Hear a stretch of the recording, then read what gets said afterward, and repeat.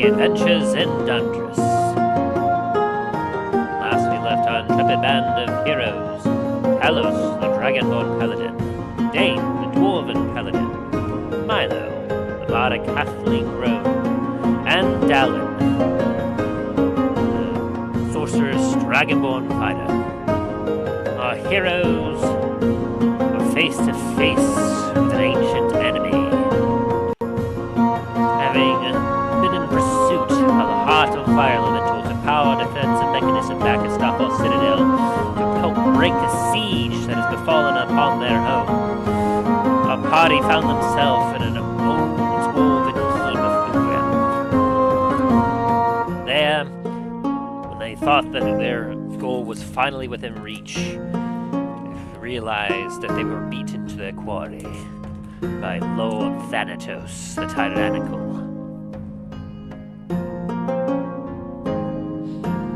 They initiated combat with him, determined to defeat him once and for all. But his new power gained from the heart of the fire elemental seemed too great for them. Just when the tide seemed to be lost, our heroes found a bit of a turning of the tide as Talos was given a boon from Bahamut, as his two weapons, the Sunblade and Warhammer, urged one to become the Starbreaker. With his new weapon in hand, Talos let out a roar of fury as the fight continued. But despite this boon, our party still seemed to be on their heels, as the might of Lord Thanatos and the fire that surrounded him was too great for them. As they continued onward with their fight, Talos falling at one point, Dallen seemingly being lost in the lava pits that surrounded them. Everything was seemingly lost as our heroes were on the brink of destruction. But just then, Dallen arose, and the mote of inspiration, he taunted Thanatos and drew him to him, as he drew from his very life force the energy he needed to cast a spell, as he alone faced Thanatos while his allies recovered for a moment's respite. But it was not lasting too long, as eventually Dallen became too exhausted from the fight to carry on, and Thanatos picked him up and tossed him into the lava without a second thought. Then, as he returned to face the three remaining heroes, he was surprised when suddenly Dallen shot from behind, still alive and still able to fight. And this momentary confusion allowed the rest of the party a moment's chance to attack Thanatos. And together, they were able to work together to bring down the tyrannical king. After which, they collected the heart of the fire elemental from Thanatos' remains, and departed, eager to return back to Starfall and save their home.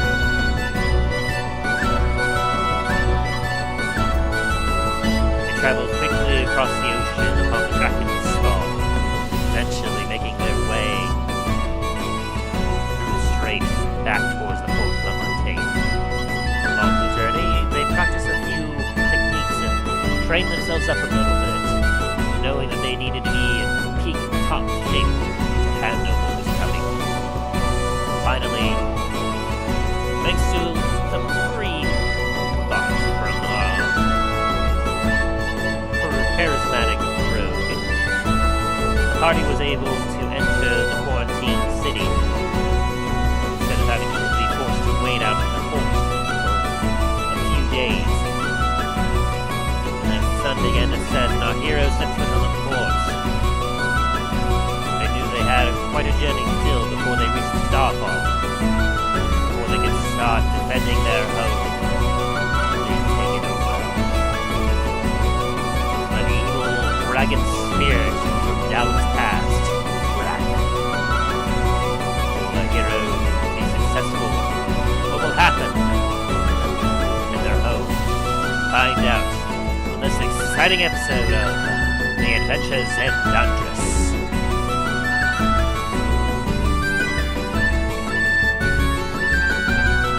Kill something right now. Hello there.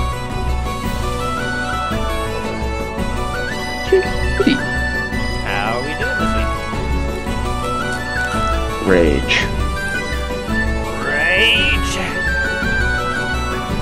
I lost some of my best stuff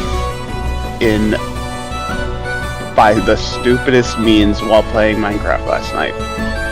Everyone, F in the chat. Full set of fully enchanted diamond armor and weapons. All the loot I found. All for what? Because one stupid misstep. Straight into a lake of lava.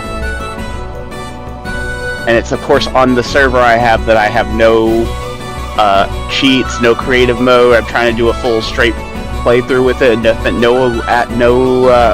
only add-ons are the official ones, like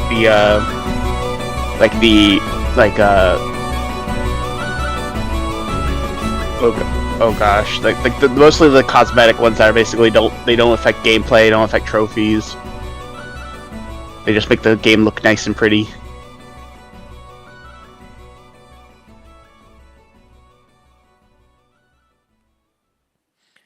We first have to pay our respects. Yep. So, like Shax is like, I must kill something now. This time around, I believe that you very well just may have that.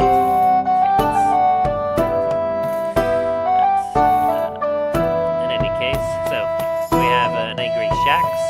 How about a Remy? How is Remy today? Doing alright. What's it? Same different day, really. Nah, just work and more work. Fair enough. Say the same. Yeah, nothing's interesting going on my end right now.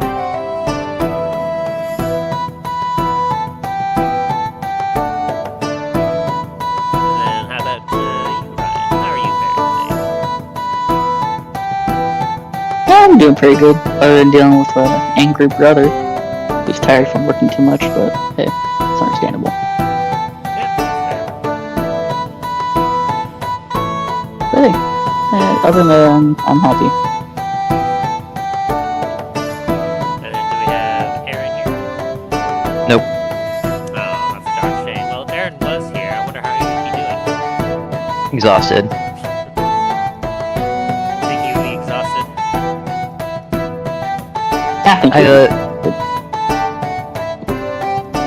After dealing with stupid people near boats, I'm pretty sure you would be. So that is quite fair.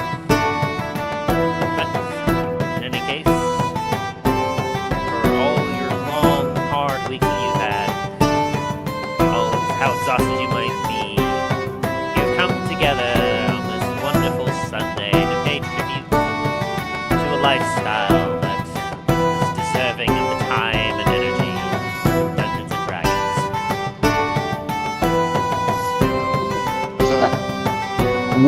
I will be right back. Someone is at my door, and I am ready to Cast Banish upon them. That's what I'm planning, because I'm like, they look like religious people, so give me a minute. Oh, you might need to do a bigger Banish then. Multicast that. What if they're there to talk about Bahamut? Who's gonna banish them then? That's a good thing. That's a good question. If they're there about Bahamut, I mean, he would have had quite a conundrum on his hands. So we'll find out. In any case, I believe I owe you all a quick recap for our previous session, as it has been a few weeks since we have convened for Dundras. So,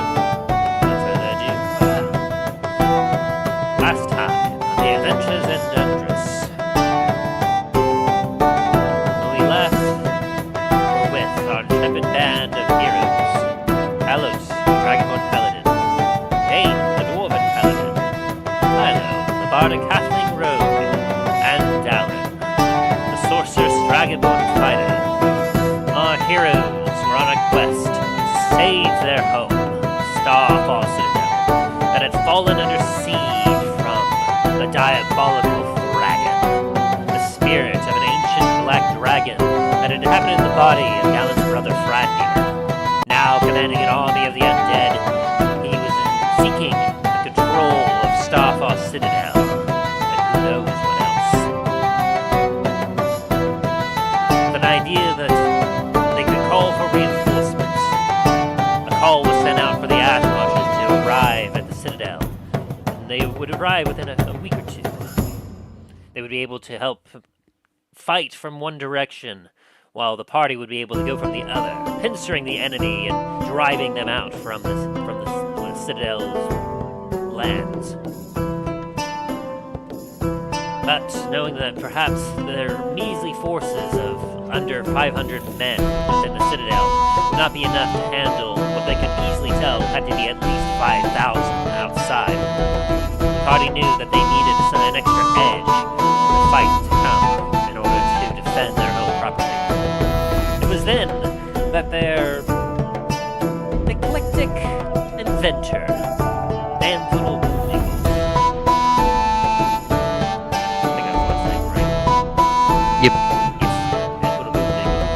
had informed them that he had been working on an expensive machine that could be used to help turn the tide, but he lacked certain parts in order to finish it. And so he sent the party out as they flew high above the walls and above the enemy to go and retrieve these items. The first stop was to save Dallen, who had been captured by Fradnir while trying to find them. And so after they rescued Dallen and retrieved his Inferno rifle, they returned back to Starfall and allowed Manthul to use the rifle to help complete the machine. Next, he needed to improve the reinforcement as well as the energy source for this machine. And for that, he needed only one thing, the heart of a fire elemental. And so, thanks to Milo's network of contacts, they were able to figure out that there was supposed to be one sent to Antarctica. And so the party sailed off in that direction to find the fire elemental. Once they had arrived, though, they had learned that the fire elemental had been lost to the desert several months before. And so it was up to them to try and figure out where it had been located. Though one of the scouts had reported seeing a strange light on an island to the south of the desert. And so, feeling a gut instinct, the party decided to sail off for that island to investigate. Once there, they found themselves within an ancient dwarven hole known as Thubra. Many secrets lay within. A hole once in an extinct volcano, but extinct no longer, as the volcano had plenty of magma boiling within. The party had to solve several puzzles within before they could enter the main room, the grand forge of the stronghold. They intended to go into this grand forge as they could not find the fire elemental that they sought anywhere around the hole. So they assumed that it must have been within the hottest and deepest parts of the hole. But once they saw the last puzzle, a sinister laugh echoed throughout the hole. And they knew that they were not alone. As they slowly made their way down to the great forge, they arrived just in time to see the fire elemental dwindling into a blue flame before going out. As a dark figure stood behind it, and absorbed the heart, eating it seemingly. They then grew in size as the party realized in horror that they stood before a foe they thought they had beaten once before. As before them stood the newly transformed Lord Thanatos, the previous ruler of Anarchakul that they had dethroned, now transformed by the fire elemental into Thanatos, flame incarnate. An epic battle erupted as our party engaged this foe, determined to finally defeat him once and for all. But they found quickly that he was much more difficult to fight than it previously was, as the natural flames that surrounded his body and the magma around them began to weigh heavily upon their bodies, exhausting them quicker than usual. Talos at this moment was given a boon from his lord Bahamut, as his hammer and sunblade were transformed, combining into one to create the Starbreaker, the blessed weapon of Bahamut that would hopefully give Talos the edge he needed. Despite this boon, though, our heroes found themselves at a disadvantage as they continued to fight Thanatos. Eventually, Dallen, seeing that the fight was going poorly, and that it was likely that they would all lose their lives to this fiend, made a quick decision to sacrifice himself, as he called Thanatos and taunted him to only attack him. Meanwhile, he drew upon his very life force to cast a powerful spell, enveloping himself in flame, as he alone stood against Thanatos, allowing his three friends to recover themselves for a moment and come up with a plan of attack to face this tyrannical fiend. Eventually, Dallen became too exhausted to defend himself any further, and so Thanatos picked him up and tossed him to the side into the magma, letting him sink below it, no longer concerned with him. Thanatos then returned to the rest of the party as he reignited his attack against them. But, in a moment of confusion, he was shot several times in the back, and as he turned around to see where it came from, he saw that Dallen was not dead yet, as he defiantly attacked from afar, and even as the lava began to envelop his body as he began to sink below its molten rock, he still was putting up a fight. And in this momentary confusion, Milo came in from behind and dealt a devastating blow from the backside. Meanwhile, Talos charged up an attack. And seeing this, Thanatos tried to bring down Talos, trying to reduce the numbers that surrounded him, but it was for naught, as Dain leapt in front of Talos and took the blow himself, allowing Talos to come in as Thanatos was recovering to deliver the final blow, as his hammer struck upon his skull, felling the beast and bringing it to the ground. But, having taken too much damage, the power that lay within Thanatos had become too great to contain, as Thanatos roared in pain as he exploded in fire. Fortunately, Milo had managed to duck and cover in time, and so he was intact enough to go and pick up his two paladins before climbing onto his magic carpet and flying over to drag Dallen out of the lava before he was lost to it forever. The party then retrieved the fire elemental heart, collected a few memorabilia from the Grand Fort within Ugra, before quickly making their exit back to the Kraken's skull. There they sailed back towards Port La Montagne very quickly, having gotten word from the contact they had back within Starfall itself, as Milo was keeping in contact with one of his men that he had hired, the one that we know as Treth Frostwoods. He had informed Milo that the armies were getting even more aggressive, and that it seemed as if perhaps they were planning a mass-scale attack very soon. And so they hurried back. But along the way, as they recovered, they found themselves with some new ideas with the experience they had gained from fighting Thanatos. And thus, they all practiced some new moves and trained themselves up a little bit while on the Kraken's skull. But, near the end of their voyage, they came across a merfolk, a lady who was fleeing from other merfolk. Milo promised to smuggle her to Antiva. In exchange, she would give him a royal seal, a lucky royal seal, thanking him for getting her away and allowing her to get her freedom.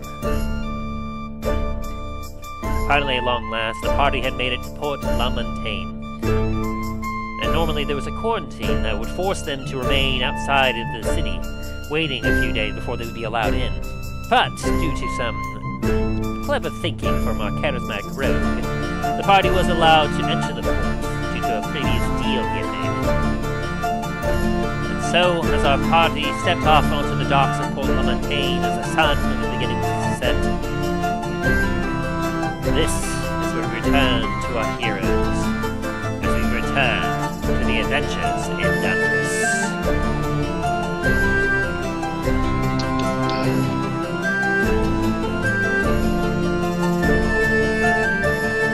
Alrighty. Sorry about that. You'd think the sign on near my door would be that has a list of like things that normally would deter people for religious purposes but no, these ones were determined.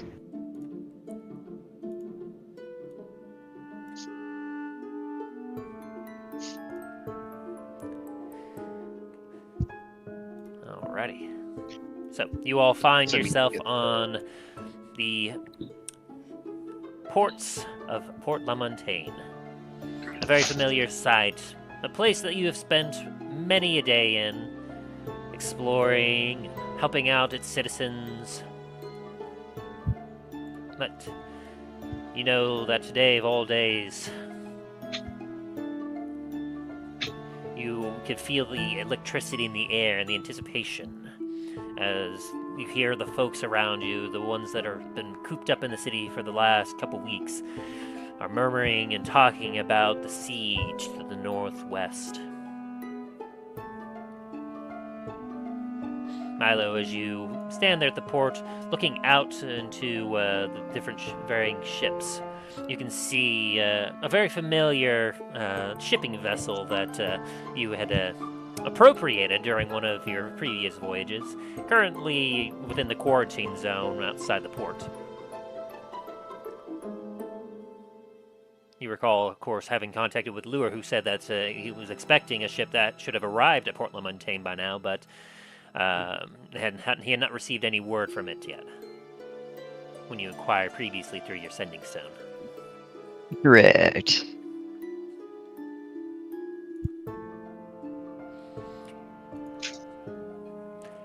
You hear a sloshing of a barrel as you see a couple of sailors, some of the Kraken skull crew, roll up behind you with a dolly and a big barrel that was previously in the captain's quarters.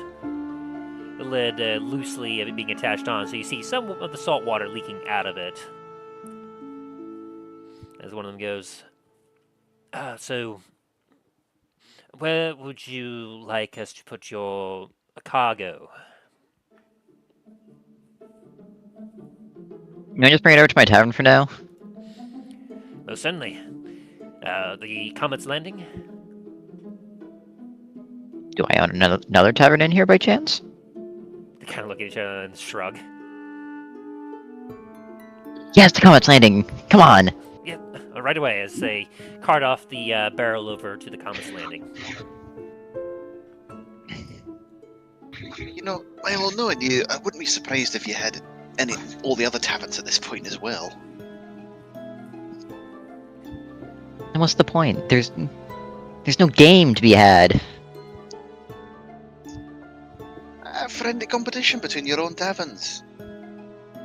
None of the others know that you own them. It doesn't hit the same, though. I need the bragging rights to tell all the other tavern owners that I'm better than them. Hey, that's fair.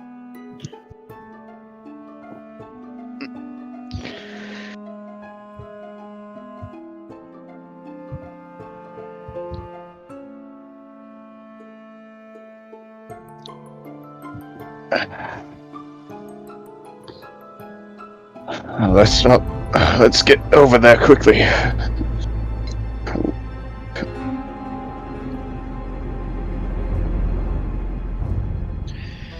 Hey, it's probably not best to linger on the docks. Especially with that, we don't know how many more eyes might be watching. Some unfriendly ones. Dallen's gonna walk up to you guys with bags under his eyes and say, do y'all trust me? After all that you've done for us, especially after that battle, most certainly. I think you were void of exhaustion at this point, Dallen, or did you have one level left? I forget. Unfortunately, I have one more level left. Ah, okay. I couldn't remember if it had been long enough that you would manage to get rid of all your exhaustion, or if you had just one level left. But okay. That means that you will have disadvantage on ability checks, I believe. Yes. Let me check real quick just to make sure all the stuff that I had disadvantage on. Let's see. If it's just one level of exhaustion, it's just disadvantage on ability checks, nothing else. Oh, nice. Okay. I'm assuming we're just doing everything by legacy rules still. Yes. Yeah, then it's just disadvantage on ability checks. Okay. Well, do all you guys have your stuff on you? I guess. What are you planning here? Come get near me. Don't get near you or get near you? Come get near me. What are you investigating there, Dain? Dain's gonna have a rummage through his bag, make sure he's got everything. The 13, as you take a look, the urgentness of Dallen is making you rush a little bit, but as you're double checking, yeah, for the most part, you feel like you have everything. I mean, obviously, you're probably lacking on some potions that you don't really, you've used up a lot of your potions as of late. Can Milo help, quote-unquote, Dain in this situation? Just kind of take a peek at his bag, be like, yep, you got everything. Yeah. Don't ask how I know that. You look in the bag, and Lord Thanatos is staring up at you. His head is charred, blackened skull. Milo does talk to dead people, so it wouldn't surprise me. I just imagine you looking in the bag, him staring up at you, just give him the middle finger and walk away.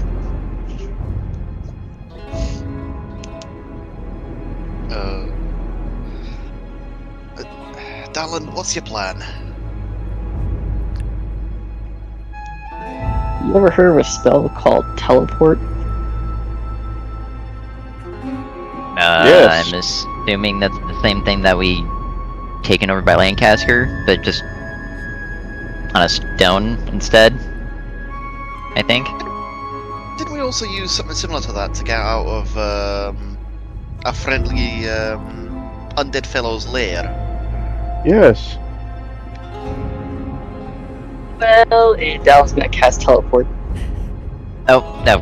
Okay, thanks. Alrighty. Well, did everyone already say if they have everything? Milo would not have gone near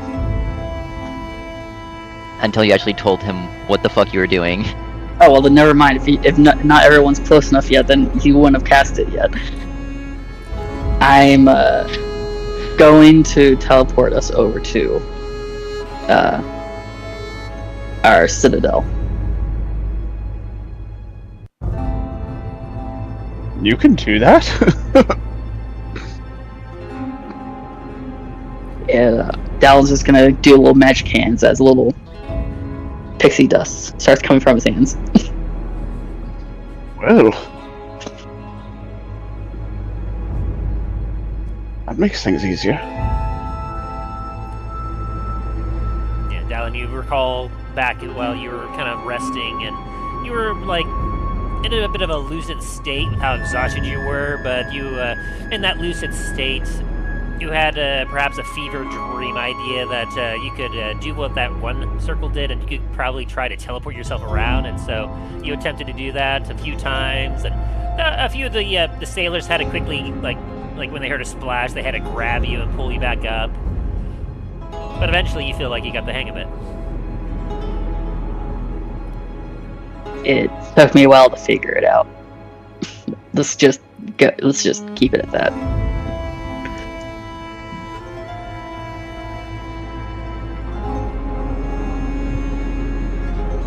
What do you guys say? Like the plan? You cool with waiting until I get rid of this? As Milo kind of just like points over to the barrel that's getting drug over to the Comet's Landing. Yeah, I'm fine with that.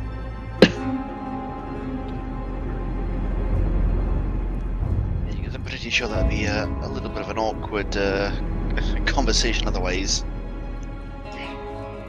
And plus, we'll be able to get under cover and not be seen by so many eyes. I mean, I doubt it really matters at this point when it comes to people seeing us.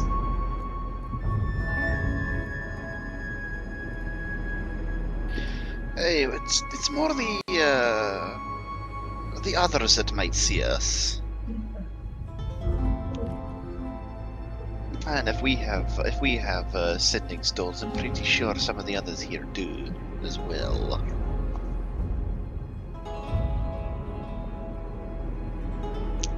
Gotcha. Okay, let's go. I need to sit down. You look absolutely shattered, so that might be a factor as well in that.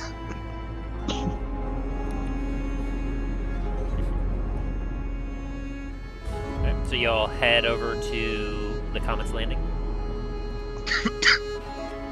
Aye.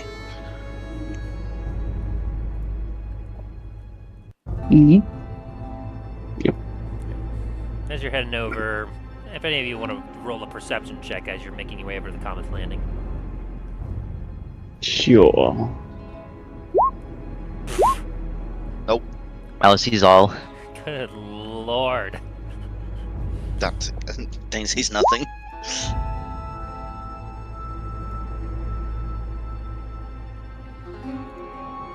One second. My thing is not loading. That doesn't even look like you're in the roll 20. Suddenly, Milo starts seeing ones and zeros all over the place. No, Milo just, after looking in Dane's bag and seeing the face of Lord Thanatos just staring at him, he just kind of goes on a lucid trip and just starts seeing dead people everywhere, but just like is very hyper aware about everything that's going on. Just whispering to himself, "Don't freak out! Don't freak out! Don't freak out!" There we go. No place like home. There's no place like home. There's no place like home. Roll a wisdom saving throw. Gets a 5. I see dead people! Yeah. 21. Oh wait, I need to do. I have disadvantage. Oh wait, disadvantage. Yeah, never mind. Is it So- still? I don't need to roll twice. No, you still have 21. 21. So, And you know he doesn't see anything. unfortunately, Milo's the only one that actually will notice this.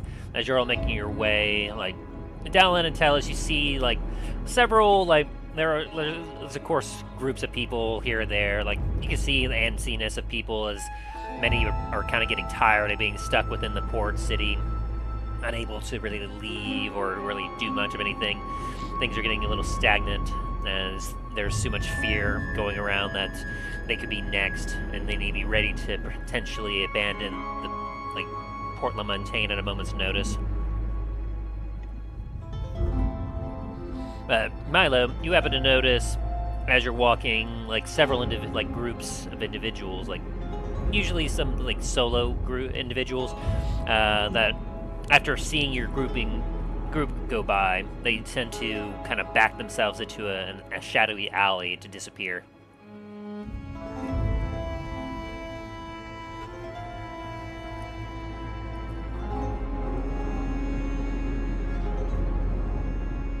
Neat.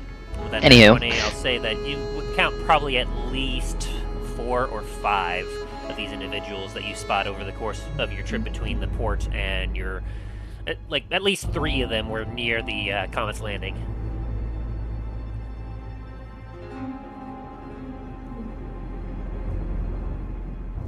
You know what, guys? I'm gonna be right back. I need to go talk to some people real fast. Talos just like nods, like. But at this point, like Talos is like probably you're thinking it's your informants or whatever. three of you arrive at the Comet's Landing, where you can see that it's pretty full. Although, as you're looking around, you can see that there's only a few drinks between most of the people. As the tavern keeper, she is cleaning a few glasses and just looking a little bit bored when she sees you all. What? If it isn't Comet's company. I make a hand gesture of keep like a vault low As Elithira, the half elf, kind of goes, whoop, kind of covers her mouth and kind of goes back to what she's doing. Just suddenly realizes what she just did. Right. It's a little late, as many eyes are now upon you in the tavern. It's gonna look over at Talos. It's like, you know, it's not exactly hard to keep us hidden. True. You hear a voice in the back of your head. Maybe you would stop wearing fucking metal on you and running around like a fucking freight train.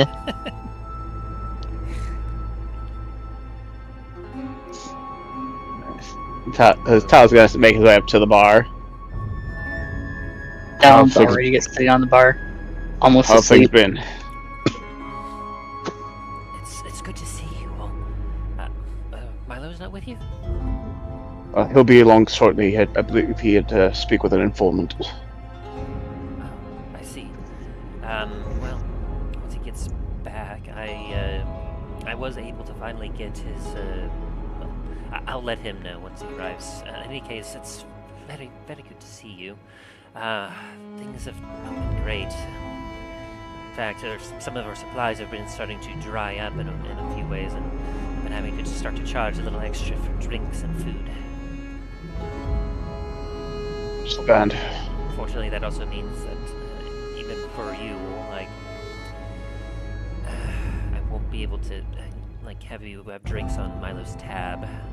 Fortunately, I understand.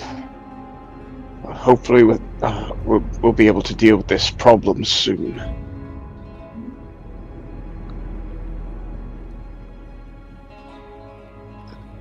but things have certainly not been great. There's not too much news that we're beginning to know from the north and west.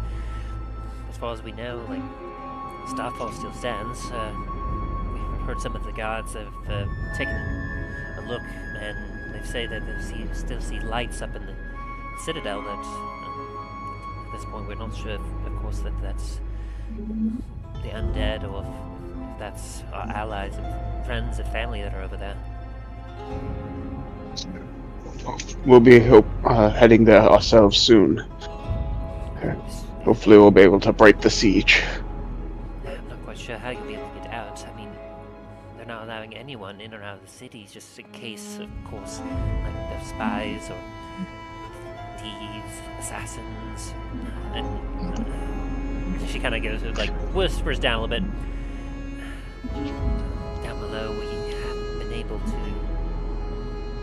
It's secured, but the passageway is still sealed off, as far as I'm told. Don't worry, we have our ways. I guess a slight smile of, your reassurance is more than enough to kind of put her mind at ease. But very good. Is there anything I can get for you all? It's starting to get late. We got a few rooms that I've held for you just in case. We'll just need a private room for once Milo arrives, so we can. And we'll pay obviously for the night, but don't worry about making breakfast for the morning for us. Very good. As she then kind of says a little bit loudly, "Of course, one room for the four of you, for Comet's company. Anything, we'll be happy to board you for the night." And then she kind of goes. I make a little bit of a wink at that. She cleans the glass while she gives you a smirk.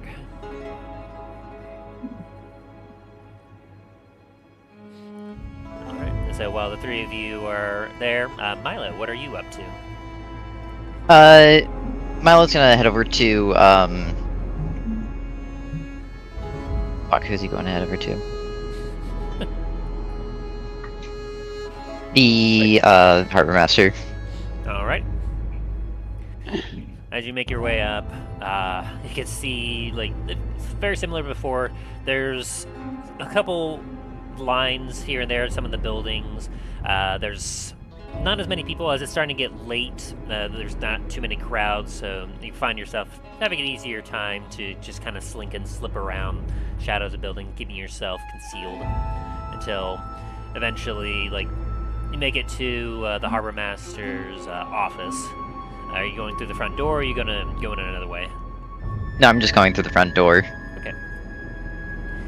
You go through the front door, and the secretary, you see piles of paperwork on her desk now. Is like, you can't even see her at this moment, but you just hear the furious scribbling, and then, like, you hear the flipping of some paper, and then you see paper drift off to the side.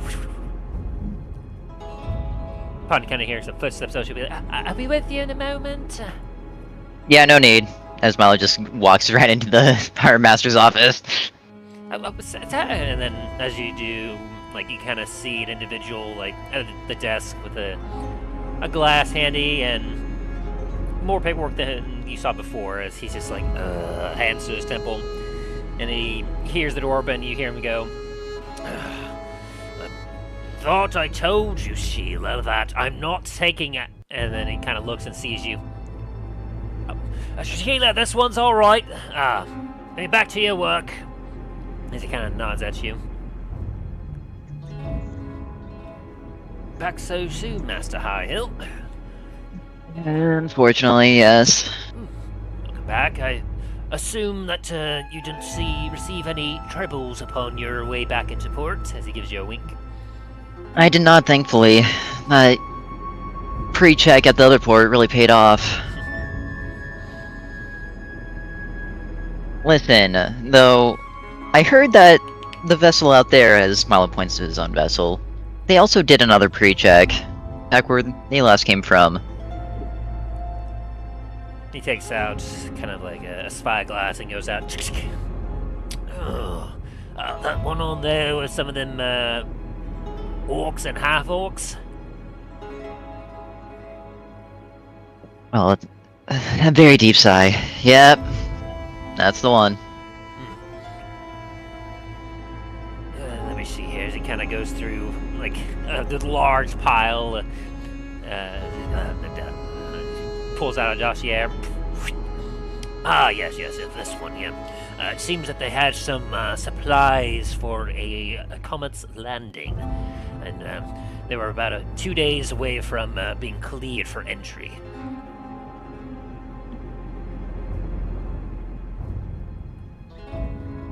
And you're saying that, as he kind of opens it up and kind of raises an eyebrow toward you, they've had already completed a pre-check. Yes, all vessels that I have coming for me or for my businesses always do a pre-check. We don't want any suspicious cargo on board or anything like the sort. Of course not. As he kind of like does a bit of an eyebrow wiggle at you.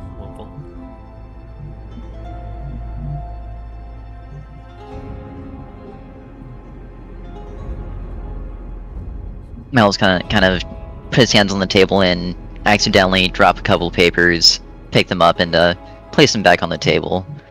I think you dropped those, and it's rather odd that you had a bag of gold just sitting underneath some of those papers. Oh, as he puts down the dossier and like pins down to pick up some of those papers and puts them on the table, and you see he slips in another paper into the dossier. Oh, silly me. I've been so busy with my work, I've been losing track of where I've been keeping things. Oh, what's this here? As he looks inside the dossier again. Would you look at that? We've been so busy we've forgotten to notice that indeed they do have the slip here, saying they are cleared to enter port. I will let some of my dock guys know to allow them to bring in, as he gives you a wink. You know, if you really wanted to see me, you could just say so, but otherwise, is there any way we can just let all my ships come in? as he kind of sits down a little bit and kind of strokes his chin for a moment. Also, before I forget, I put 200 in the bag of gold for this guy. Perfect. Yeah, he's very, very happy about that.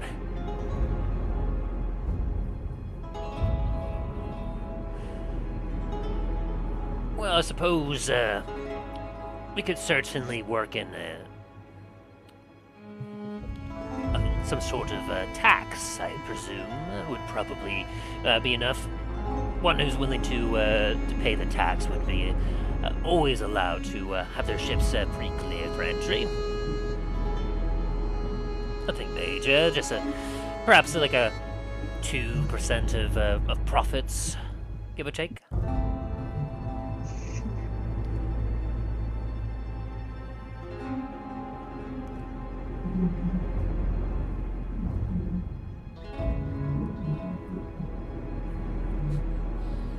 I wasn't really in the mood to talk business, but very well, we can do that. Wonderful, wonderful. No. I'll have Sheila write up the paperwork and, well, I'm still a little bit backlogged Well. right now, so we can see about getting the details worked out later.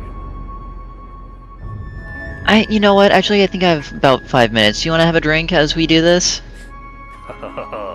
Oh, you know how to speak my language, sir.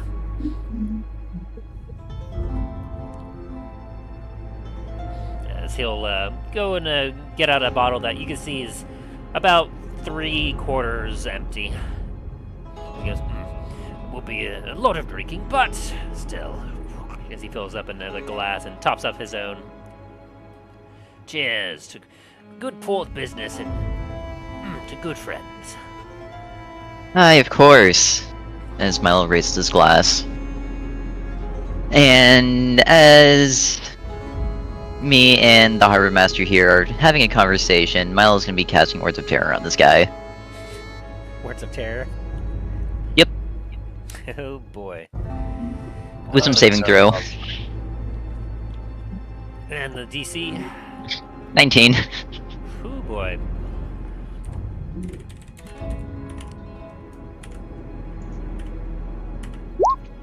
Ooh, Holy shit! he got a 19 on the die there. Well, thankfully, we're just having a pleasant conversation.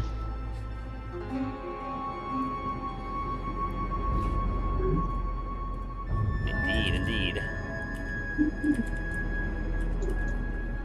Double check the wording of that spell. You speak to, you can attempt to seed paranoia, fear into his mind. At the end of the conversation, they must receive the wisdom saving throw, or be frightened of you, or another creature. Choice. If the target succeeds save throw, the target has no hint that you tried to frighten it. Ah, very good. As he has, the conversation kind of comes down to it. He goes, indeed, lots of folk around, pirates, ne'er-do-wells. And this bad business on the water. You speak a lot of truth, Mr. Highhill.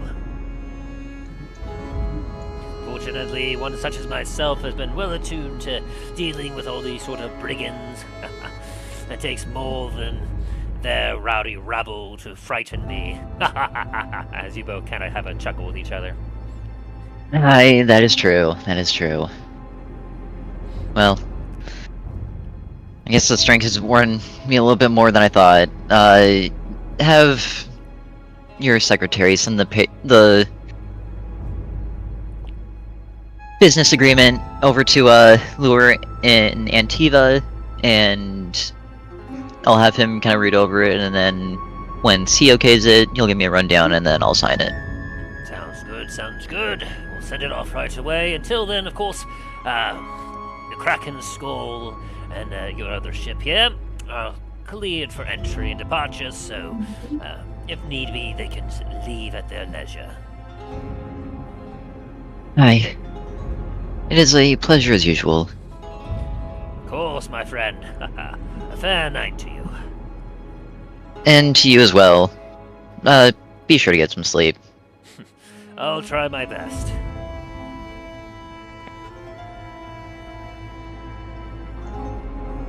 Milo stands up and starts heading back for concealing. back at the Comet's Landing.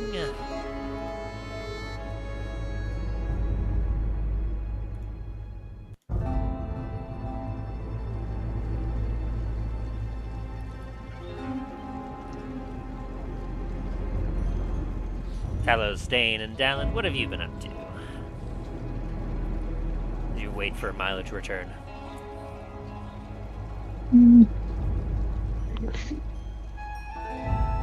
Dallen's gonna be laying in his room, just napping, waiting for everyone to be ready. Alright. There's a room with 4 beds in it. It's not as fancy as what you're used to at the Comet's Landing, but it's spacious enough that 4 of you could be in there simultaneously and be alright.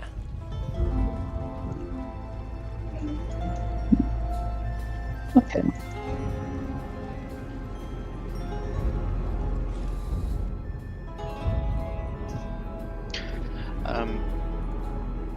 Dain would have gone and snagged just one drink, but then asking Elitharia about any taxidermists in the city. The one drink will cost you 2 gold. Damn. Times be tough. Damn. But yeah. Yeah.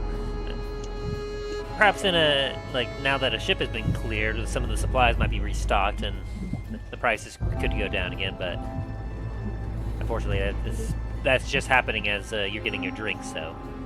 Oh yeah. But yeah, so as you kind of ask her, she goes, well, I know we have plenty of unique traders that, they kind of work up into the market district. Surely there's someone up there willing to taxidermy. I mean, after all, I'm pretty sure a few times I've roamed up there, I've seen a few taxidermy bears and some deer. I don't even think I saw a taxidermy fish once. I'm sure whatever you have, if you could find that individual, they'd be able to put in the work for you, though. At this time of day, there's only going to be very few shops and people that are going to be open still.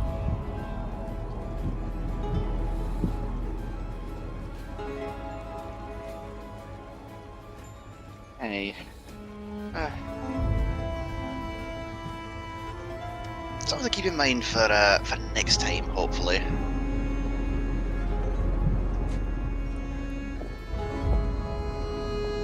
But I might take a little bit of a wander out if we have time. As you will. And then Talos, anything you're doing? Talos would just have gotten a drink. It'd also be 2 gold from you. Yep, right there. And now you know why there's not too many drinks going around the tavern this night. Alright. They be expensive.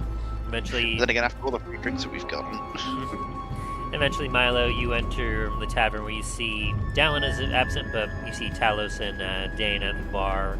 You see Dain kind of chatting it up with Elithara.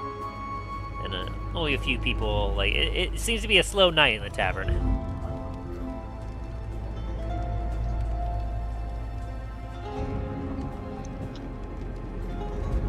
Should I be concerned on why it's so quiet in here, or is everything okay?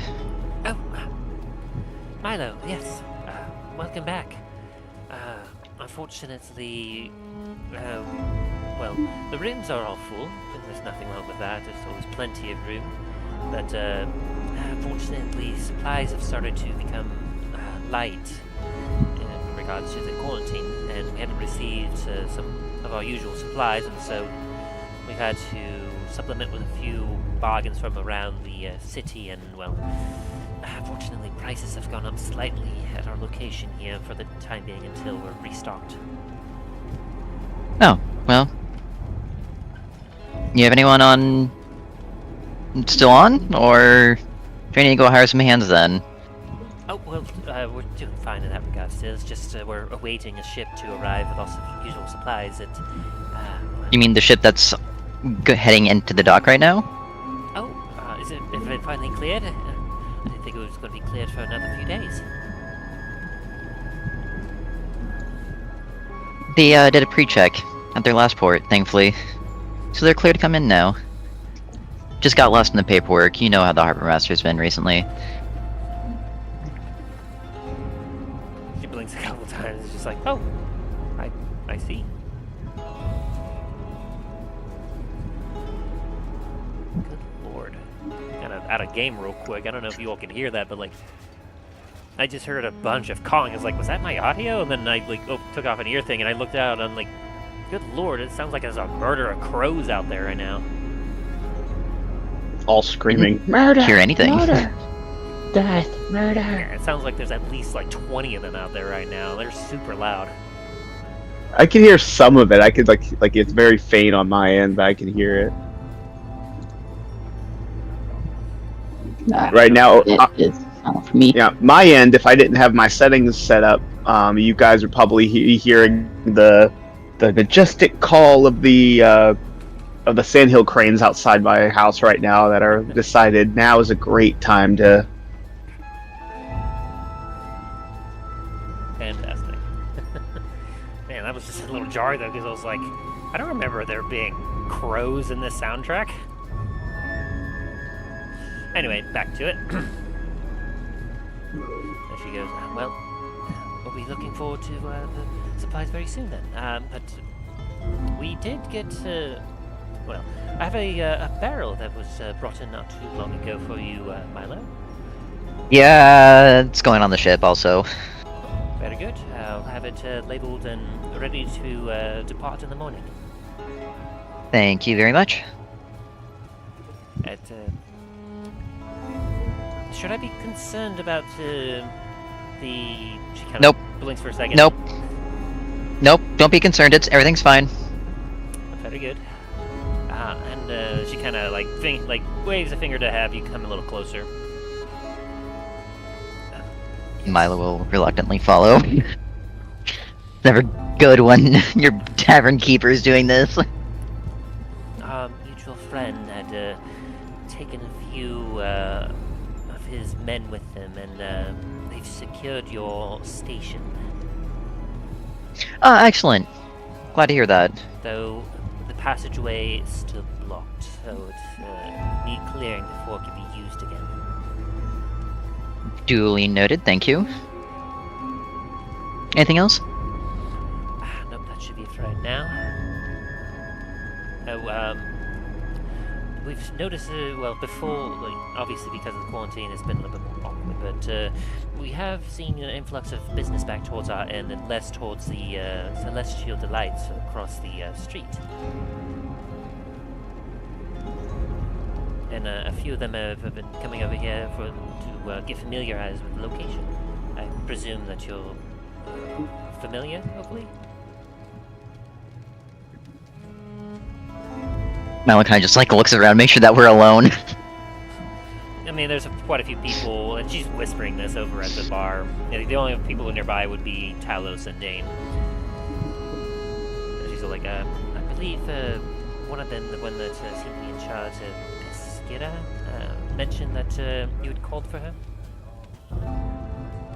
Yeah. Kind of had to strike a deal with them to stop their work. But in doing so, kind of dragged their work over here a little bit. Well, that would explain. She kind of like has a bit of a blush that comes up to her. It would explain the influx of couples coming in for nightly rooms. And damn it, I thought I told her not to fucking do it in the rooms. It's fine. Everything's fine. This is fine.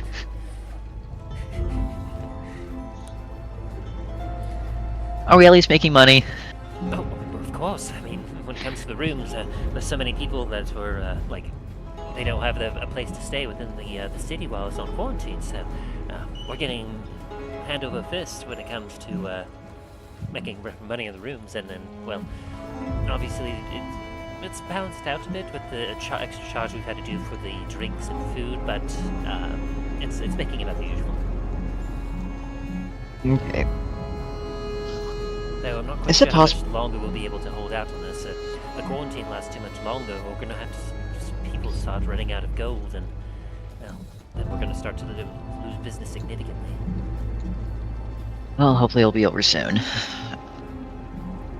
But for the time being, if possible, can we just hire another person to help you out cleaning rooms? I'd rather not think about that. Of course.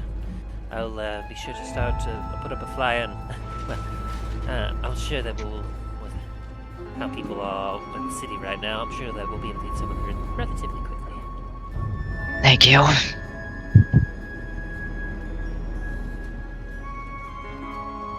Now then, I was informed by your colleagues that you wish to have one room, a private room, 4 beds for your party for the night. Talos here should already have the key, as he kind of gives you a wink.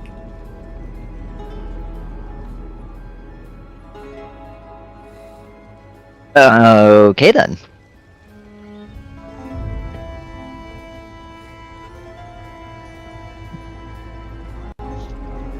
We're gonna need to talk about making a suite, just in case this ever happens again.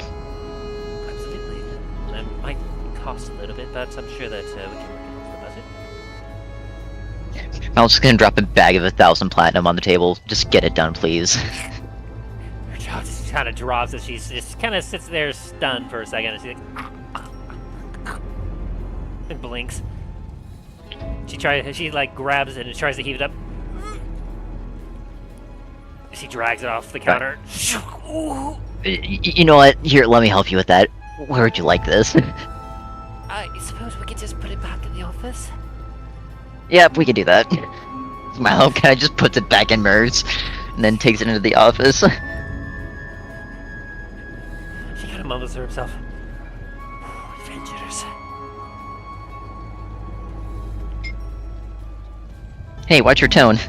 I pay her. I pay you. It was more of a tone of admiration than like, you know, like more gold than she has ever seen, and probably like 10 lifetimes she could even have. Maybe 5 lifetimes, because she does work in a bar. She probably gets quite a bit of gold that rolls through. So yeah, you put that in there, and on your way, you kind of pass by that barrel that is slightly ajar, and you kind of hear as the lid kind of jiggles a little bit. Where is the barrel currently? It would be In the office, or? Yeah, it would be in your office. Okay. I was gonna kind of lift the lid up. You doing alright in here? Yes, I am. This is, she kind of looks around a little bit. Very interesting place. Have you secured me passage to your Antiva? Yes, I have. There should be one of my ships in port, or docking right now. They're gonna bring some supplies over here, and when they do that, they should be bringing you on the boat. And I've already told them that they're gonna bring you over to Antiva, and you'll be free. She has her eyes soften a little bit, and she gives a big smile, and she breathes a sigh of relief. You have my eternal gratitude. Yeah, I don't imagine I will potentially see you again. And she reaches down and she pulls out a red coral seal. Yeah, this is for you. And thank you for helping me get my freedom. It has brought me much luck so far. I hope that it may bring you similar luck.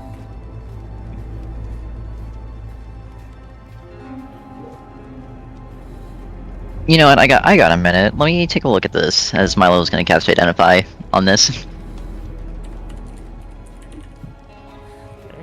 As you kind of cast Identify on it, you see that it is a coral stone of good luck. Obviously, from the seal on it, you can see that if it's used in certain underwater, like meetings, you show it to like certain individuals. It shows that you are at least of a royal court of some kind. This one would be specifically the kind of the eastern Sea of Dundras. And boop. You also notice that it has magic tied to it as well.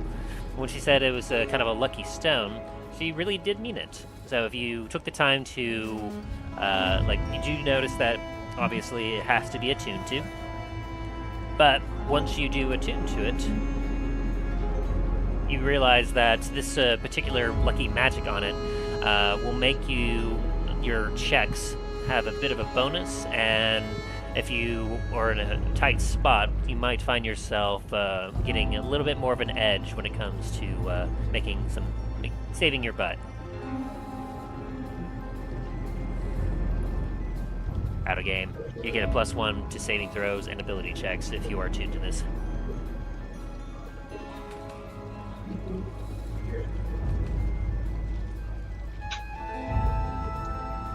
You know, I appreciate the token, or this gift, but hang on to it. It seems like you can use it a lot more than me. Her eyes widened. She goes, but I must do something to repay you for all that you are doing for me. It's alright. Everyone has to pay back at some point, and this is my way of paying it back. She clutches it back and brings it close to her. You are incredible, sir. A true hero. I shall not forget it. If anything I can do ever in the future to aid you, I will find some way to repay you back, I swear. Just, if you want to repay me back, just live a good life. She gives a very sweet smile.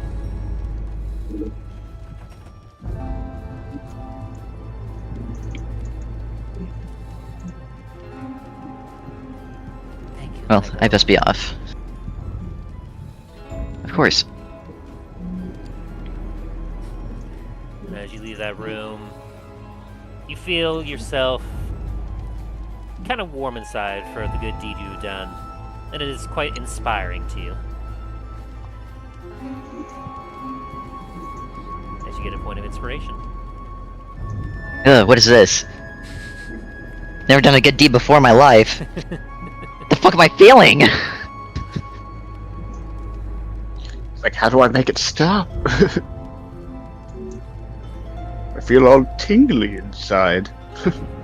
Where's Dallen? I need to slap him or something. It's like suddenly, it's like that scene with the Grinch where he's like, looks like he's having a heart attack.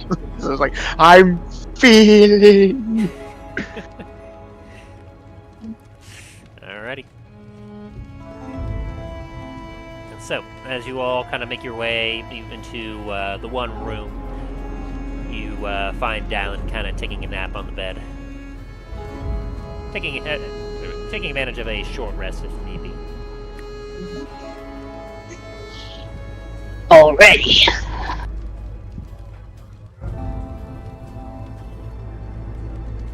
Rest. Ah, I can't expend a point of exhaustion that way. Okay, never mind. Nope, you have to do a long rest. That is very unfortunate.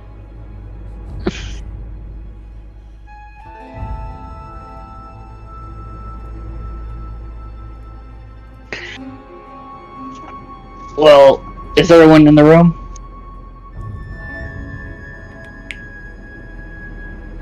I presume so. Talos, would you have met back up with Dallen in the room?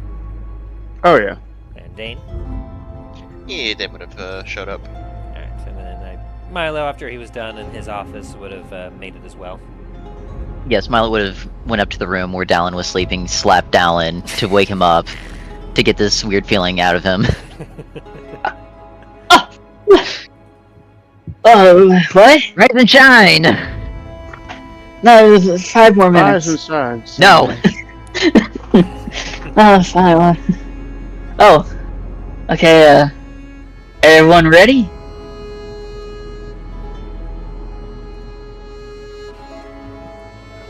as well ever be. I guess so.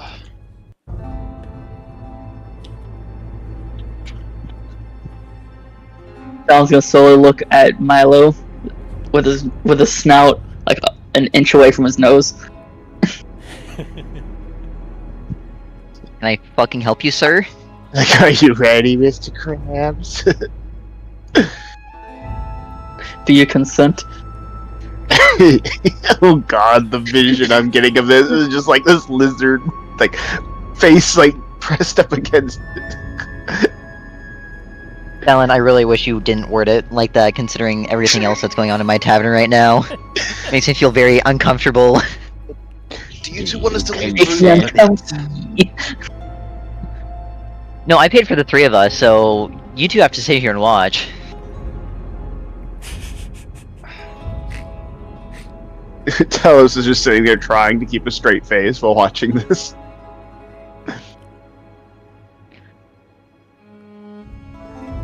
Dain brings out his alchemy jug for a minute, just going, wonder how many of these I'd have to do to get absolutely black out. But you can. Who else is gonna cast Chilling on Dallen here?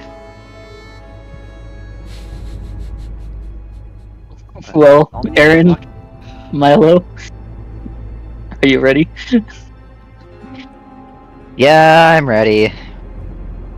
Let's do this. Grabs Talos and Dain and yanks them over to him, and then gives everyone a big group hug, a massive bear hug. And I did not consent to this. I did not consent to this. It's like, can I try lifting them up while I'm doing this? Can you what? Can I try lifting all of them up at the same time while doing this? Athletics check. Okay.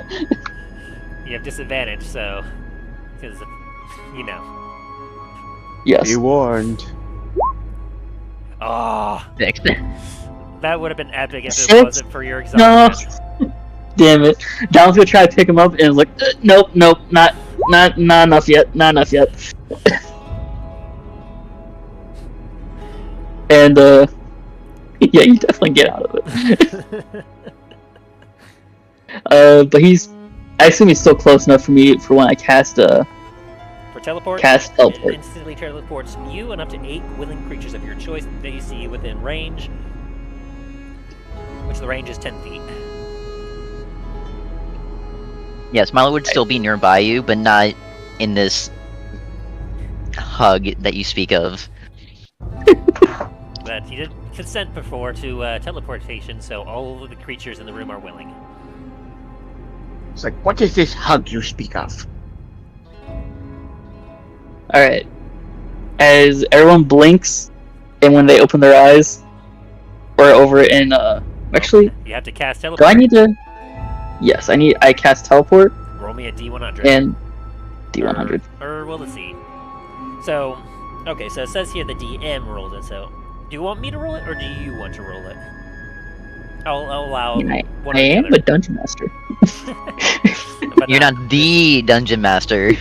So, I'll leave that just... So if something bad happens, it's your fault.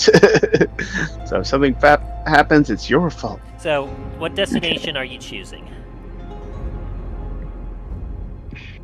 Basically, the one spot that Dallen's been at the most over into the Citadel, which Alright. I would assume would be either his room or like a nice, probably that balcony that you were talking about. The one time everyone saw it, met up with him for Brad near left. Or is it the room that Dallen had construction that we don't speak of anymore? Well, that one he wouldn't be able to teleport in. That one's still warded. Yes. So would that be considered seen casually or very familiar? Well, I'd say very familiar. Spent enough time in the Citadel, and at that one point you could have definitely spent some time up by that balcony. So, do you want to roll a D100, or should I roll a D100? I shall roll it. I'll keep the faith. Alrighty. Roll a Dallen, if you fuck up, D100. we're gonna be pissed. No, I didn't fuck up. Alrighty. So So for off target, it's 14 to 24. Similar area, 6 to 13, and mishap 1 to 5. So yeah, I had a lot to work with. You all feel a familiar sensation that you have had a few times, where you feel the entire room just suddenly drop beneath your feet as you feel yourself almost rise into the air, like levitating. As you, for a moment, you see the flashing of lights of the ethereal plane just zoom past you, and in a moment, you feel a sudden stop as you feel the ground come beneath your legs, as you feel darkness around you as your vision changes and you start to see all around a scene.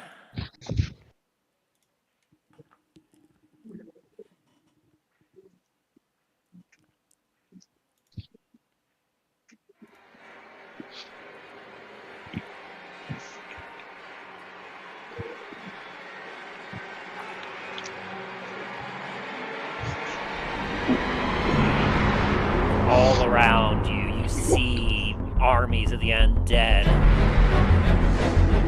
moving across the land. You can see right down below you the gates of the citadel, which are currently have a few guards. Before you can even react, you hear above the crowd "Watch out!" and you hear a whistling noise. And as you kind of look over, I need all of you to roll me a dexterity saving throw. Oh shit. Boy. That counts around my ability checks, right? Oh, Dain is very dexterous today. Alright. Just been hanging up and my beard held hostage. Ooh, I'm not Milo. one move. So Milo and Dallen, neither of you are quite ready for this one. Milo was too busy doing his backflip out of my hug, Yep. and Dallen was too busy hugging.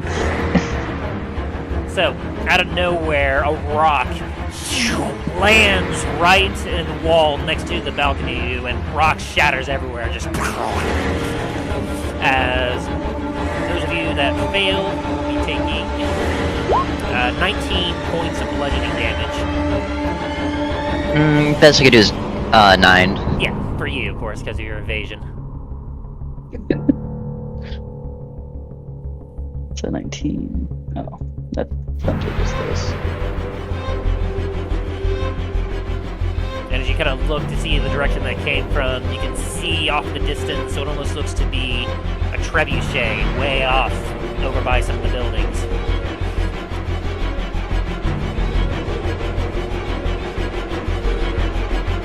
Is it? Very How nice. far away is this trebuchet that just attacked us? Like, it could be it's likely about 1,000 feet away at least. Never mind. It is far away.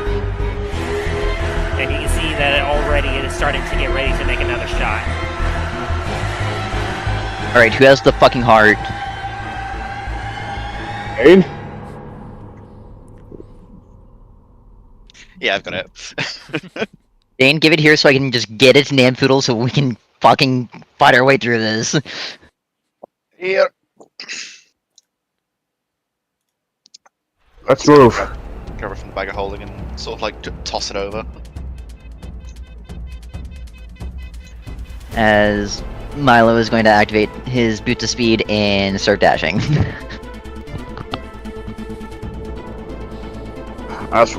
As for the rest of us, let's head to where the battle leads us most.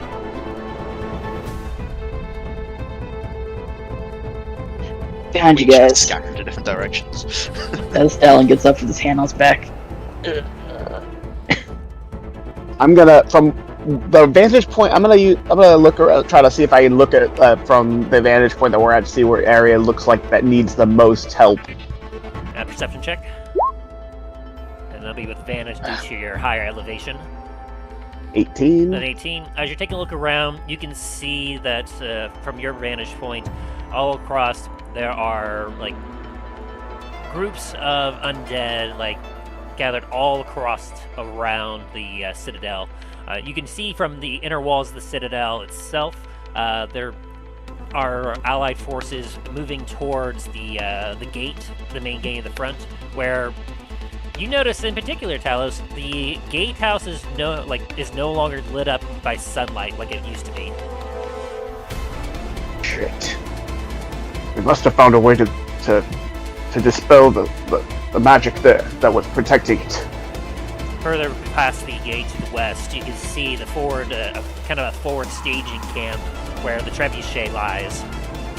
Kind of over by a couple of the new buildings past the university that Greyhound had been making. And then you see even further to the west, towards the western outer wall of the lands of Starfall. You can see that the gate over there is currently seeing some activity. As you can see in the fields way past the gate, you can see some flaming mounts moving in the distance.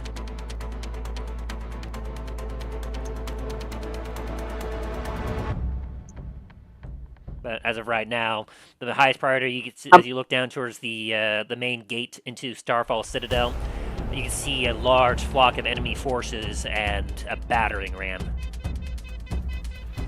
That's heading toward the main gate. Yes. It looks like they're trying to breach the main gate. Alright, help me get down there. I'm gonna try and clean that up. With me seeing that flicker of flaming mounts, can I whip out my spyglass real quick and see if I can get a better look at that particularly? Yeah, that'd be a Because if it's what I check with the advantage. Because if it's what I think it is, 26. As you take a look through the spyglass, it's a little bit of a far distance, but you can see the fire drakes that, the one that you were very close proximity with at one time. You see quite a few of them off in the distance. Currently, not very close to the wall. They seem to be keeping their distance, but you can also see, silhouetted by the light they give off, you can see a multitude of men making their way towards the gate. But as you take a look at the gate itself, you can see with your spyglass several individuals currently slinging magic from the top end. What looks to be undead forces firing missile weaponry towards the oncoming troops. looks like all reinforcements have come. You can see the gates are currently down and are intact on that gatehouse. Looks like our reinforcements have arrived. Yash marches. I look over to Dallen, we have to save your brother, get that thing out of your brother as fast as possible before they get a hold of him. Yes, I know that, and I really want to do that, but think of the people here. Let's take care of that siege first. Right. So the three of you run on down to the gate.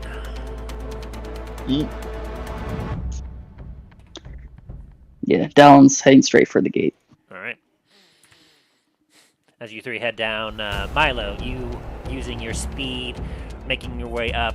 Before too long, as you're getting to the top of the citadel, you will start to hear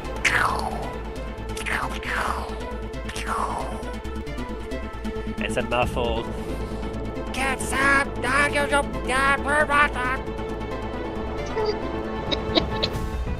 Where the fuck is Dan Poodle? What? Who said that? Who the fuck do you think said that? After a moment, he goes, "Where the fuck have you been?"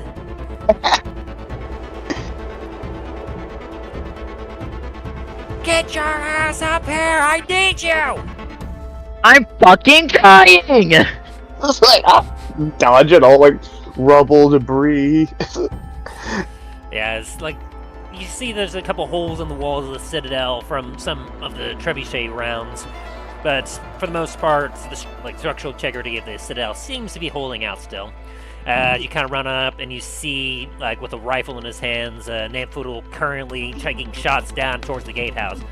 As he kind of stops and looks at you and goes, "I've been wondering when you assholes would show up." Yeah, we're fucking here now! Here, fucking take this! As Milo fucking, like, damn near chucks this, fire elemental's heart at him. Wow, wow, wow, wow, as Nampoodle quickly, whips out, let's see. He knows Mage Hand, doesn't he? He should. Yeah. Yeah, he brings out Mage Hand real quick, woo, and quickly, like, grabs it. If not, we'll say that he does for this thing. As he then quickly, he's like, oh, you actually got it! Fucking A! As he goes over to the machine and slams it in. Crunch! Oh, it's gonna take me a bit to calibrate it and get it going, but oh, we're gonna see some sparks fly!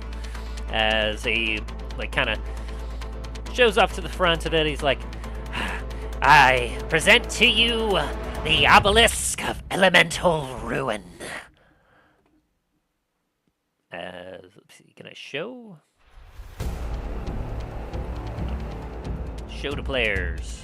Show to everyone! See if it works. Oh. Was it a pop-up? Yeah. Yes. Should just pop Oh, up. neat. Look Yeah. at the bio info.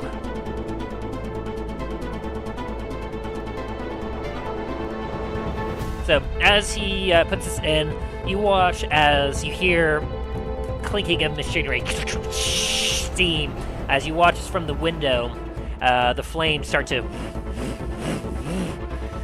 And you hear as rising up from the floor itself on 4 legs, you see this behemoth of machinery rise up with a long cannon, like, sticking out the front of it as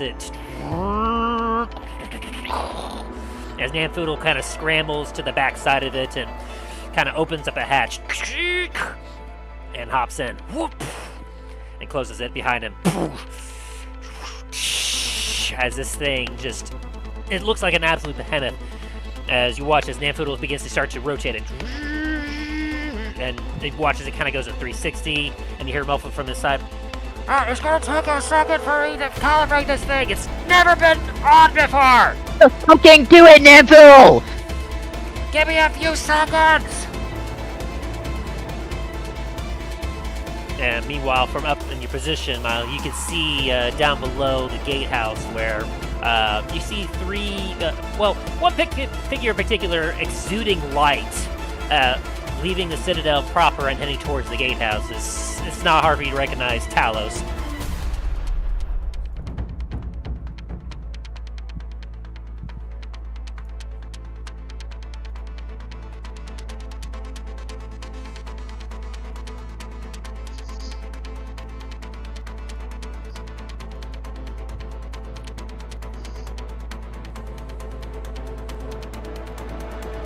As you kind of are getting up to the gatehouse, the 3 of you, you can see up on the wall several of the guards and knights from the citadel are currently having, like, crossbows and bows as they're firing down upon the enemy. You see an individual up here currently shouting down, it's like, "Come on, bring him down!" You see the gate here is holding out for right now, but it has not been breached. But you can definitely see that the light is definitely faded.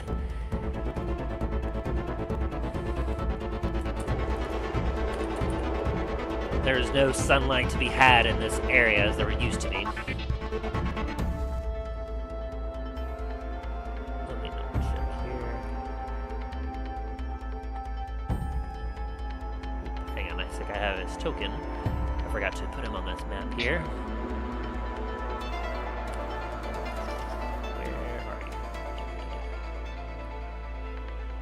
Oh, come on, where did you go?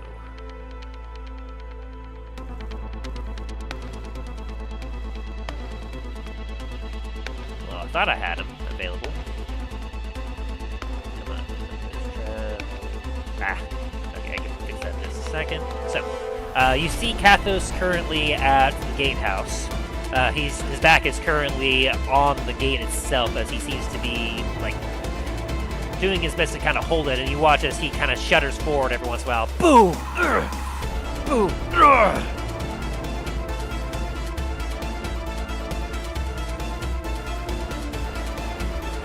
And then as he's kind of wincing and like, ugh, keep fighting, men! We can hold them back! And then his eyes kind of move over, and he suddenly sees all of you, the three of you, kind of approaching. He goes, "Comets, companies!" He kind of holds his hands up, and with that, you see, there's a moment of silence as all the knights and soldiers kind of look around, and they go, "Ah!" cheering as they see you.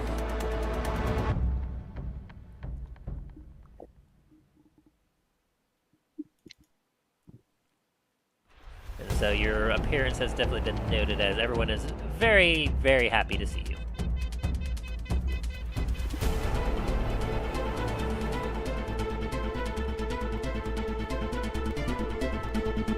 Where did that image go?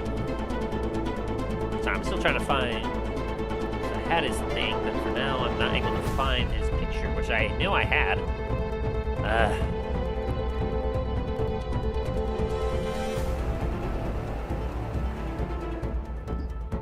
One thing I forgot. So, and as you all are kind of as you all are approaching, Kathos kind of looks at you all as you're getting close, and he goes, "They dispelled your magic, Talos. We've been holding them back, but they launched an attack not too long ago. Something seems to have excited them. I presume it was you!"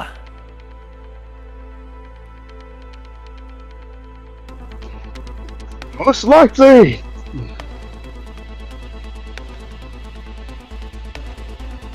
Alright. So, as you all are approaching, it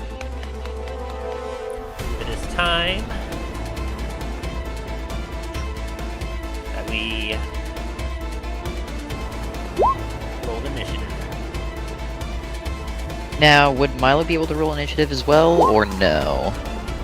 Not entirely sure how far away he is in this watchtower from here. You're fairly high up.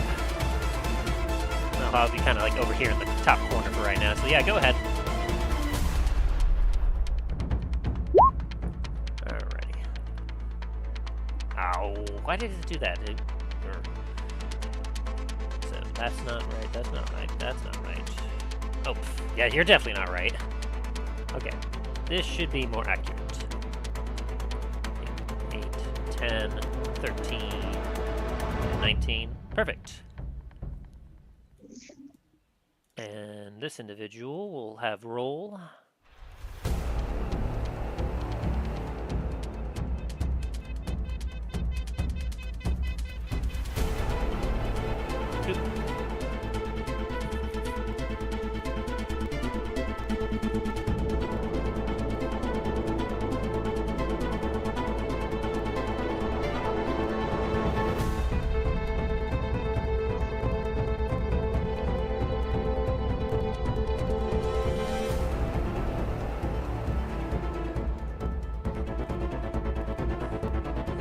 Okay, so the enemy will go then.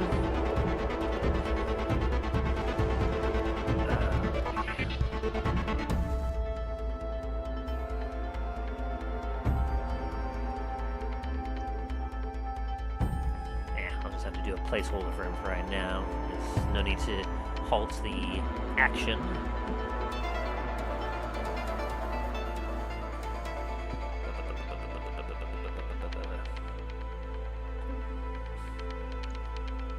This will have to do. Okay.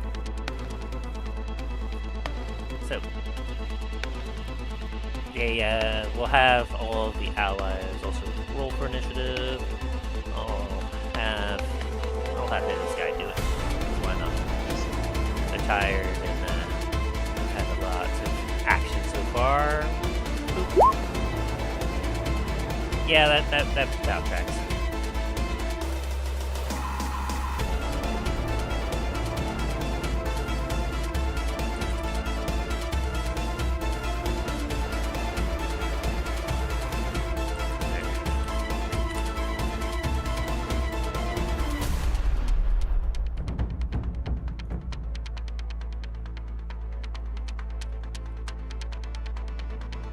get you a boop.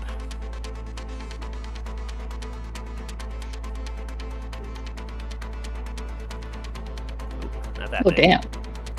We have a I was Goliath. say, like that's a big boy. Okay, let's see, Cathos. He was classified as a large, I believe. Yeah.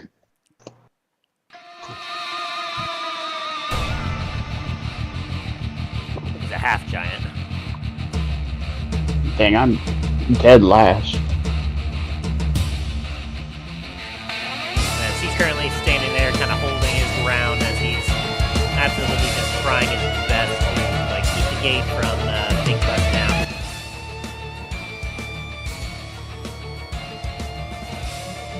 Let's turn all that down a little bit because that was really loud.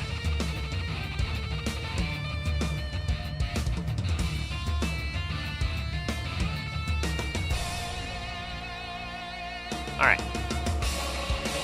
So, start out this as all the enemies are, you hear across the wall, just boom, and boom, boom. Milo, you're high on up. You hear Nanfoodle is currently working on the elemental ruin as he's all like, "Hey, give me a few more seconds. I should have this ready to go. I'm gonna need someone to help figure out where I need to plug this damn thing." Yep, I'm not going anywhere, Name Poodle. So anything you're doing right now, Milo, on your turn?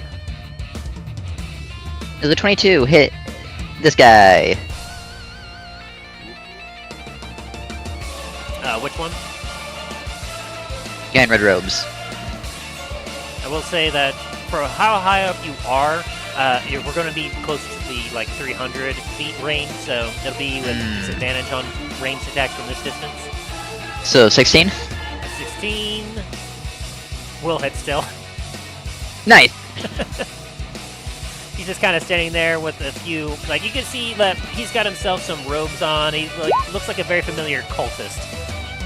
He looks very important, which is very sad considering. Ooh. So everyone within 5 feet of him also needs to roll a deck save. Oh boy, okay.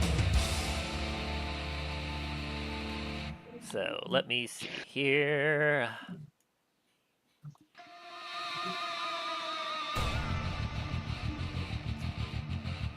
Okay, so that'll be him. So he needs to make a dex saving throw. Whoa. I think that Damn. makes it. So he'll take half, Yeah. but even then I'm not quite sure if... Well, but he might still die from that, in any case. And then the one behind him. Definitely fails with a 13. And I'm not even going to bother for the two next to him because they are, yeah, they're going to be immediately eviscerated. Oh, neat. Because their health points are very low. As an arrow flies down from above, which none of you really notice, but you do hear the cries of pain around as you hear.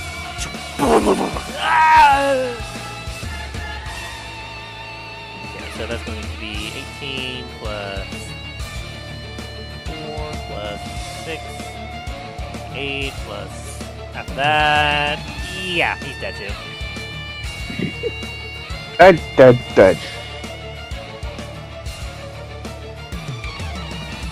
So the one behind is not going to be as such, and it's within 5 feet. Yep. Okay, so this one would also be gone, the skeleton here.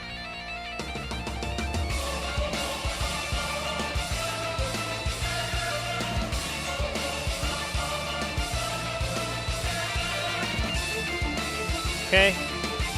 Break them down to that hit points. You see a few.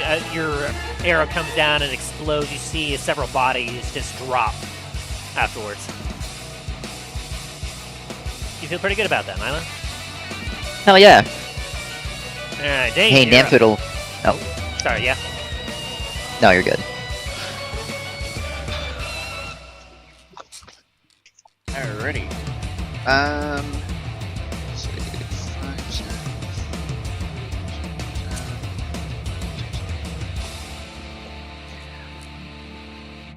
Gonna head to the wall, and I'm actually gonna cast Spirit Guardians at 4th level. Ooh boy. Getting them dwarves out.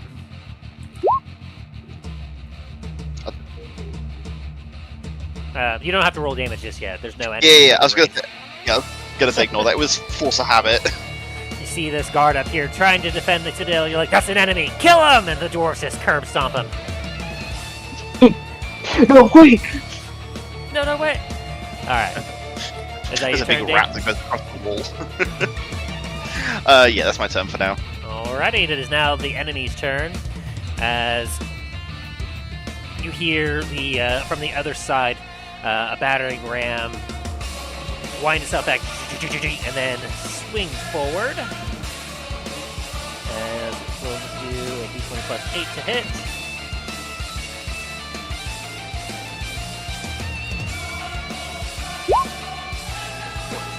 Which does not quite make it for the gate as it bounces off.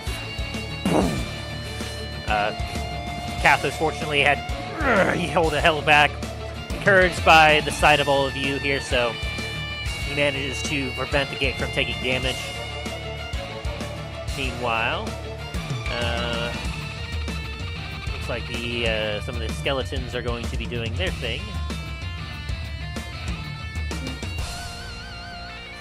Zombies are not going to have too much to do just yet.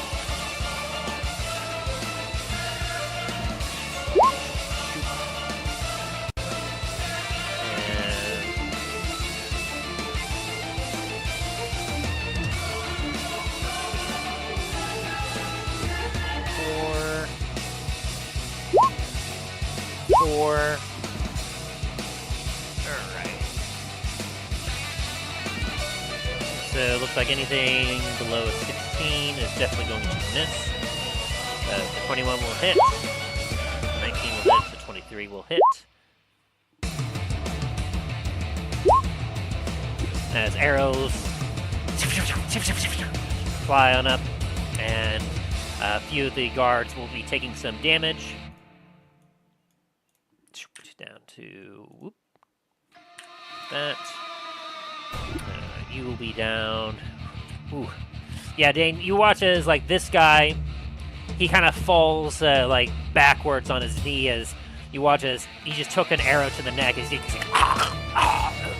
and he is like starting to crawl away as he is barely hanging on right now.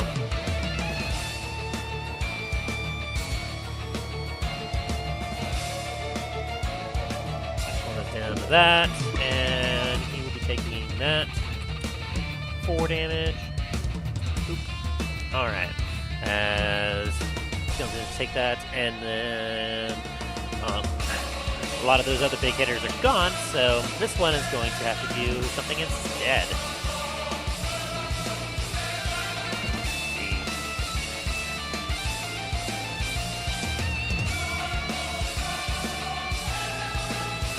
Oh, what will they do?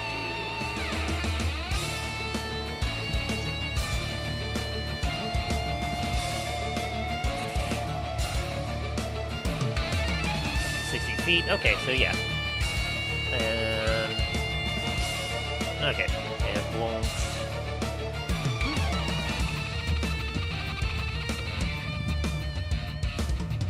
Oh, fun. So we'll keep that in the back pocket right now.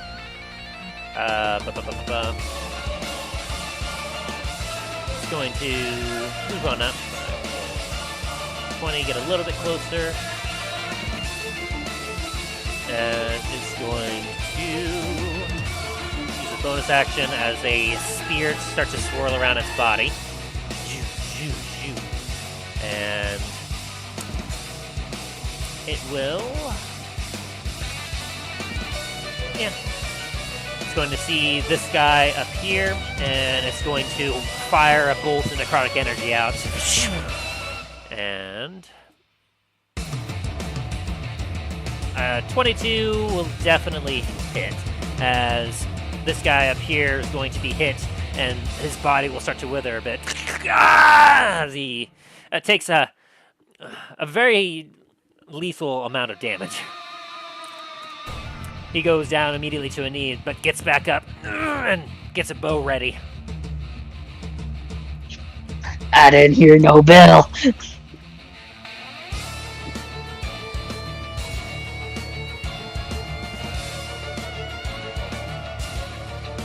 Alrighty. They don't have any range, so these things are gonna start to mosey on up to the wall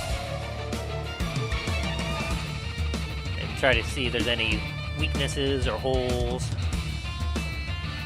Hey, stop opening them up. Just moving them.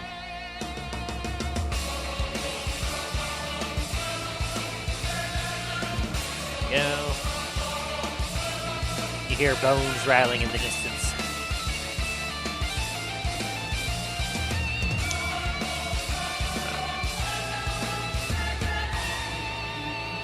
Alrighty, and with that, Dallen, you're up. As you see, as Dain has summoned his dwarves, you hear sounds of combat above on the wall. You see a couple, from your vantage point, you can see a couple guys almost falling, but still managing to stay up. What are you doing? I am going to cast.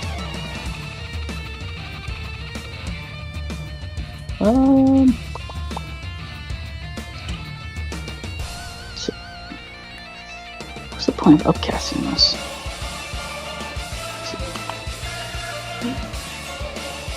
How do I even cast it? Using spell 6. Stop it. Oh!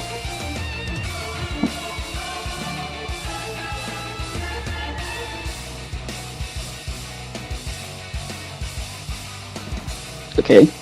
I am going to cast a 5th level spell. Draconic. Where is it? Where is it? I lost it. I lost it. Summon Draconic Spirit. And I'm gonna summon it right here. Oh. Yeah. Bring it over there and have him, and I'm gonna tell him to help Kathos hold the door. Character sheet. It will be in your journal, and you will be allowed to control it.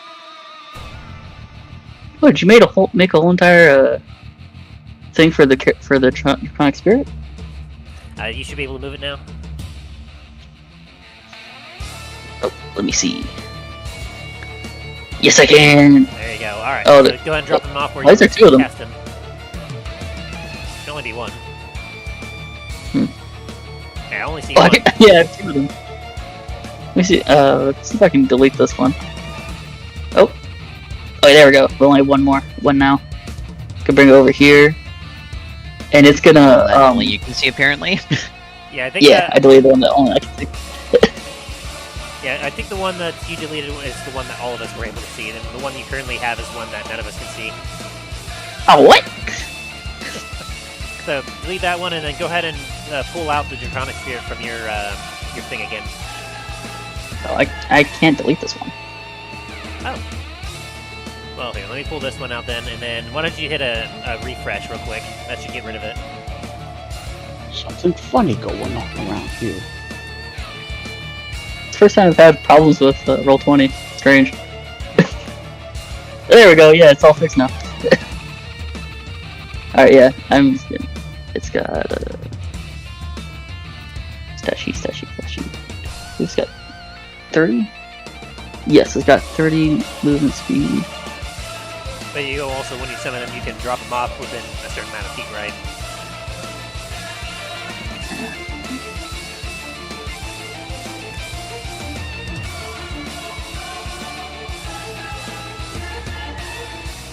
Yes. I'm gonna summon them right here. And like I said, I'm gonna yell at the dragon and Draconic to hold the door and don't let anyone get through. It'll kind of snore through its spiritual snout and give you a nod. Okay, and now 5, 10, 15, 20, 25, 30. I'm gonna use my action to dash. Just so you know, like the wall currently is the stairs are over here where Dain's at. Yeah, I can't use my action. The wall I is just like 40 feet cast tall. spell. I'm able to run up walls. You are indeed. Yeah. So just so you know, it'll take about So- 40 feet of movement to get all the way up. Gotcha. Okay. It's 30. Because you can kind of measure. Because where Dain is at is 5, 10, 15, and then this is 20 feet where the middle is, and then 25, 30, 35, and then 40 at the top. Gotcha. Yeah. My plan's sound. I have a plan. I have a sound plan. Alrighty. I have a plan. Is that your turn? Don't.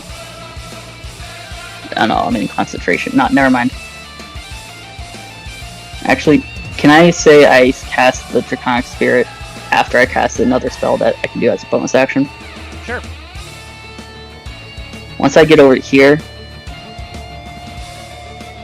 I'm going to cast. Where is it? Make sure I'm doing the right thing. 30 feet. I'm cast Misty Step, and I'm going to be casting it onto the wall as high as I can get, which is 30 feet.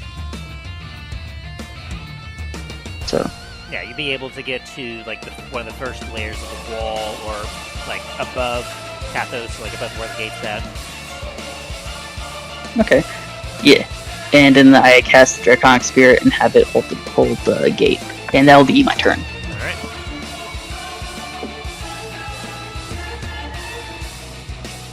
So you're up here on the wall now? Yes. So yep, and as you pop up on the wall, you look down and poof, you summon the Draconic Spirit. You then look over and you see the battlefield before you. As your allies are going to proceed to attack.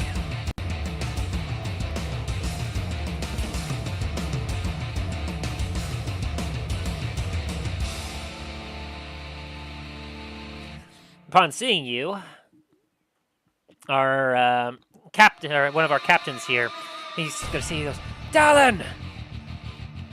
Don't be shy, come on! Attack! As he's going to flex a hand at you, and you feel encouraged to use your reaction to make one weapon attack if you wish. I thought I was still on the wall. Like I'm not able to fully see anything. You should be on the wall right here. No, he's still climbing up the wall, since he only went 30 feet up the wall, so he still has another 10 to go to get actually on top of the wall. You cast Misty Step, didn't you? Yes. I thought Misty Step had like a Which range of is- like 60. It said 30 to me. Let me double check that. 'Cause Misty Step is like usually really good. Oh, Yeah. up to 30 feet. Okay, never mind. So yeah, you would be... Yeah. Okay, so you're not quite up there yet. My bad. That was dimension door I'm thinking of. Yeah, I was getting confused for a second. Like, what? I'll take the extra movement if you're willing to give to me, but Okay, we'll belay that then. He's going to call out to one of the other like knights. He's like, "Go on, attack!"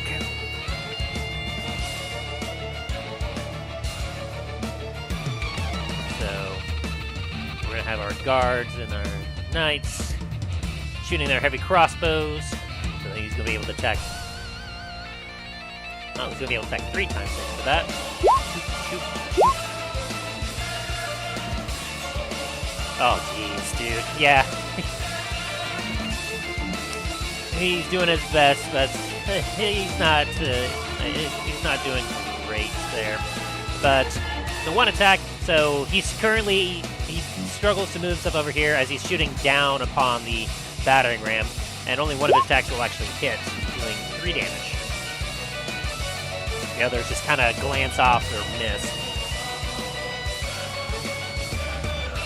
This guy, he's going to just fall back and retreat. 10, 20, 25, 30 as he's just he's bleeding quite profusely. He's trying to make his way down the wall. And you hear him dig and go, I need to get to Varus. You know, this one up here, he took a bolt and he's not quite done yet. He's shouting out, take this, you undead! He's going to fire down he's going to throw a spear down. Woo! Actually do pretty decently. That's a 17. That's definitely going to hit. He's going to deal 5 piercing damage to one of these zombies.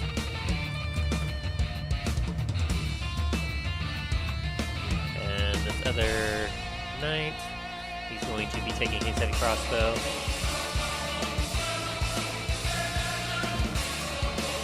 He's going to fire twice. Shoop, shoop. Ooh, 16 and 20. Very nice.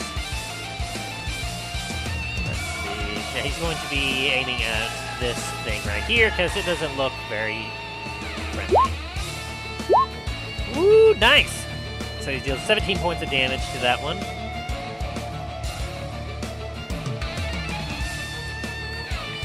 Which brings that one down to about half health. And then these other ones are going to throw their spears. Shoop, shoop. And they will actually hit their respective zombies. Shoop, shoop. 7 and 3. Wow, that 3 sucked.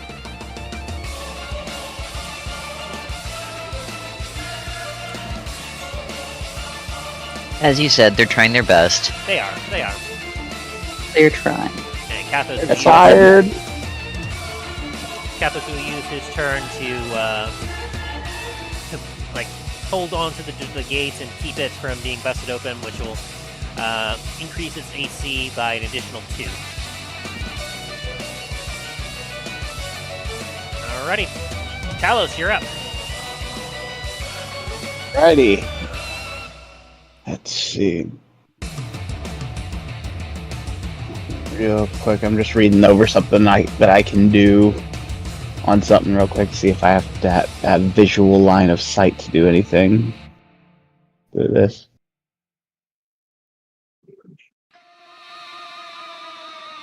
Alright. 5, 10, 15, 20, 25, 30. Let's see if I can get some of them off of the gate for you. I pulled up the Star Striker, and I'm going to use its ability, Bahamut's Roar. Any creature within 30-foot radius, any enemy creature must make a Wisdom saving throw or be frightened for 1 minute.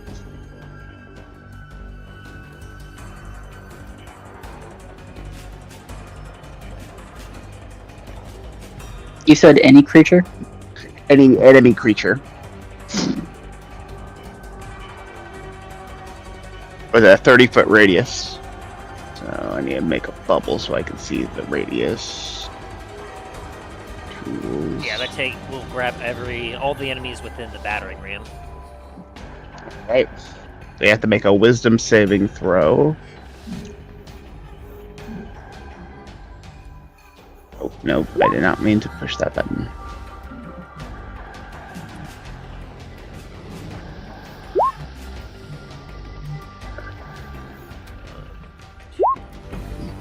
Four.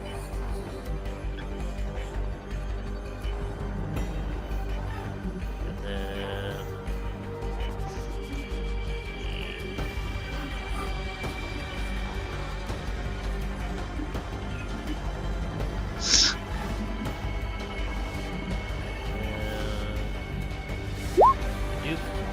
Alright. Only one of them makes it. The one that got the 19. Now everything else, Oh boy. they must run. Everything else must run. Well, that's if they see you, right? Let me see if I read this correct. Because they're frightened. Each creature there makes a Wisdom saving throw. Frightened for 1 minute. Yeah.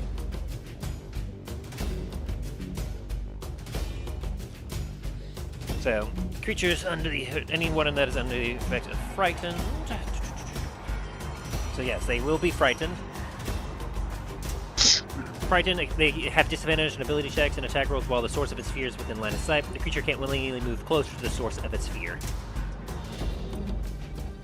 So, That massive roar that came from behind the gate. So yeah, they know that something's right behind the gate that they are very afraid of, and yeah, they're currently frightened, so they're not going to be able to Unfortunately, they can't see it, but they're not wanting to move any closer, so they'll be able to still act for right now. But they will. I will say they'll have disability on disadvantage on their ability checks and attack rolls.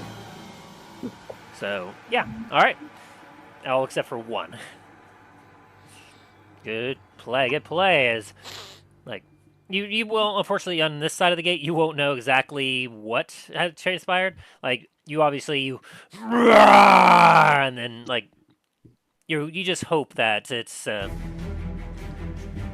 worked, but you don't hear anything because they're just skeletons.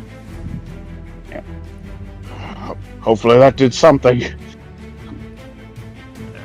And that's gonna be my turn because that's both action and my motion, all my motion. So. All right. As we get to the top of the turn order, Milo, you hear from behind you. As Xanathil goes, all right, I think I got it. As you watch, You think you can work this thing? As the machine just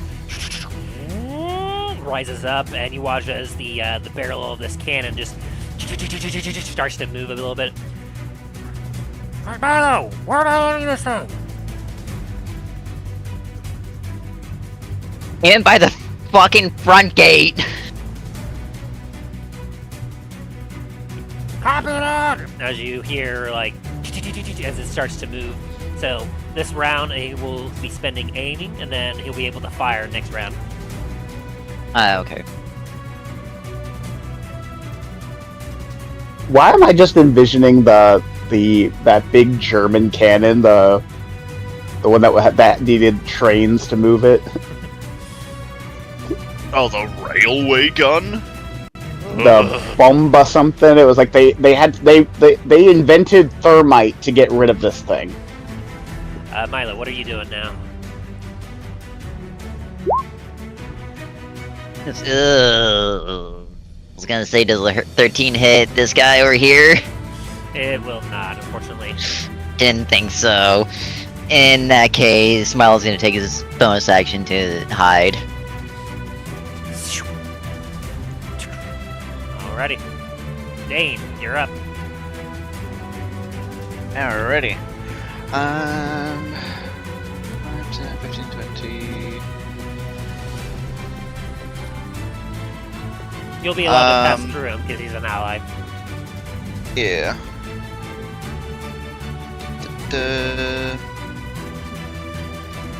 As you kind of go by, like, in front of him, his eyes line, and he goes, Dain! Good to see you. He coughs up a little bit of blood. Good to see you as well. Give him a hearty pat on the shoulder and use 5 of my lay on hands on him. Good on you. The arrow pops out of his neck. As he kind of straightens up a little bit. Oh, thank you. Yeah, without a medicine check, you knew that a breeze in the air could have killed this guy. Like, he was dragging himself back to the citadel. But now, that you give him 5 hit points back, he's looking halfway decent.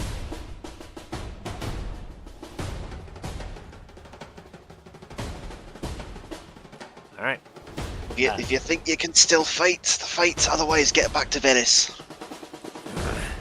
I can try, as he gives you a nod. Holds his spear up, ready. This guy's gonna die. Alright, did you use up all your movement, Dain? I'm just gonna pass through him, Yeah. so I'm just gonna pop to the other side of him there. Alrighty. Is And that your that'll turn? be my... Yep, because I use my action to use the lay on hands. So yeah, that is my turn. Alrighty. Now for the enemy's turn. This one guy's gonna be moving on up. This zombie's gonna be moving on over here. This one's gonna be pacing the wall, trying to figure out something. We will use the battering ram, and it will be at disadvantage, because They're kind of frightened, but they're still able to. Like, kind we of... really don't want to go through that door. They're like, well, too bad. Oh, geez, with disadvantage, it's a 19. So they will actually manage to successfully land below where the battering ram on it, dealing 3d10. Boom! As you watch as the draconic spirit and Kathos are lurched forward a little bit, as the gate takes a small beating. Boom!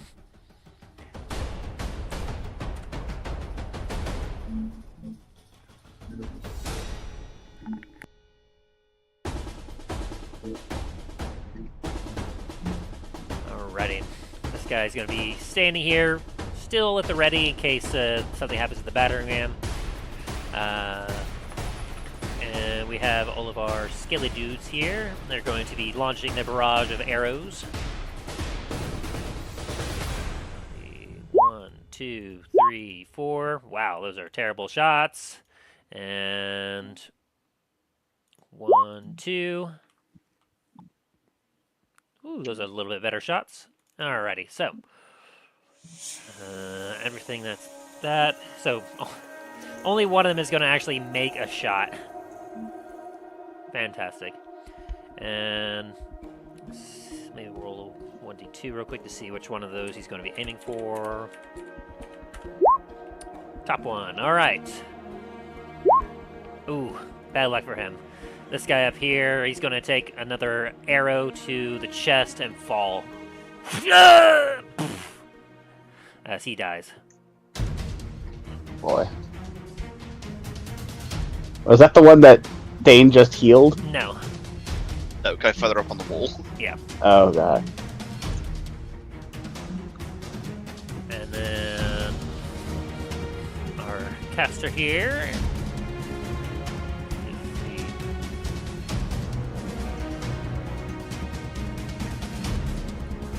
Yeah. Going to fire off another one of these, this time at this guy here. And it looks like the 21 is going to hit. So they take a serious amount of damage as you hear another necrotic bolt flying up before it connects with the knight down here. And he goes down to a knee as black veins appear on his skin and his body begins to look a little withered. Not yet.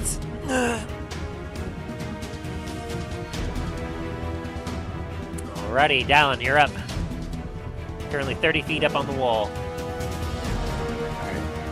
Give me 1 second. Make sure that I don't need to keep on giving orders to the dragon right now.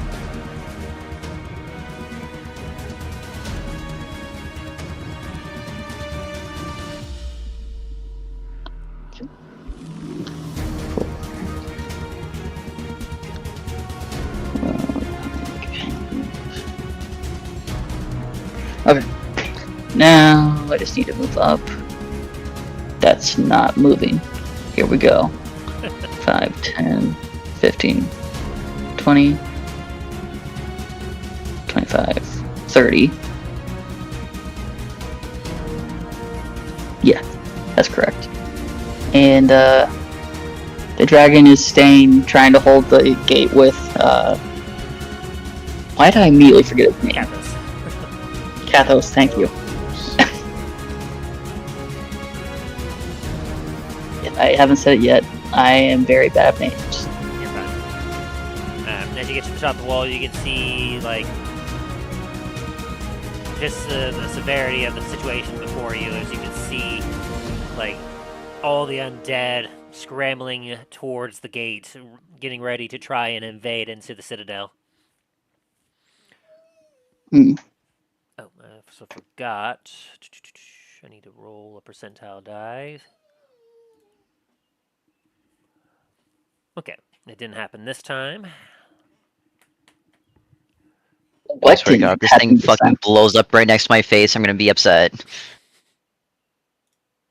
Well, it's not my turn, so... Yeah, but he said he forgot to do It it. was at the top of the turn. Oh.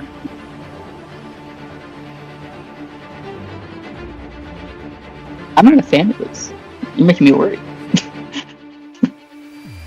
So, I'm going to use my last MPF bullet.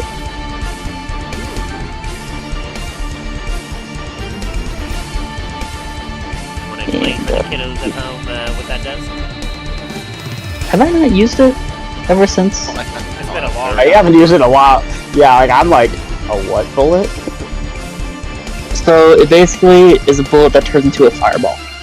That's essentially the best way to describe it. Oh. Well, lead with that. Go ahead, big guy.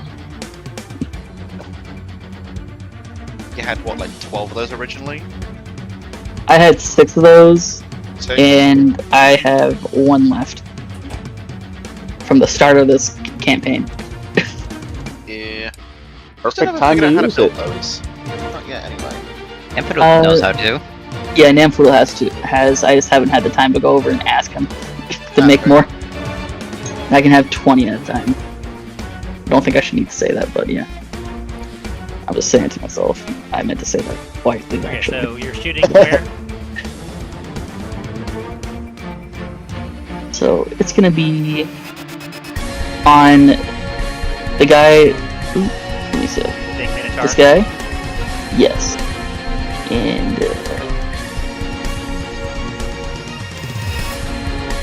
yeah, that's 20 feet.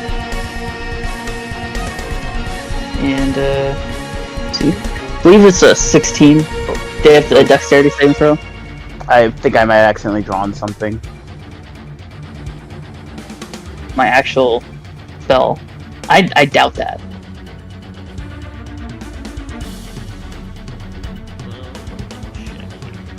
Here we go. The MPF. Remember something about 16 when it comes to MPF. Stinger does normal damage. Was poison. Fleece was shard. Fleece was. Makes it possible for a target stealth as it lights up the area. Stinger ignores poison resistance. MPF explodes.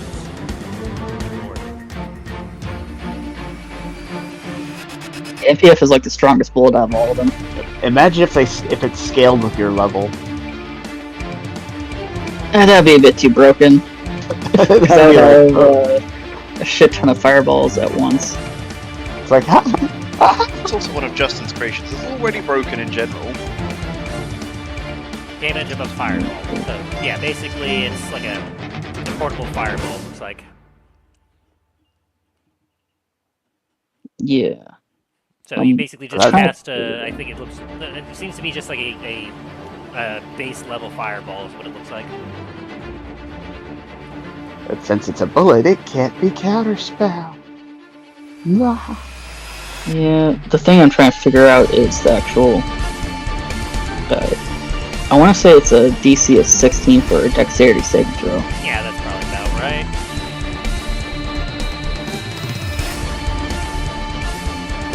These are undead. They're not going to be very good at that. So let us begin. Pull up my fireball. I believe it's... Give me my fireball. Give it. Give. So it casts the fireball damage.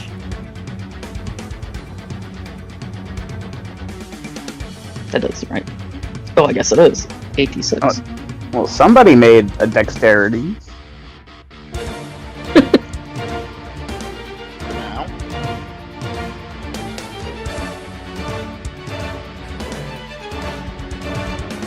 Would you say that counts as me being in it too? No, you'll be Because- just outside.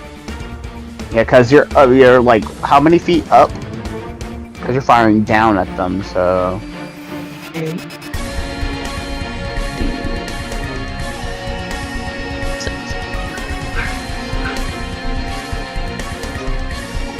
And watch out. So many nat one. Oh, okay, I got 2. I saw 4 the moment I ticked points. I was like, oh no. So let me just do some math subtracting here. Okay.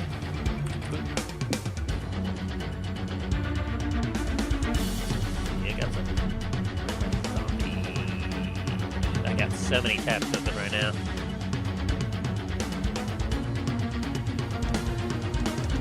Oh, that one's a ghoul. Oh, I didn't realize that. And don't think I said this right. Oh, I need to make the actual attack roll. Don't worry about the damage just yet. See if this actually hits first. Yeah, that hits. Okay. That definitely hits. Okay, I was worried about a second. Like, I forgot to roll. I don't want to be that guy.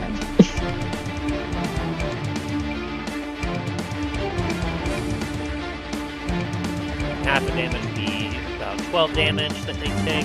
So, take 12, or 7, or 12, no, yeah, that's okay.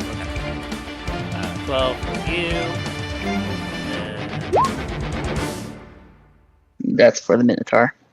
Okay. Oh boy, that's gonna definitely deal some damage.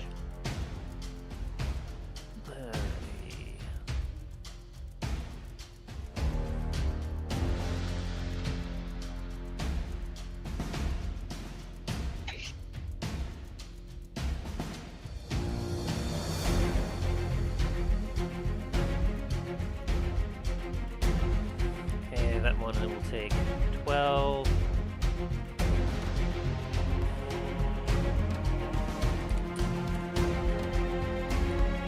And then we got a few skeletons.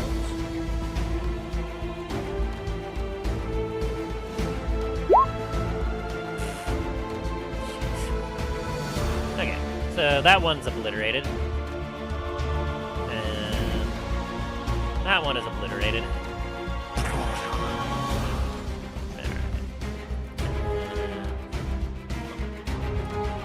Should be another, yeah, one of those. Okay. And it will be obliterated. Okay, and then should be zombies.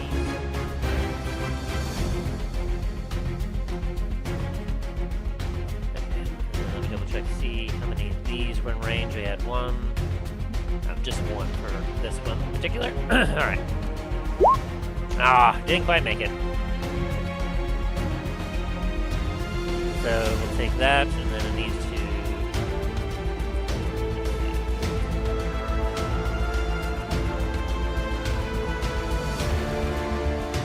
Five plus damage taken.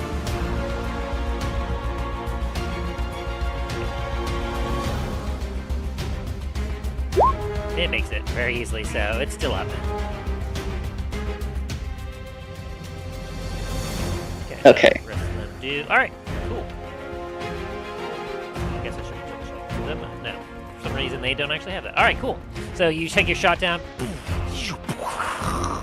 It explodes in fire. Oh, right, I forgot about the ones that were underneath me. We've taken all, and I have to do that for them as well. Oh boy. There's a lot. Let's just say there's a lot underneath the battering ram. And the battering ram does take damage as well, which is nice. So, Okay, these two make one.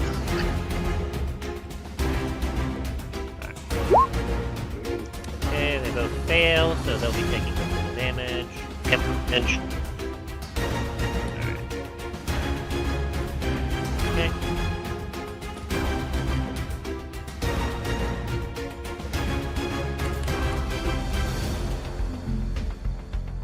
Alright, and then he makes one. And they have advantage on this because they're standing within 5 feet of one of their allies, so he makes it. And then 1, 2, 3, 4. Okay, and then 2 of them will fail. Okay, let me move this thing out of the way real quick while I calculate some damage here. Boop. Those two, whew, almost get obliterated.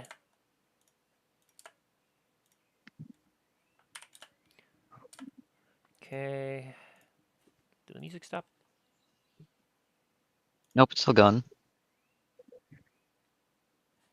Sounded like it stopped at my end.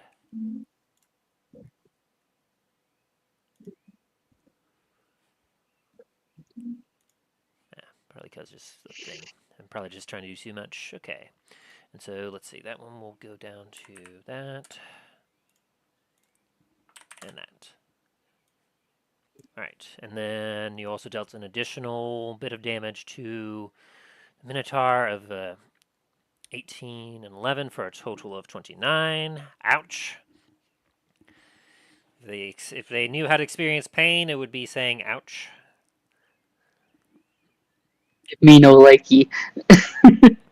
But it is now very, very much weakened.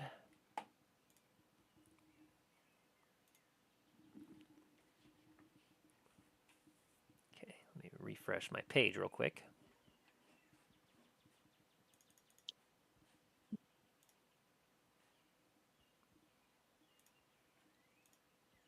The Minotaur's there is going, I'm tired of this, Maldraxxus. That's Oh. bad!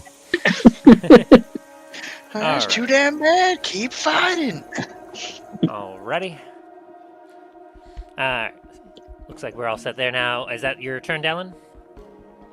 No, that was just my first action. Alright. And your next one? Your second attack? So my second bullet is going to be a bliss, which is the shrapnel bullet. Requires about 3 rolls. 1d4 for each number of shards. That's if I hits. Let's see if this hits.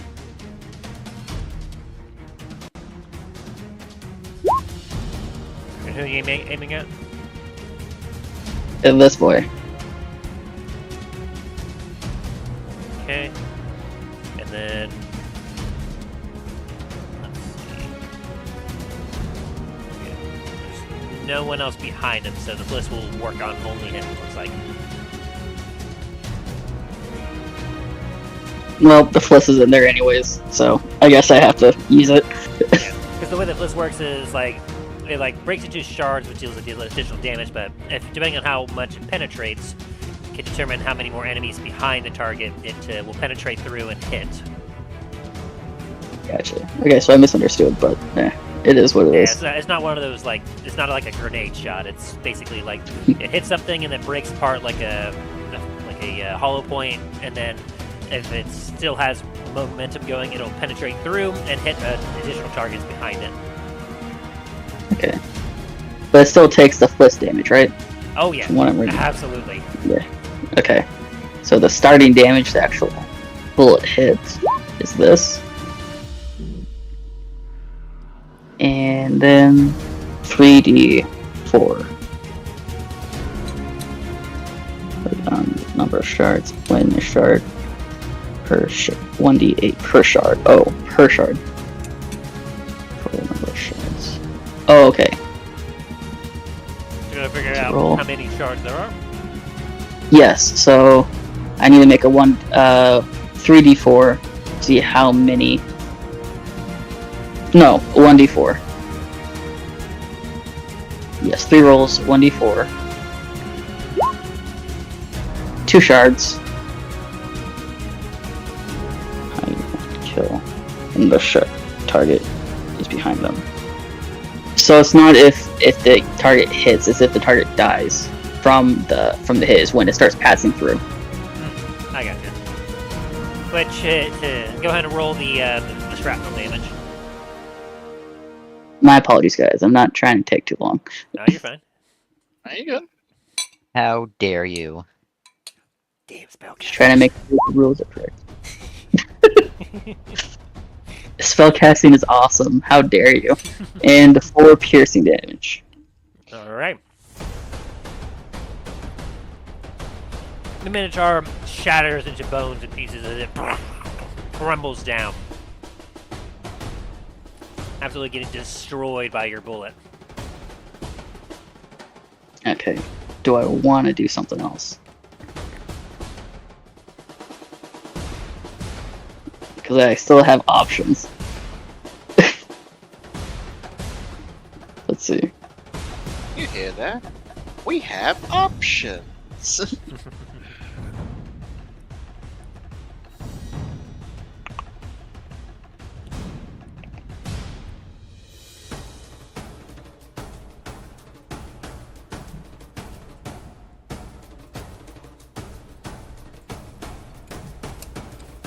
By the way, that MPS bullet you used was a good call against those enemies because the way the battering ram works, they have complete cover while they're underneath it, operating it, and the only way to hit them is from like ground level. Yeah, I had a feeling, which is why I did that. I'm gonna yell to. Why am I so bad at remembering his name? Kathos. Corvus? Talos. Kathos. Kathos. God damn, what? Where the fuck did you get Corvus from? I don't fucking know. I'm sorry, Kathos. I'm That's correct. disrespecting you, and I'm not trying to. I'm gonna yell to orders, Kathos. You think you can hold that gate? I will hold it as long as it is not turned into splinters. Got it. Hey, sexual Hashan thing. Get over there. As Commanding pull your up dragon here. to fly. Yes. Movement 30, 60 feet. So that means 5, 10, 15, 20, 25, 30, 30, 35, 40. That's not grab. 45, 50. And basically, it's gonna dive bomb. If you allow me to do this, it's gonna basically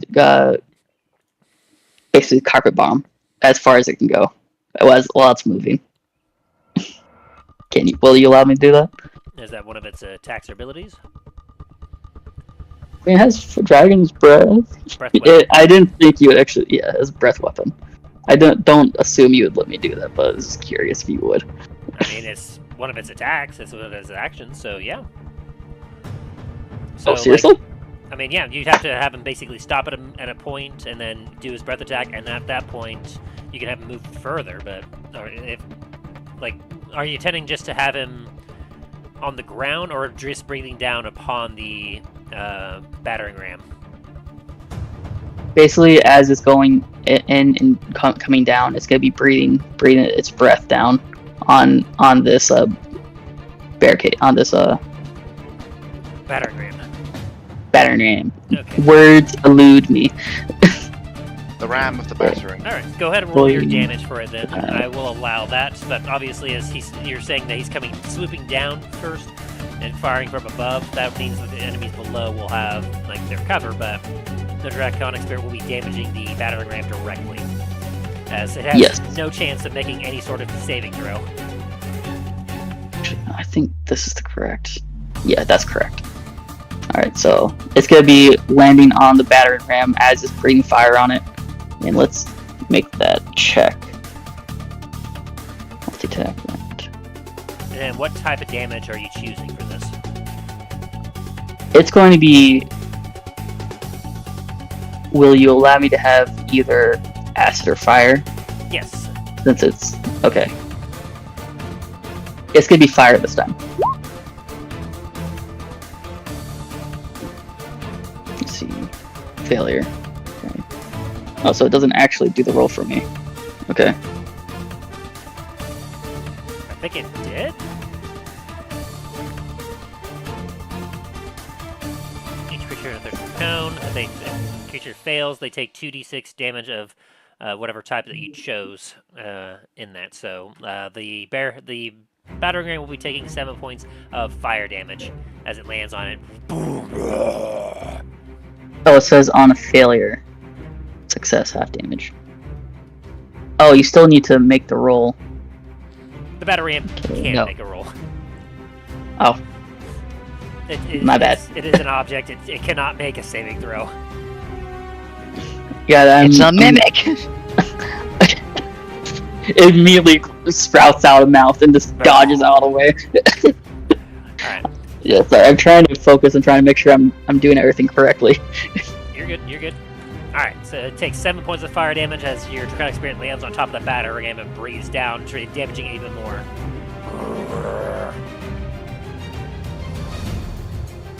That's a lot weaker than I thought it would be. And that's why I got a nat 1 on one of them. Yeah. Duality of that Okay. roll. Alright, anything else you got?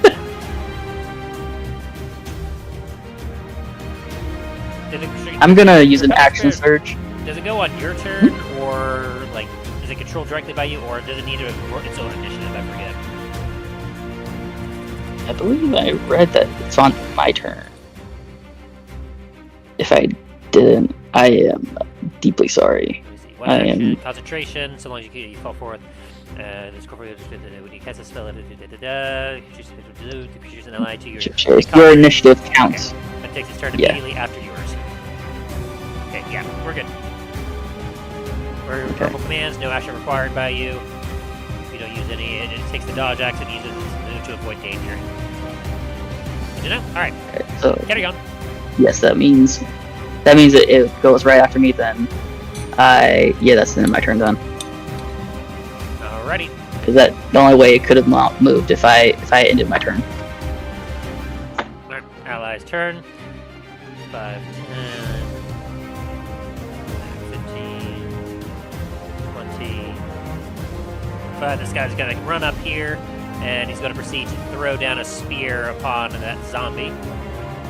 He has been encouraged by Dain. And that encourage has been paid off as a 16 will hit, as he deals 7 piercing damage to the zombie. Nice. That's your man, Dain. As he That's your runs man. Rah! For Cabot's company! Woof! And this guy is very weak. He's going to still fight. As the knight will take his heavy crossbow and fire it down. Woo, boy! And the nat 20. As he's going to take out this enemy right here with his first shot. Reload. As he will then take another shot. The 15. And he's going to be able to actually do damage to the battering ram, as it will take 8 piercing damage as he lays down and as the bolt cracks through part of the covering of the battering ram. Alrighty. After that, we have our guy giving off commands right here. Boop.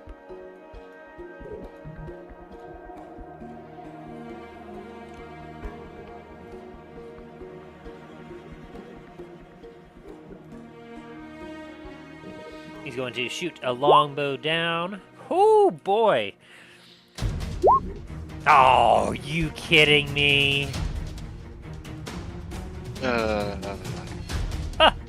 That is ridiculous. He definitely hits, and he only deals 3 damage on a critical.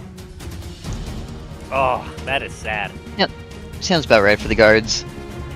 But with his second attack, as foregoing his one attack, seeing as how his arrow didn't do too much, he's going to look at you, Dallen, and go, "Go, Dallen! Again! We're getting through!" As he's going to use his ability, Maneuver Allies. And he's going to choose up to 4 allies. You're going to be one of them, and you can use your reaction to move up to half your speed without provoking opportunity attacks if you need to. Or no, actually, This movement. nah, that's not a good one because everyone's in their position. He's going to use command on you and allow you to use your reaction to make 1 weapon attack if you so wish.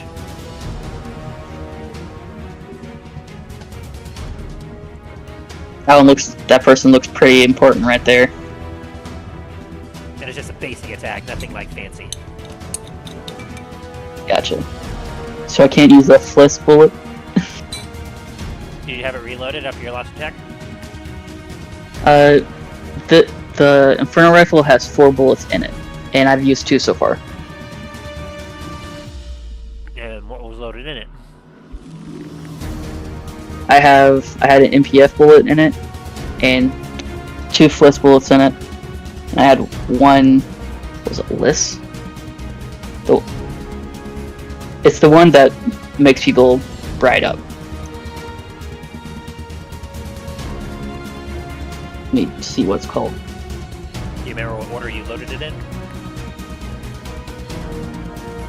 I had MPF, Fliss, and then the light up bullet. Right. Then the list would be the one you're firing.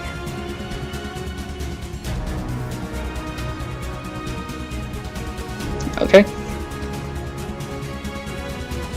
See if I can land this hit at least. I've been landing my hits so far.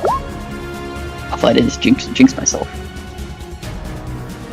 You take your shot, but you watch as this thing, it sees you aiming and erects a shield around it, and your bullet bounces off of it.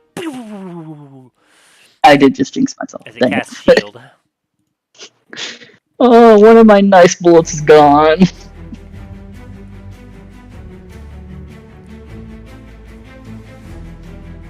Okay, that was my one attack. A good try, good try. You made it use a spell slot. Wait a minute.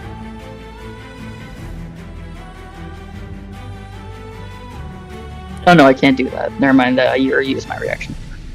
And then this guy is going to take a couple shots with his crossbow. Oof, the second one's definitely going to miss. And they're both going to miss. Well, nah, I'll give him that one. He shoots this at a zombie, this one way back here. He's going to hit it. So now the question is, will the zombie be able to have his undead fortitude persist?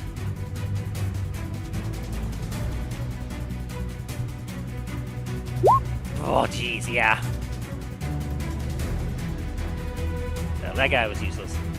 These 2 guards up here, they're going to throw down spears. Ooh! Good throws on their part. They'll do 4 and 2. Good throws, bad damage. Man. Alrighty, that's our ally's turn. As Kathos will use his action to bar the door, increasing its AC. Continuing to increase the gate's AC. Alright. Talos, you're up.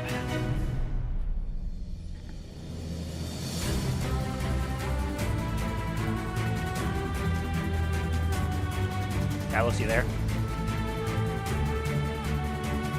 Sorry, my mic dropped for a second. I was like, what the? Okay, that's closest way. And I don't have my wings equipped right now, so.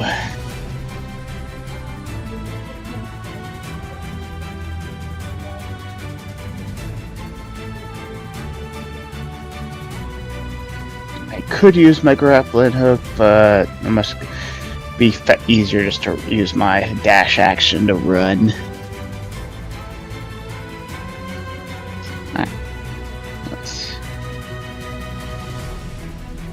What is going on right now?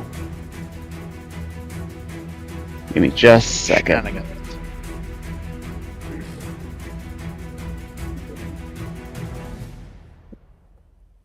Okay. There we are. 5, 10, 15, 20, 25, 30, 35, 40, 45, 50, 55, and I am right next to Dain, so that'd be 60. I've caught up to Dain now. Hooray. Alright, is that your turn? That's gonna have to be because you dashed, so it takes up my turn. Alright, we're back at the top of the turn order. Percentile die. Another rock flings from the trebuchet and lands somewhere else on the citadel. Alright. And so Nanfoodle he has the thing aimed, and he goes, "I'm ready to fire!" So, Amphill will just need someone that can communicate with them to use their action to command him where to fire his attack. Undead. Alright, so, Milo, you've taken control of the guiding, so... Let's see here. What shot are you wanting him to make? Okay, so am I telling him... Okay, so, sorry, let me get this straight. The action, or the turn before, he was aiming, correct? Yes. Okay. I told him then to aim right here.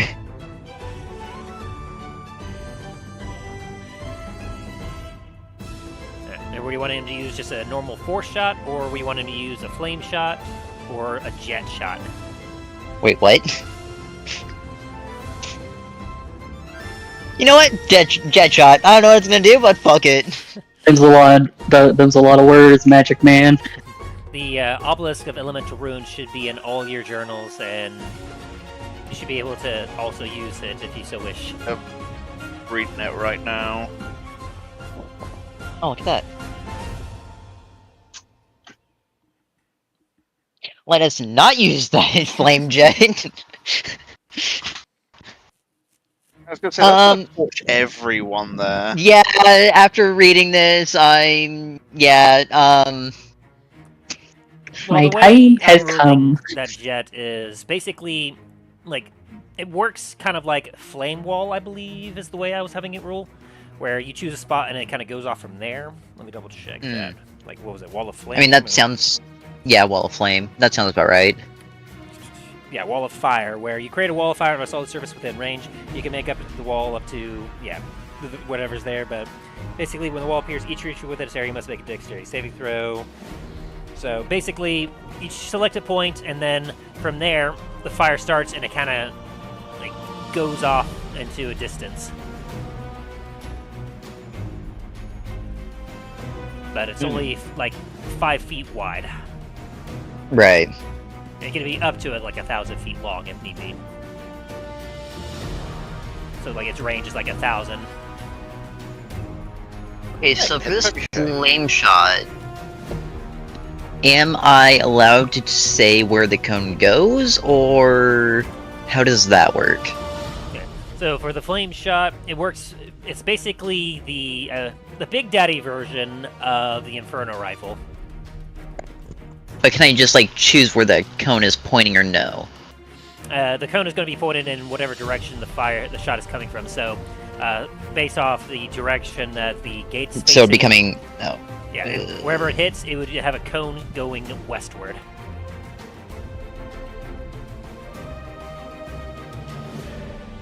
Wait, so...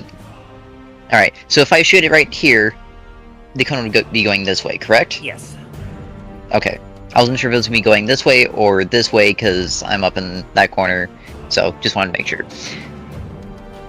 I just Then, have you yes, there for your token, because otherwise, if I didn't have your token there, it would be grumpy, because like, it'd be all like, no, there's no token for the initiative. Fair enough. Alright. Send it right here. Alrighty. Right in the front gate. As you hear Nafil go, let's fucking go! As you hear, all of you will suddenly hear a charging of magical energy above you. Before, and boom, a flaming explosion will kind of take place as, let's go ahead and do this here. Boom, as a flaming shot of force erupts. As that's a 28 to hit the, I'm assuming you were aiming directly at the battering ram. My hope was that it would kind of go, like, in between where the battering ram is and the gate, and then kind of just torch everyone underneath, but if it hits only the battering ram, so be it. Give me a higher or lower. Higher. That Damn. will just hit the battering ram this time. And so, it would definitely hit the battering ram, but let's see what happens. How much damage does the dragon take as well? A lot. Yeah. Oh boy, okay. So, a blast of intense fire in a 15-foot cone.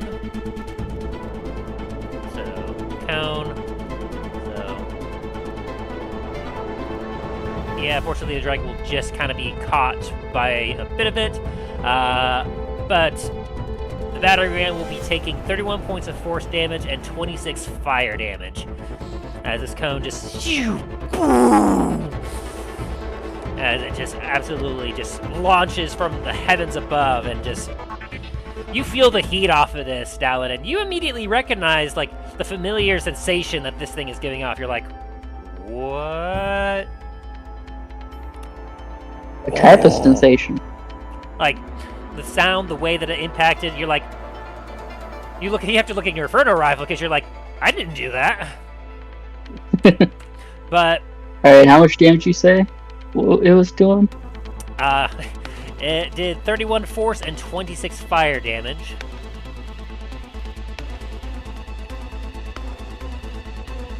Okay. My dragon. He needs to make a DC. He needs to make a dexterity saving throw, DC of 20, in order to take half damage. Which the Batteragram doesn't make saving throws, so it automatically takes that. Okay, dexterity saving throw. And yeah, it's taking all that damage. Okay, the dragon is fizzling out. Yeah, it's not enough. Still standing. Yeah, still standing.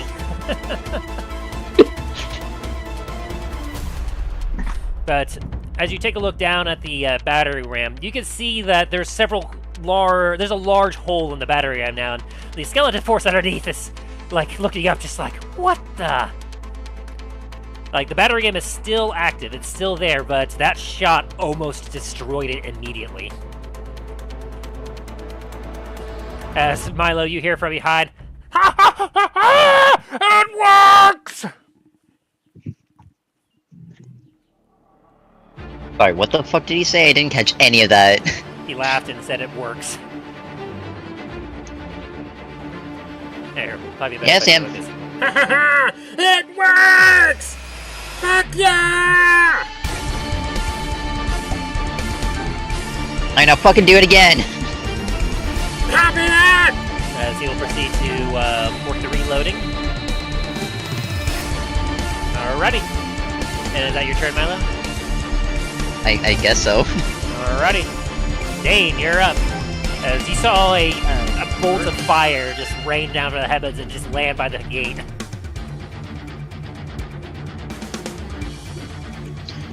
Looks like they got the tower working. 5, 10, 15, 20, 25. You now see the scope of the battlefield before you. You see that there's a lot of undead still, but there's a lot that are defeated currently.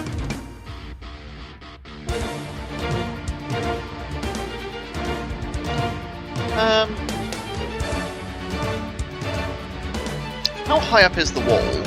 About 40 feet up. Okay, so these guys wouldn't be affected by my dwarves. Not quite.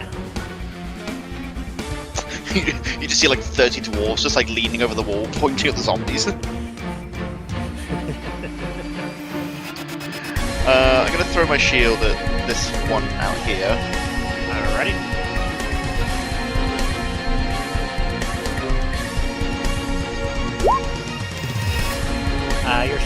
Your shield bounces off their shield as they still have a magical shield surrounding them. Ooh, that one breaks through.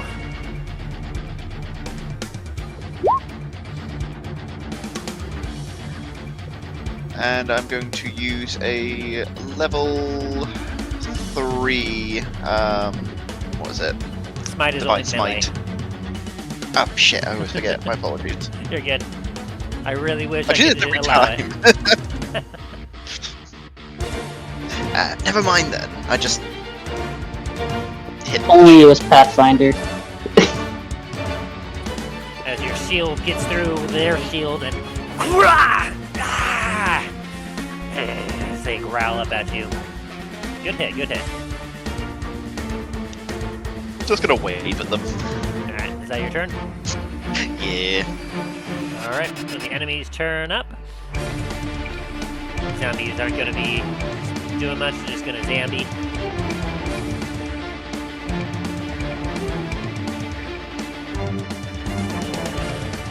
Shuffling around a little bit here.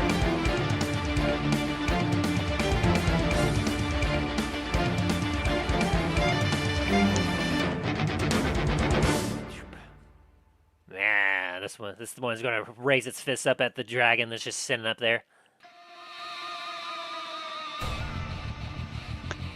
The dragon's gonna give a grin and laugh back at it. Okay, now as for our skeleton barrage, they have some arrows that they'd like to introduce to our heroes. Alright, so we'll have two. Oh, I've been nerfing these two guys, but two of them are supposed to have 2 range attacks. We'll get giving them 1. Oh. 2. Why do you keep doing that? 1, 2, 3, 4. The smaller guys don't have that. Alright, so let's take it to account. Starting from top to bottom. Alright, so take 2 shots, a 20 and a 15. Let's see. Unfortunately, that will definitely, the first one will definitely hit. And it's going to hit this guy up here, bring him down to his knee again as he takes another arrow. But he's still in the fight. The other arrow flies towards you, Dain, but a 15 will miss. Yeah. Meanwhile, to the bottom, Captain Skeleton deals a 22 and a 12, which the 22 is the one that's going to hit. We'll deal 8 piercing to the bottom guy here, as that is a devastating blow, as that guy also is getting incredibly weak. And now for the normal skeleton warriors. Oh boy, they had some good rolls here. Yeah, 20 will definitely hit, 22 will hit, and then the 11 and the 10 won't. It's going to be 2 7s, and it's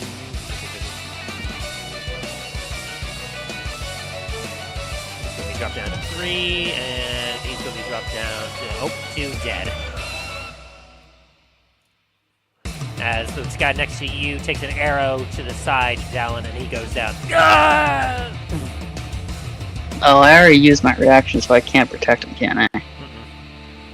Dang it. Never mind then.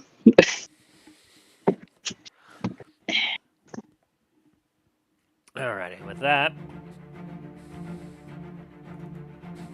we have our kind of big baddie here. Let's see, they have that on still, and yeah, I think it's about time they finally did this. This creature here, dark threads of power leaps up from their fingers as they shoot it on up, and you watch as these tendrils wrap around about 5 medium corpses. They all stand back up.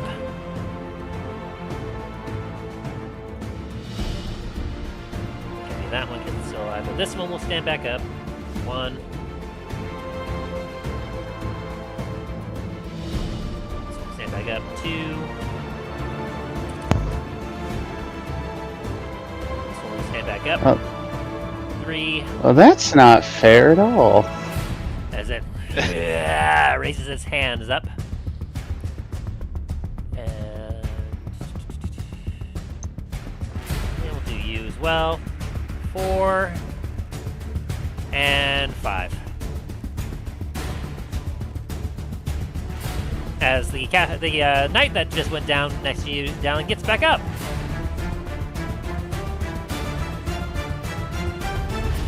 Oh dear. Oh, you're back up, man. I knew that hit didn't kill you. Oh.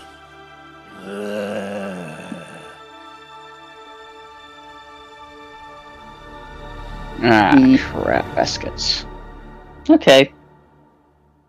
Dallen's eyes are immediately gonna beeline and just stick on her.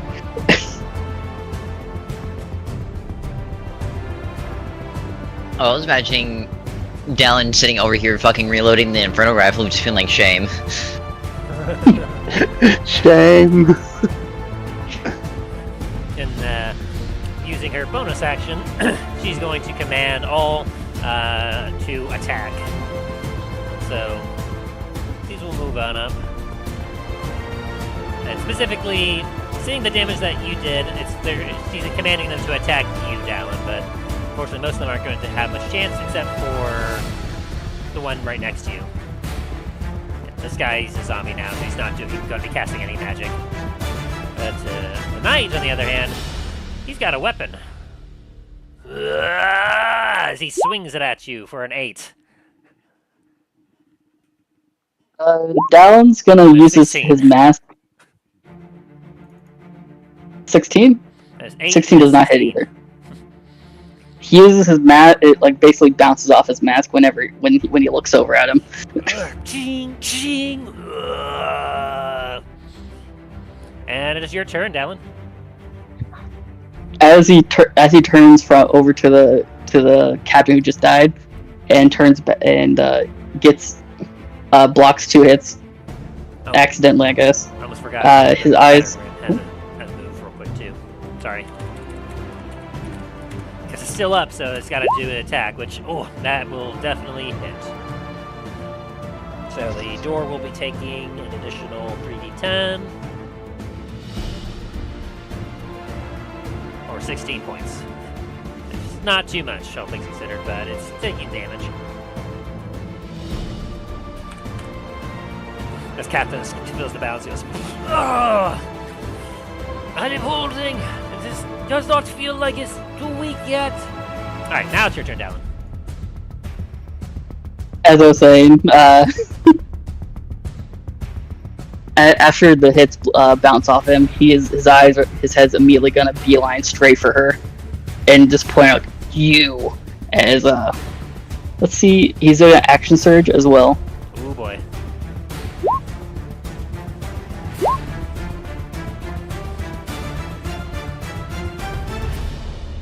How many of those hit?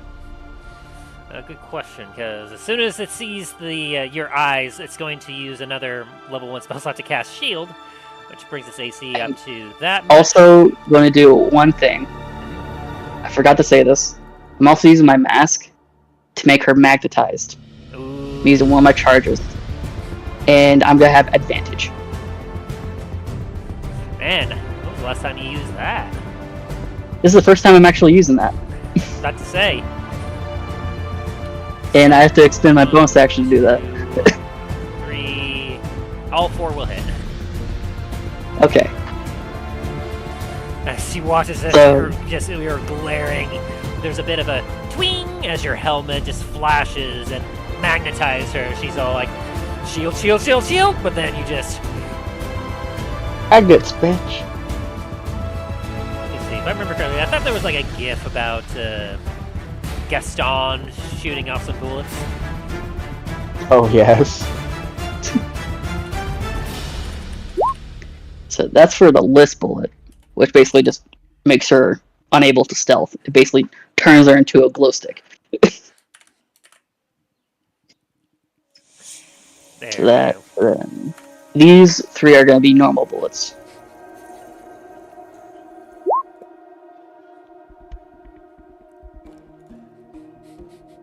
Oh boy.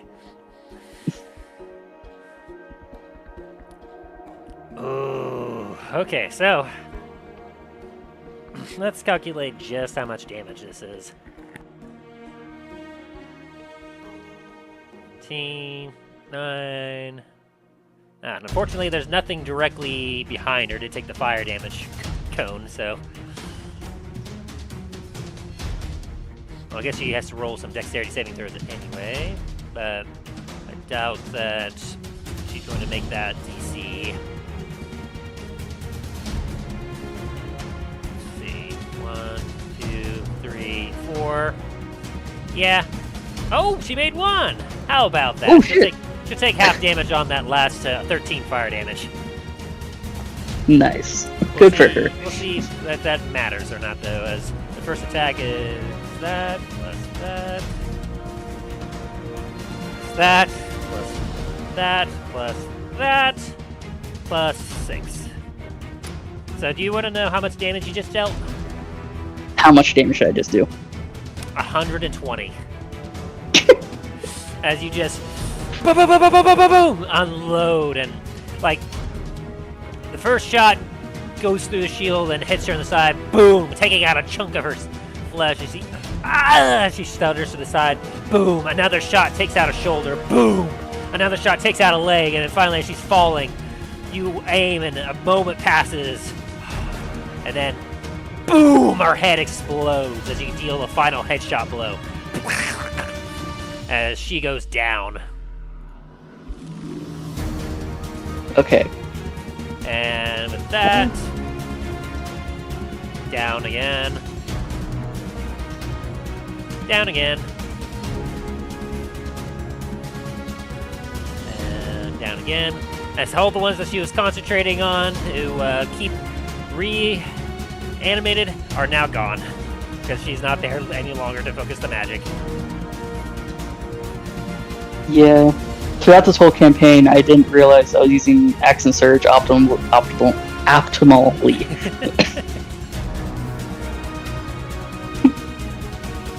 So, that's the end of my turn. Over to my dragon. And the dragon is going to climb over here. And it's gonna reach down and do a rend attack. On the skeleton below here. Let's see. First, let's see, piercing damage. It's gonna be this dude right here. Oh, okay, the one that's not covered. All right, go ahead and rend him. Can I reach the guys that are covered? Technically, the rend has a reach of 10 feet. I will do this guy then. All right. The one right under him. Dear. Rend attack. So for Gotta move this, things around so I can actually click on him. Dexterity saving.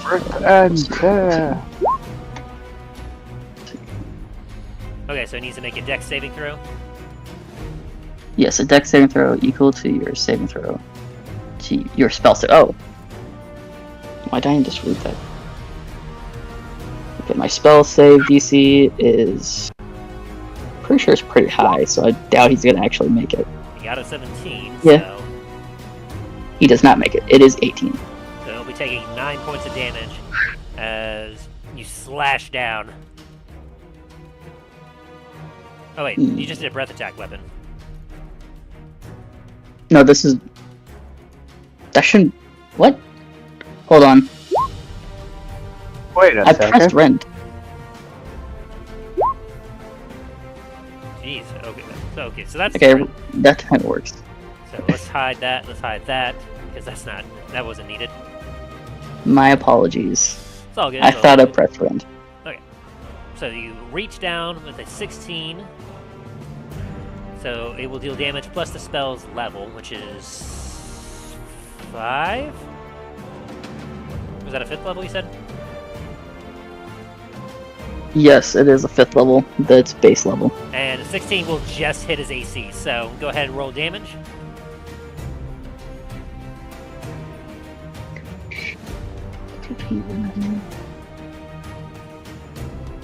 Okay. You should be able to just hit the attack on that and it should roll it automatically. And then we just add 5 to it if it doesn't automatically do that either. Oh, you just hit rend again. Dang it. I am sorry. You're fine. See the action. I mean, it says the action. Attack. On the chat thing, just hit the word attack under rend, and that should do it. Oh, okay. There you go. So you get 15 plus the spell's level, which is... let's see. 5th level. Oh, it looks like it did include it. It's says 1d6 plus 4 plus 5. So plus 4 would be for that, plus 5 is the spell level. So yeah. So you deal a total of 15 damage as you reach out. Your dragon reaches down and rakes at this skeleton underneath, and it clatters with bones. But it's not quite down just yet. That definitely hurt it. All right. The spirit takes a number of rend attacks equal to half the spell's level. Oh, which means it probably takes another attack. Yep. You'll be able to take 2 attacks. So you want to do it again on the same target? Yeah. A 13 will miss. Unfortunate, but hey, it is what it is. Good try. And it probably will die. So. My turn is over. Alrighty. Now let's get to our allies. This guy up here, he's going to take his crossbow out. He's going to try to weed down some of these zombies real quick here. Chunk, chunk, and one of them is going to miss. The other one will hit. Dealing. Wow. I'm not going to say anything further in that regard because that is shameful. Spear attack! That will hit. 7. Finally, some damage. Alrighty. And this captain here is going to make another ranged attack. Shoot, it's an 18. Very nice. And he's going to aim, and he's going to take a shot at one of the skeletons off the distance here. Deal 8 points of damage for that one. Which is fantastic. And then he's going to use his other to do a command as he shouts out over to right next to him. Dain! Attack! So Dain, you may use your reaction to make an attack if you wish. Alrighty. Well, this zombie right down here. I'm just gonna throw my shield at him. Go for it. That hits. Boom! You throw your shield down and crack! It cracks with lightning damage and it flies back up into your hand. Very, very nice. The zombie's a little fried, but it's still shambling along. And then the other 2 guards will throw spears. Up! Up! This one, that guy's out of range, so he's actually, how far is that spear range that he can throw? 20 feet or 60 with disadvantage. That's gonna be rough. Yeah, they're both gonna be hitting this zombie right below. For a total of 11, which, hey! Chop chop! That brings the zombie down even lower. Fantastic. They're putting in their part. Talos, you're up. Alrighty, here we go. You hear all the fun 5, about 10, around 15, 20, 25, 30. And first things first, the guy right straight ahead of me, gonna hit him Looks like with an orc skeleton. time to fire off with using my vicious bow on him. So, this loads up. I'm just using regular arrows. I think I'm gonna hold on to my +2s. Probably smart. Yes.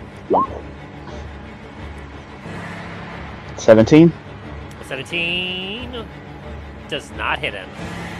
He's got a shield up right now. And your arrow bounces off his shield. Little shit, I fire again.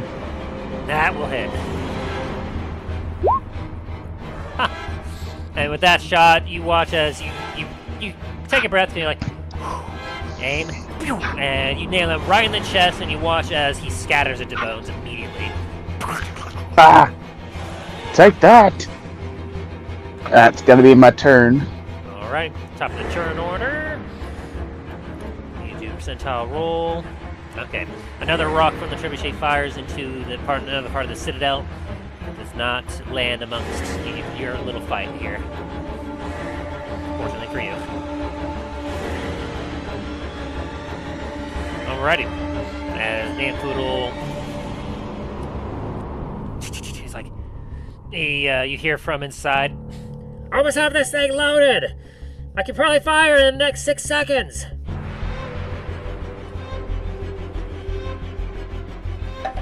Okay. You're up, Milo. You're currently hidden like 300 feet high up in the citadel.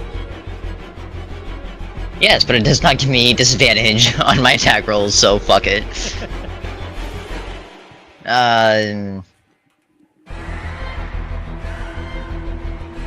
Sure, why not? Let's try to shoot this guy again.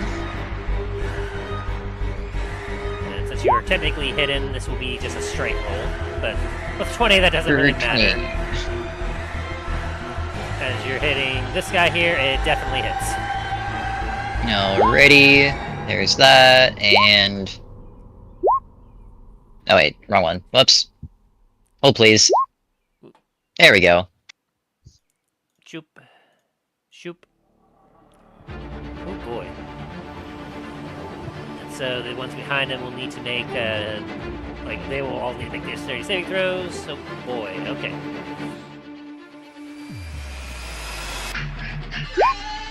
Well, the one that he shot will make it, so he'll take half damage from that. Oh wow. And the one Good for him. right behind him. Whoa! One of them was ready. Oh wait, they get advantage with like dexterity saving throws. Oh well, the middle one still misses anyway.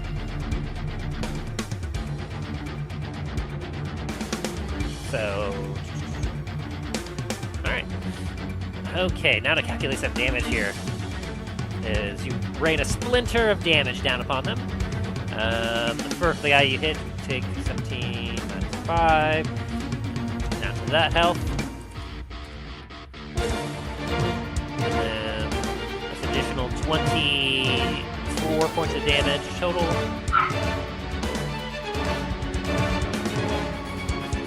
Down to that, as he is incredibly weakened. The one on the top will fail, so he will take... Let's see, did I say 24? Okay. So that one is very close to death. The other one will take half of that.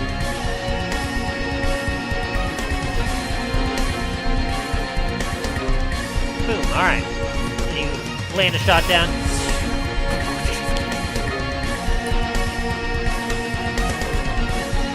And then you were hidden, weren't you, Milo? It was, yes, but it was at long range, so I would have disadvantage. But because I was hidden, I have advantage, therefore it cancels out, therefore... no sneak. I'm double checking that real quick just to make sure. Let's see. Attack must use an you don't need advantage on the attack roll of another enemy. Target within 5 feet. Advantage or you don't have to use an attack roll.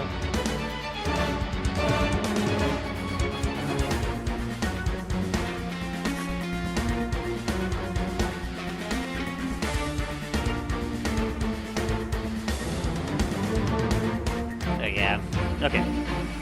Fair enough. A good shot though. Alright, is that your turn? I'm going to also take, my bonus action to hide again. Alright. Dain, you're up. You ready?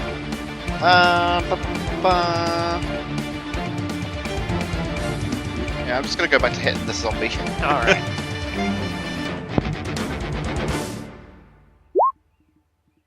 $19 will definitely hit. You're 10 over as AC. Jesus.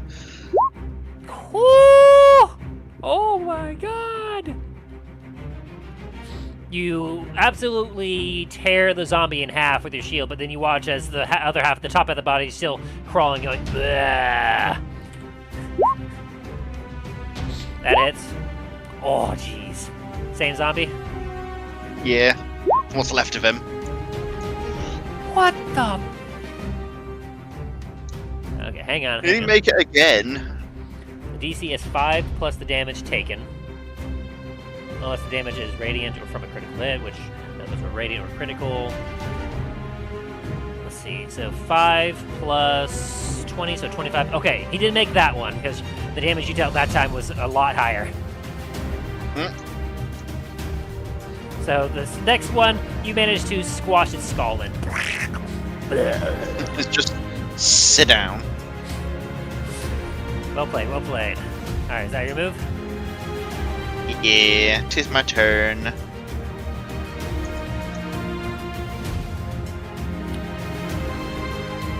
also forgot to make checks for the very end of the thing.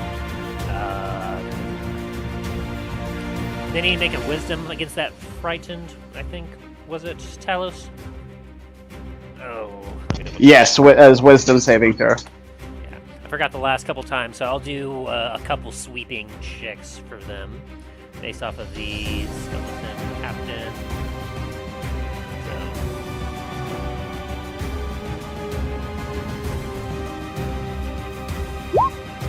And what was the DC initially? Give me just a second, let me pull it up again. I don't think it was 14. No, I'm pretty sure it was higher. Let me see. There was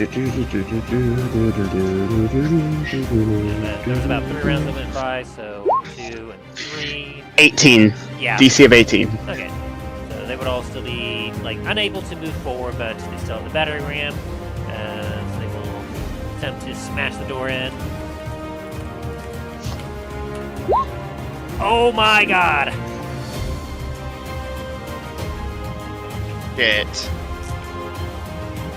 They feel I think there goes the door. I'm trying to see, is there something I can do? Let's see. they're attacking. I'm gonna use my Well, can I use my lucky to make them re-roll that? Ooh, I think that's a thing that's allowed. Yep, when an attack is made. Oh, it's when it's made against me, but what? Well, technically, since this is our base, would that count? Not really. It's worded that says Damn. it's you. And you're a little too far away to see because you're technically out of range in your current position. Because it's like 40 feet down under the wall, so you can't even see that. Damn. So that means that, wow, they got a lucky blow here, but let's see. That's going to be a total of 60-10. Ooh. As you hear a sickening crunch as Catholic says, that was bad! I don't know how much longer the gate could hold!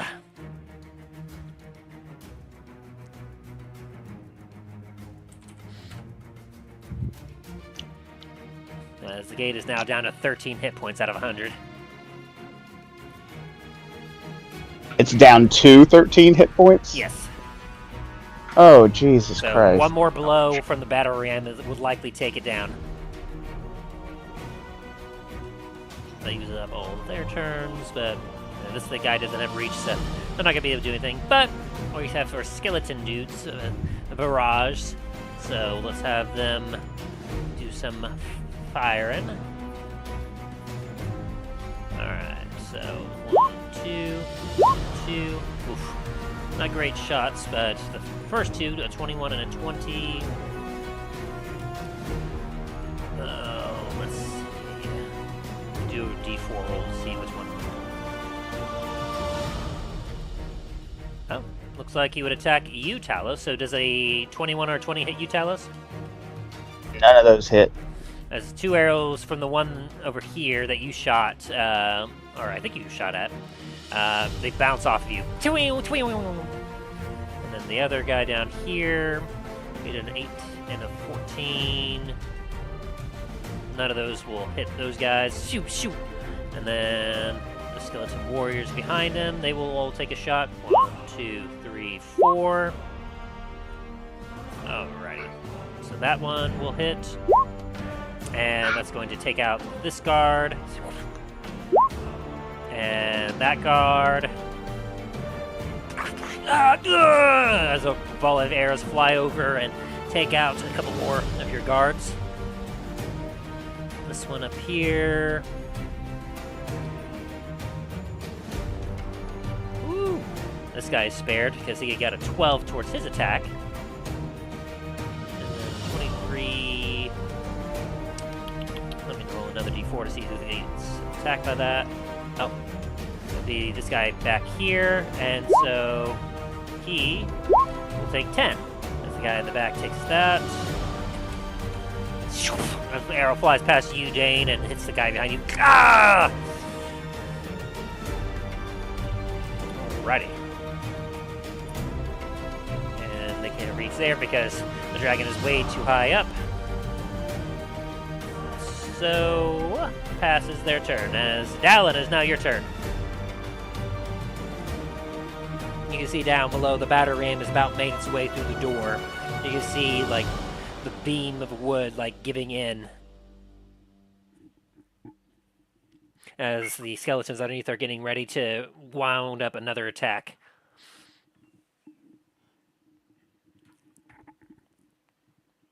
Dallen, you there?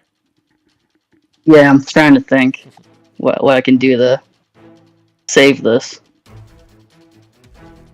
Or at least buy some time so someone else can save it.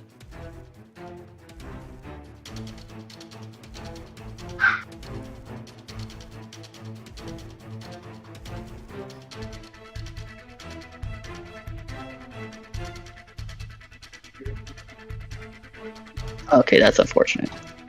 Let's see. This is a long shot, but is the gate here completely up, like where I could actually reach if I ran over there? I just have it showing there for easy access. It's basically underneath the wall. Like, this is a walkway up here.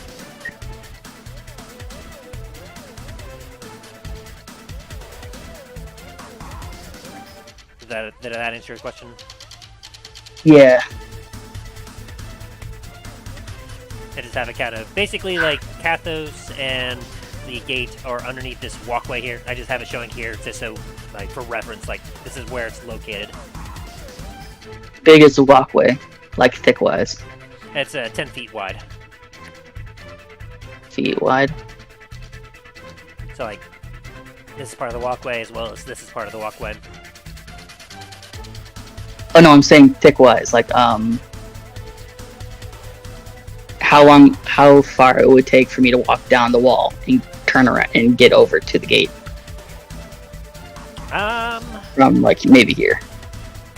That, I would have to say the gate is going to be about 30 feet tall, so from the top of the walkway to the opening would be about 10 feet thick.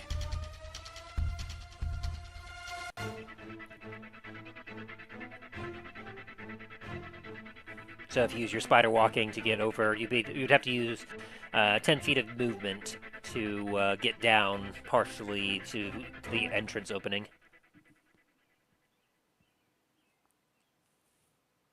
Okay, so 5, 10, 15, 20, 25, 30. So I'm basically upside down. And I'm gonna place my hand on it, and this is a huge long shot. I'm gonna cast Mending on it, and I assume this gets rid of my dragon while I do this though, because that's still a spell. Is it concentration then? Let's see.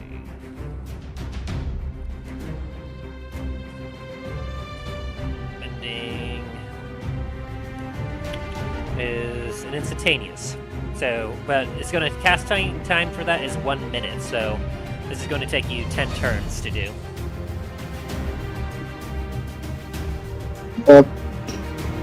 Okay. Well, will I still be healing it during that 10 turns though? Well, the duration is instantaneous, so it takes a minute to cast it, at which point it will then receive the benefit. Gotcha. And I will say you would, like, before you run down there, you would know how mending works because you use it enough. Okay, so in that case, then what I'm trying to do is completely void. I mean, it Can I could go- work, but can I it would redo- take 10 I- turns before it would work, and you would, as the character, would understand that there's a chance that the door could probably be smashed before you would have a chance to finish mending it. Like, before your spell would take action.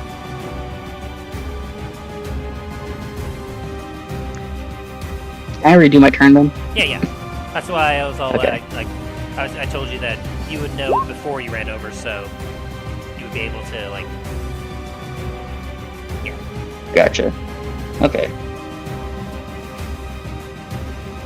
Good thought. Something that...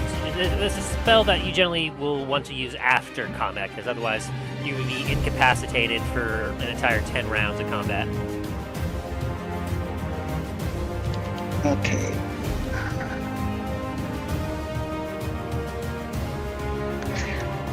Dallen's gonna take aim onto the why are words eluding me? Battering ram. This thing. Yeah, the battering ram, and he's gonna take 2 shots at it. Alright, go ahead and just do 1 shot for right now, just in case. So take your first shot. Oh, that hits. Go ahead and roll damage. Okay. I've used 4 shots so far, so I need to get rid of those bullets. You take an aim down and boom! And you watch as your bullet connects and explodes in fire and shrapnel as the battering ram just explodes, and causing the skeleton underneath to kind of... And in fact, 2 of them will make some saving throws here. I doubt that... Well... Yeah, that's a no. Well, This one will get destroyed from the fire damage that is raining down from it, now that it's no longer protected by its shield. And same with that one, because they were down to a very low hit points already as it was.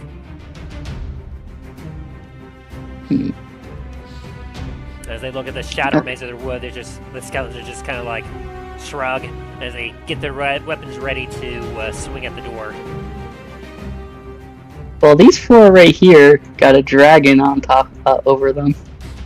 Yeah, your dragon, like, as soon as the thing exploded, it started to flap its wings to float in space. Ah, gotcha. Okay. Well, Dallen's gonna aim down and fire at this guy with his pistol. Alright.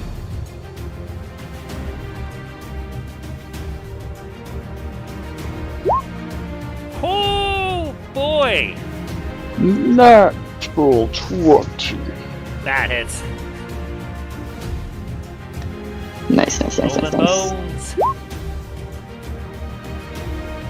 Okay, does it do? Okay, I gotta roll it then. Yeah, roll again. Right attack.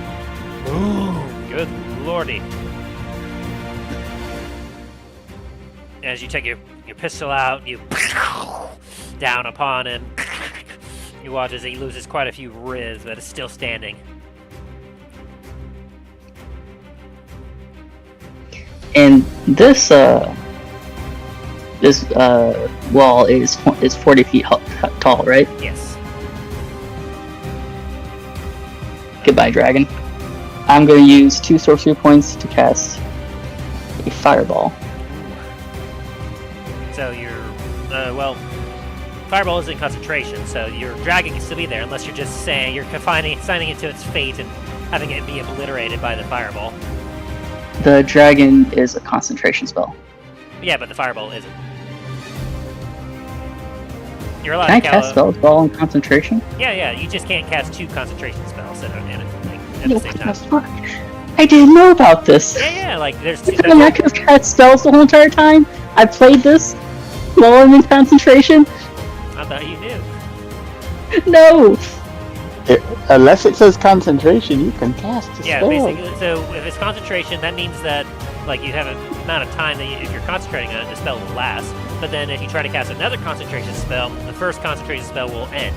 But if it doesn't say concentration, like it's instantaneous or something like that, so like you could have a concentration and then cast like Sacred Flame or Fireball, and you'd still be able to have your concentration up. Bro, I just had my mind blown, and I feel like an asshole because that could have been so much more optimal. Well, hey, now you know. But in any case, if you're guessing your fireball down there, I imagine the dragon will still get caught. And oh, did you remove the health from when it took its damage previously? No, I actually did not. Let me do that. It was like 49 or something damage. I think so. It was a lot. Yes. I think it was 48, if I remember correctly. 48. Ah. Which means. Yeah, it was way up there. Like I said, it was basically see-through at this point. So, yeah, so you're casting a fireball down there. And where exactly are you putting the fireball at? Well, I shall show you. Yes, it is visible. Yeah. Right there. Alrighty. It should not hit anyone on the actual wall. No, because it's 40 feet up. Yes. Oh boy, alright. And then what level of fireball are you casting? I'm just gonna do a 4th level fireball. Ooh boy. Well, yeah, your Draconic Spirit will definitely go away then, because even if it's made a saving throw, it would not be, like, with 2 hit points, it's not going to survive the half, damage. So go ahead and roll that damage.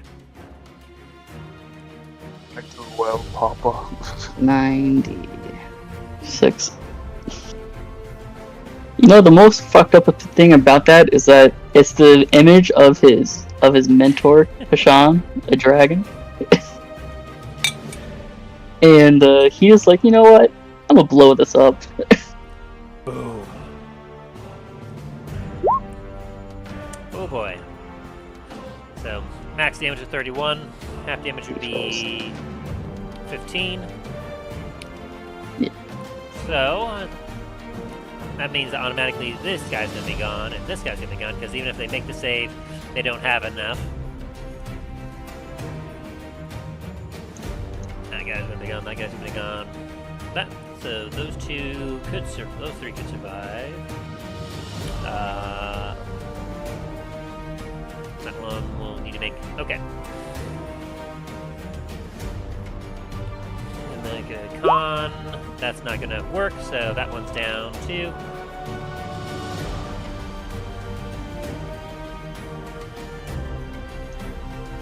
Yeah. Alrighty, so that means I just need to make some throws for these dudes. And it was a dex saving throw.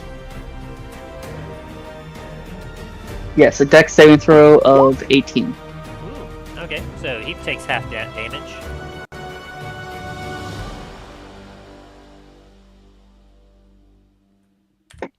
Brings him down to that.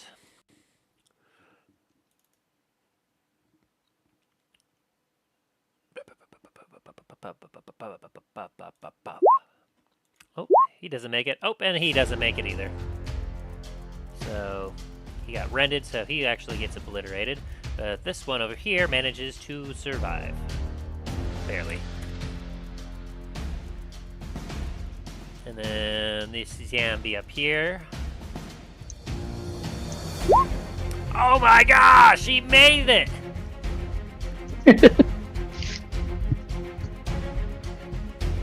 Dang, so he gets fried pretty good, but he's still up.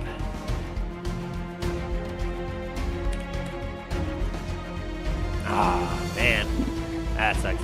Anyway, so you just lob a fireball over, just like, you boom! This big ball of fire just erupts everywhere, and so, yep, you all can see who was left at this point.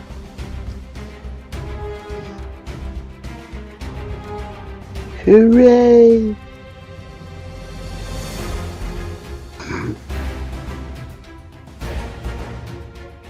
So, is that your end of your turn, Dallen?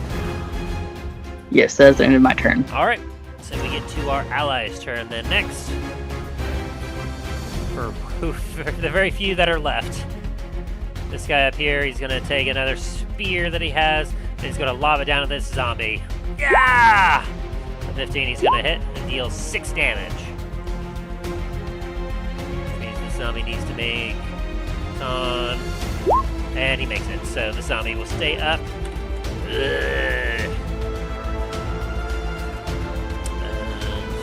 This guy up here, he's gonna take a few shots down. Oh, jeez. He's not feeling good. He is very weak, and so he like reloads quickly and he's blind firing at this point because he's trying to keep himself alive. And then this guy behind, he's going to take a longbow shot down, and then he's going to command Talos. Yes. He goes, Talos, take your shot! As you get to use your reaction, Talos, to make an attack. I'm gonna shoot for that zombie. Oh dear. I'm gonna use my lucky to re-roll that. Good choice. And you're aiming for this one right here? Yep. Oh boy, yep. So you managed to hit it, and it needs to make save. Oh my gosh! It's still up! It's like this. At this point, this zombie probably looks like a freaking porcupine with the amount of arrows in it. Oh my god. Why won't you die? It's still crawling, trying to get to the door. Good lord. It is pathetic. Alrighty. Kathos will continue to hold on to the gate for dear life, try to keep it open, keeping its AC high. Alrighty. So, Talos, it is now your turn. Alright. Once again, firing at that zombie.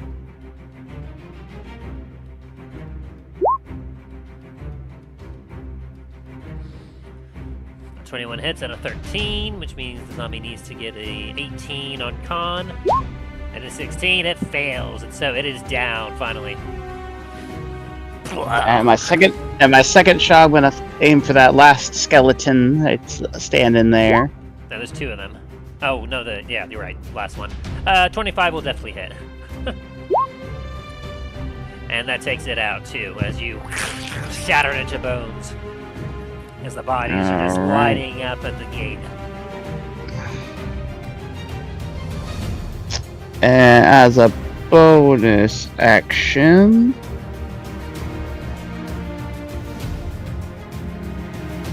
could I use Sanctuary on the gate?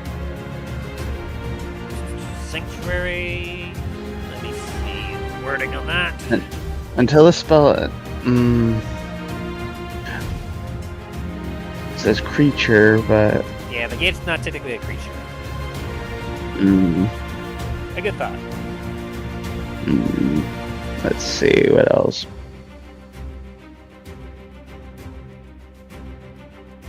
That's gonna have to be my turn then. Alrighty. Milo, we're back at the top of the turn order. I'm going to do a percentile roll. Okay. And yeah, we'll do a 1d4. 2. Okay.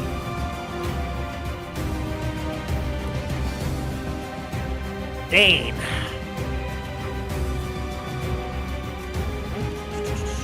Let me see here. +5 to hit. A wild shot flies off and is heading towards you. I'm assuming a 12 misses you. Yes.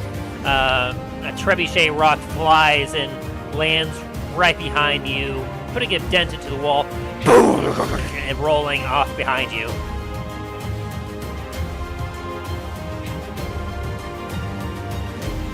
That bastard almost hit me.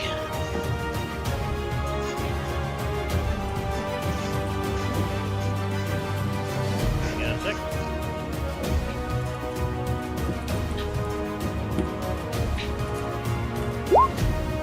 Yeah, the area behind you takes 36 points of damage where the rock lands, making it slightly difficult terrain.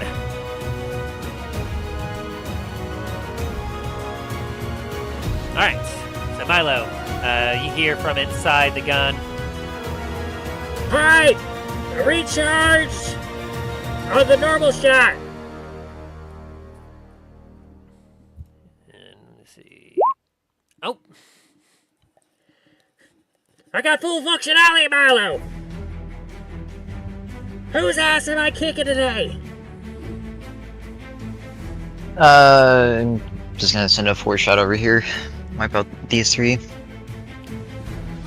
The north or the south group? South group. Alrighty.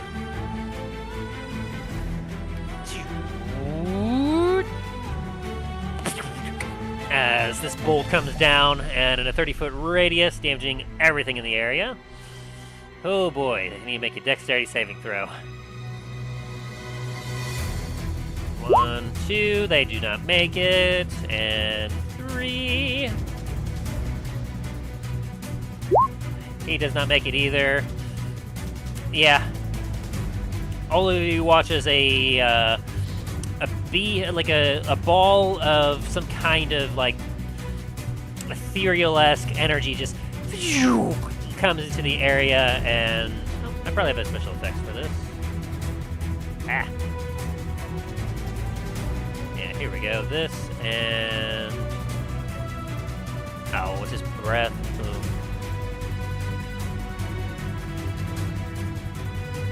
Okay, I don't want to do that. Yeah, so it goes down here and boom, and wipes out that group of skeletons in its entirety.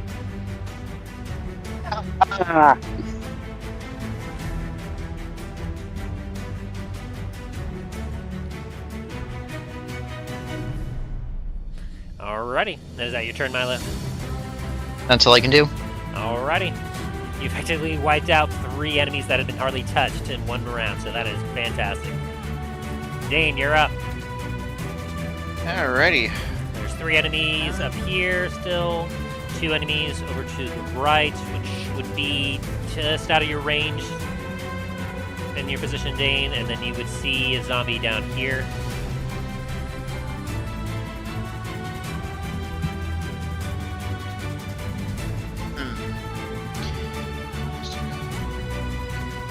Still out of range.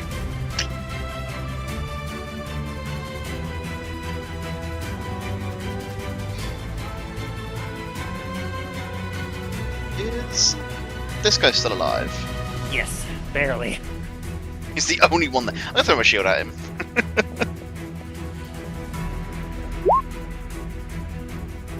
Go ahead, roll damage. It's still up. It just managed to make the save. No. It did not make that save. Like, So are you sure about that? You throw your shield once and it cracks, and it just shambles back up, and then you boom, and you finally knock it down on the ground, and it's finally done. It's like, I say you did. Looks like you're dead.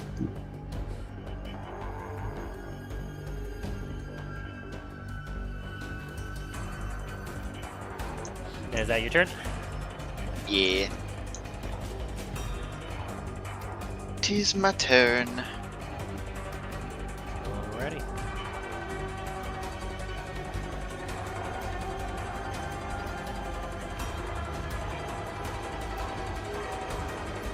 And now we get to the enemy's turn. This one's going to shamble on over. 10, 15, 20. This one is going to shamble on up. 20. It's gonna get on up here. It's gonna make a swipe at the door, but I don't expect it to do too well. Let's see. Rawr. Yeah, it doesn't. It just claws at the door, but it's not doing anything.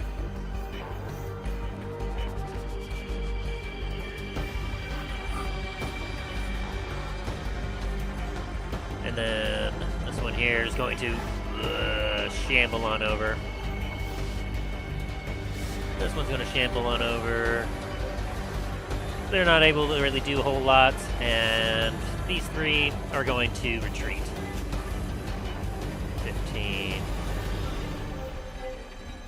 20. And so they're going to be off the map. As those three are just saying, the situation is not great, they're running. Alrighty, Dallen, you're up. Okay. Dallen's gonna... That's not what I want to do. Dallen is gonna go over to here and run down the wall a little bit on the corner. And he's gonna take a shot at him. This is pawing at the door, trying to scratch at it. Go ahead and take your shot. That's a great sword. That's not my axe gun. Where are you? Gun axe. 25 will hit. Yeet.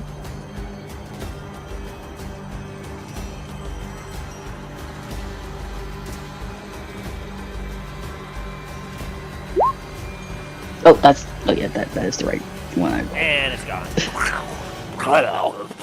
As it slumps against the wall. And it's gone.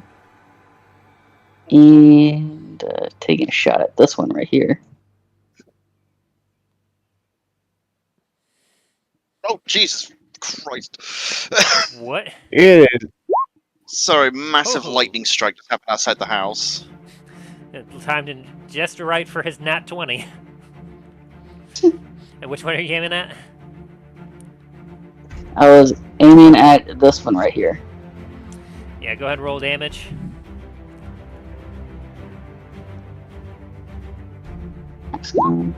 Who else have used this gun? And it's also dead, because a critical hit bypasses its undead fortitude. And I don't remember if I told you this, but as I'm switching to my other guns, I'm dropping my guns that I've used. Alright.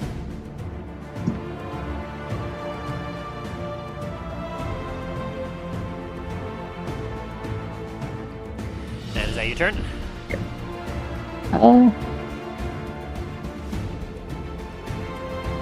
Let's finish this off. I'm gonna use my bonus action, use 2 sorcery points to cast Fireball right here. Oh boy. Go ahead and roll damage.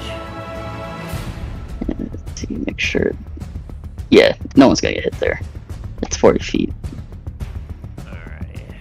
We'll do a preemptive. Oh boy. We're gonna do a preemptive con for one of those zombies. That one makes the save. Well, it will make the save depending on the damage that you deal. And it won't make the save because it needed to roll a 42. Ah, got it. It is immediately... Well, actually, I suppose I needed to have it make a dexterity saving throw first, too, didn't I? So... Are you shitting me? Okay, I'm gonna have to do some math here then. The other one failed horrifically, so... And so... It needs to make a con save on that part. Yeah, so the top one, the one that hasn't been touched at all, is immediately incinerated. The one that was at a 1... Okay. Let me see. Half of 37, that'd be 36, so that would be 18.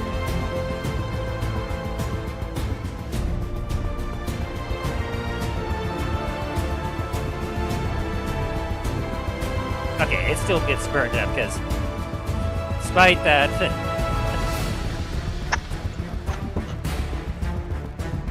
Yeah, Despite its best effort. It needed to make a 23, and it made a 20, so it is also burnt up.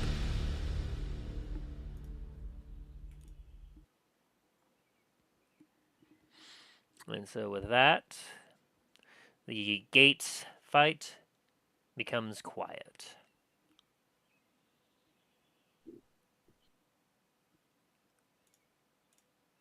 Talos gotta look over to Dain and say, We should stop. We should head down to the gate and see if we can help reinforce it. Hey, As Catherine kind of shouts up, he goes, "I don't hear any more fighting! Have we won this fight?" Dallen's gonna be right next to him. Yeah, as Dallen's gonna start casting mend on the gate.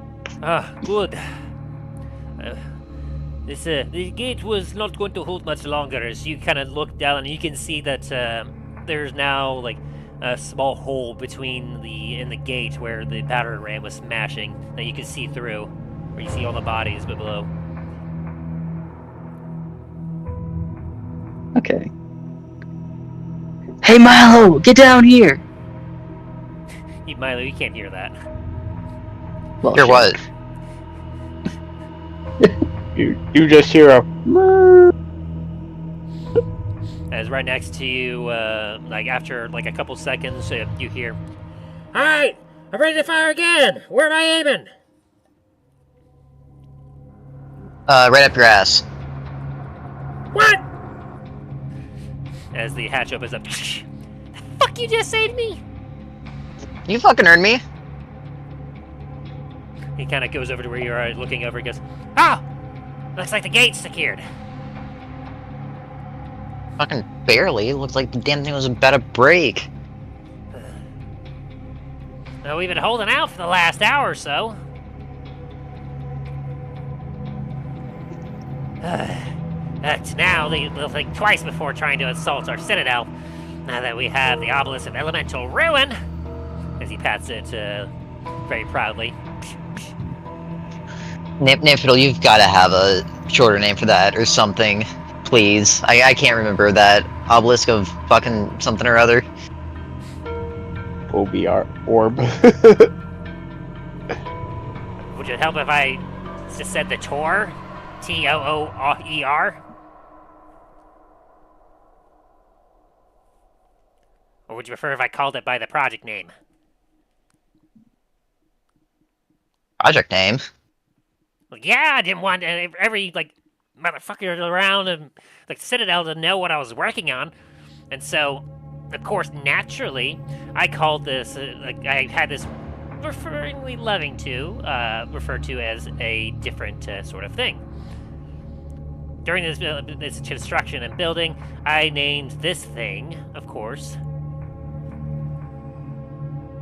the Spear Point. Project Spear Point. Yeah, let's just call it by that. That's a lot easier to fucking name off. He kind of squints his eyes as you grumbles. Well, in any case, as you saw, it takes a little bit, of course, to operate and fire, but the destruction it brings is unparalleled.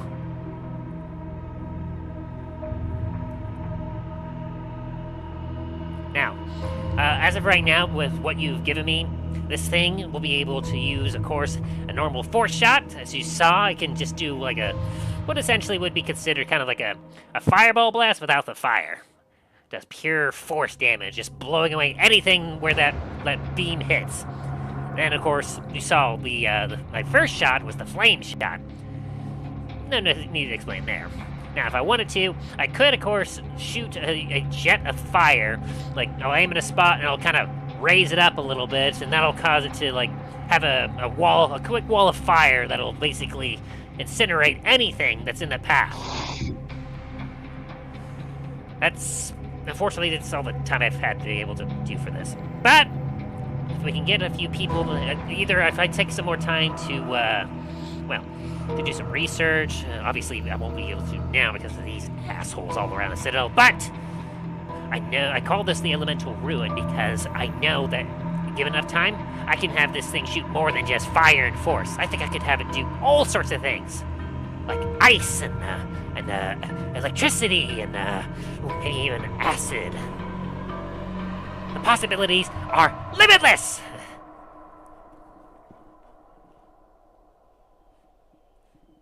You're doing great, buddy. I'm proud of you. Our little mad genius. Okay, I'm gonna do some tweaking on this, try to see if I can, like, now that I have a moment to breathe, to try and make this thing a little more efficient. You should go down below to meet with the with Varys and see what the fuck's going on, because there's been a whole lot of shit since you left. I see. Yeah, I'll head over there. He goes and back to the machine and starts to pull out a couple tools and do some tweaking.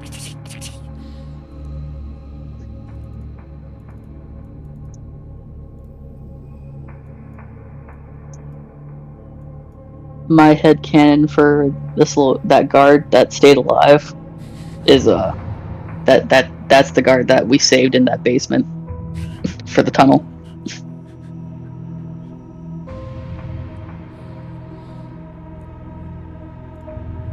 Alrighty. Give the turn order there. Because we're no longer needing that. Boop. Alrighty. So, as you all head back into the citadel to go find Varys, we're going to take a quick restroom break here. Alright.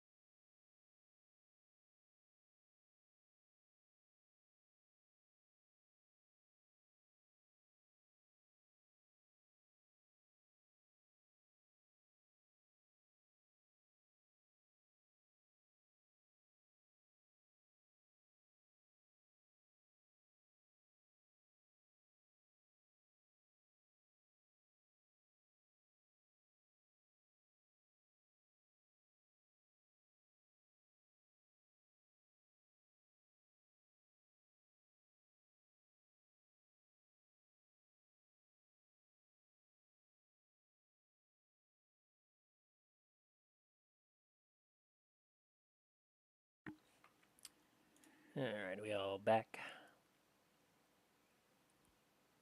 Hello, hello. Hey.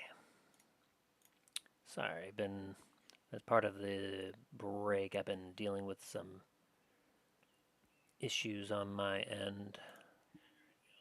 Oh no.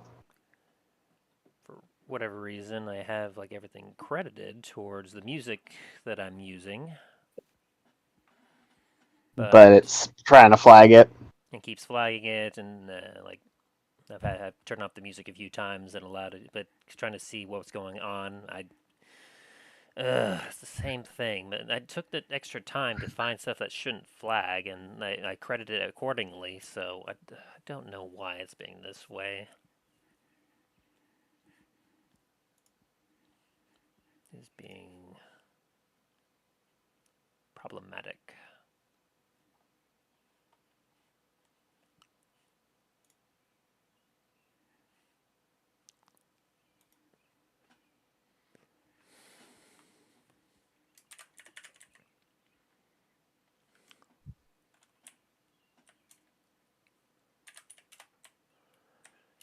And I'm guessing we don't have everyone here quite yet.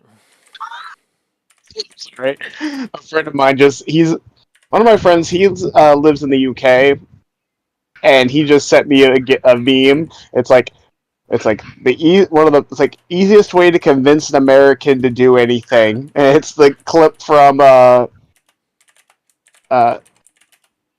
gosh, I can't remember the name of the game. It's a squad that their commander. He's like what you expect, good commanding soldier. But then they have the smart dude and the one country guy who is just like the dumbest shits. And the only reason they're doing this is because they think they're going to be able to get to keep the gold that they find. Oh gosh. And it's like the country guy at the end. He's like not wanting to do the mission. They're like if we don't do this, there'll be no more T-bone steaks. No more Super Bowl Sundays. No more Talos Cowboys cheerleaders. He's like, oh shit, fine. It's like, get out of my way. Guess I gotta go save the day. It's like no more. It's like no more T-bone steaks. No more Super Bowl Sundays.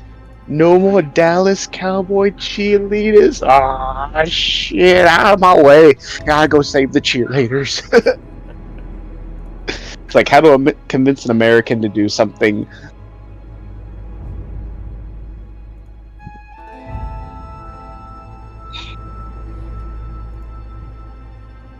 Alright, I'm back. Welcome back.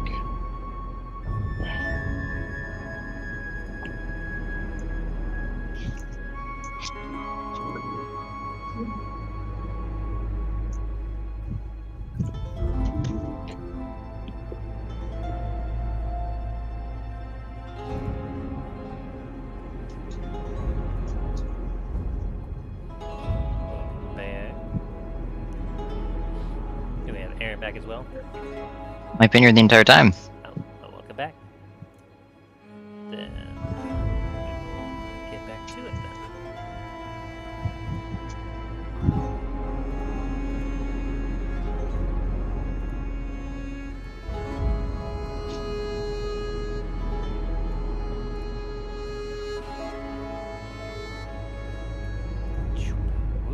That's not the screen I wanted to be on. There we go. Alright. So, as you all take a breath of reprieve, the sounds of the undead still strung outside, having been retreated for merely a moment, you all make your way into the citadel where you can still hear the flinging of rocks and the pounding of it against the citadel walls every once in a while.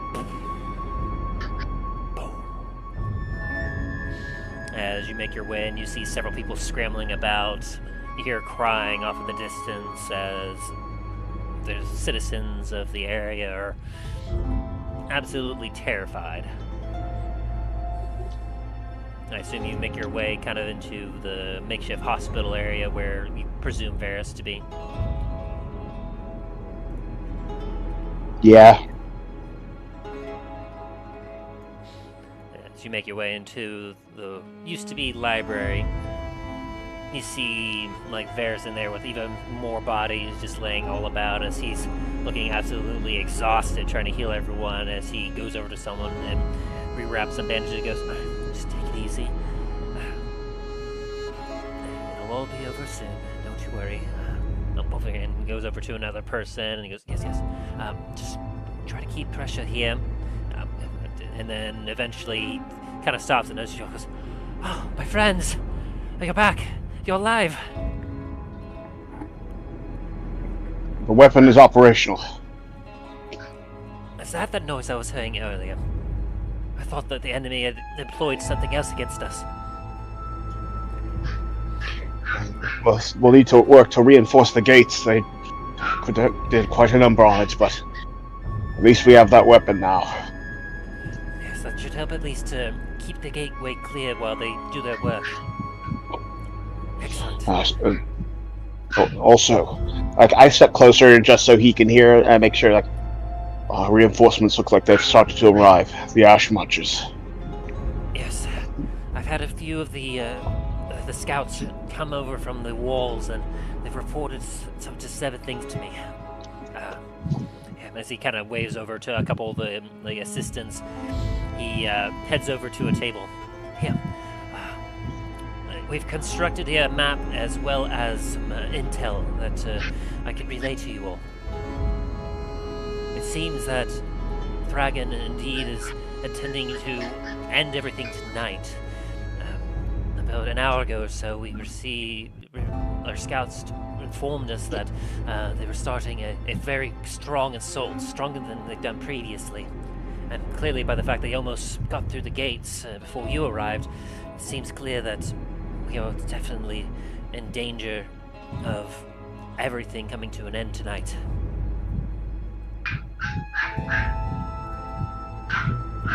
As he kind of takes you over to a table where he shows you a map.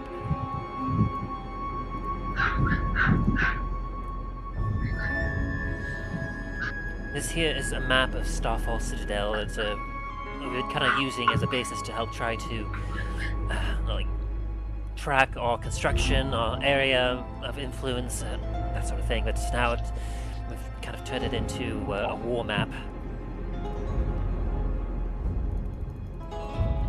As you can see, here we are within the Citadel proper.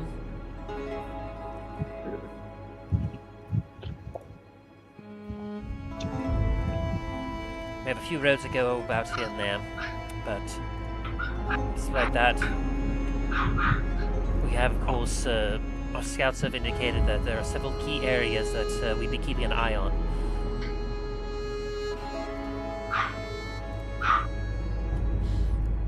Now, I'm not quite sure exactly how we're going to be able to accomplish all this, but I trust that you all will come up with a nice plan.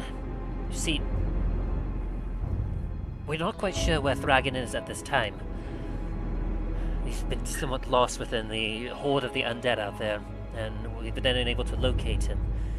So we're nervous to see what exactly he's up to, but with how intensive this offensive has been, there's no doubt that he's trying to hatch some sort of plan.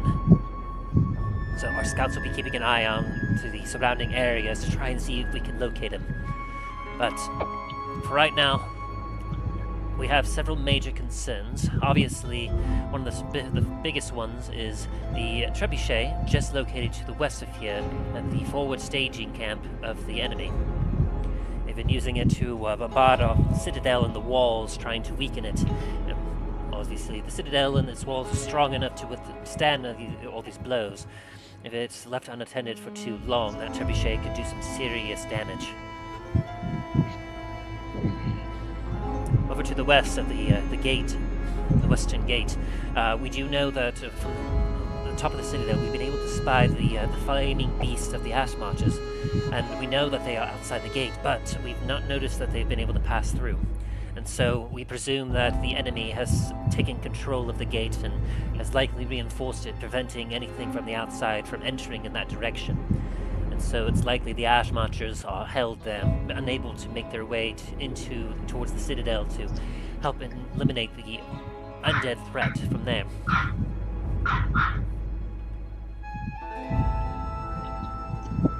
We also have some other concerns as well. From what my scouts have said, we have heard, I'm not able to confirm, but we've been hearing some strange noises along the eastern wall of the citadel. Our scouts have taken a look, but aside from noises, we have not been able to discover anything of note. There doesn't seem to be anything trying to pound its way out the walls or anything.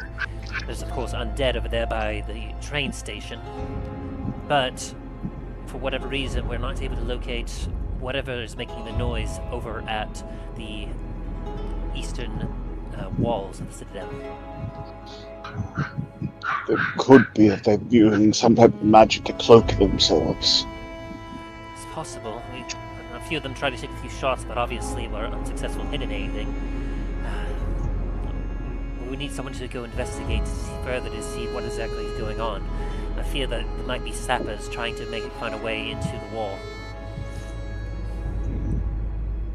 Also, we noticed just north of our position,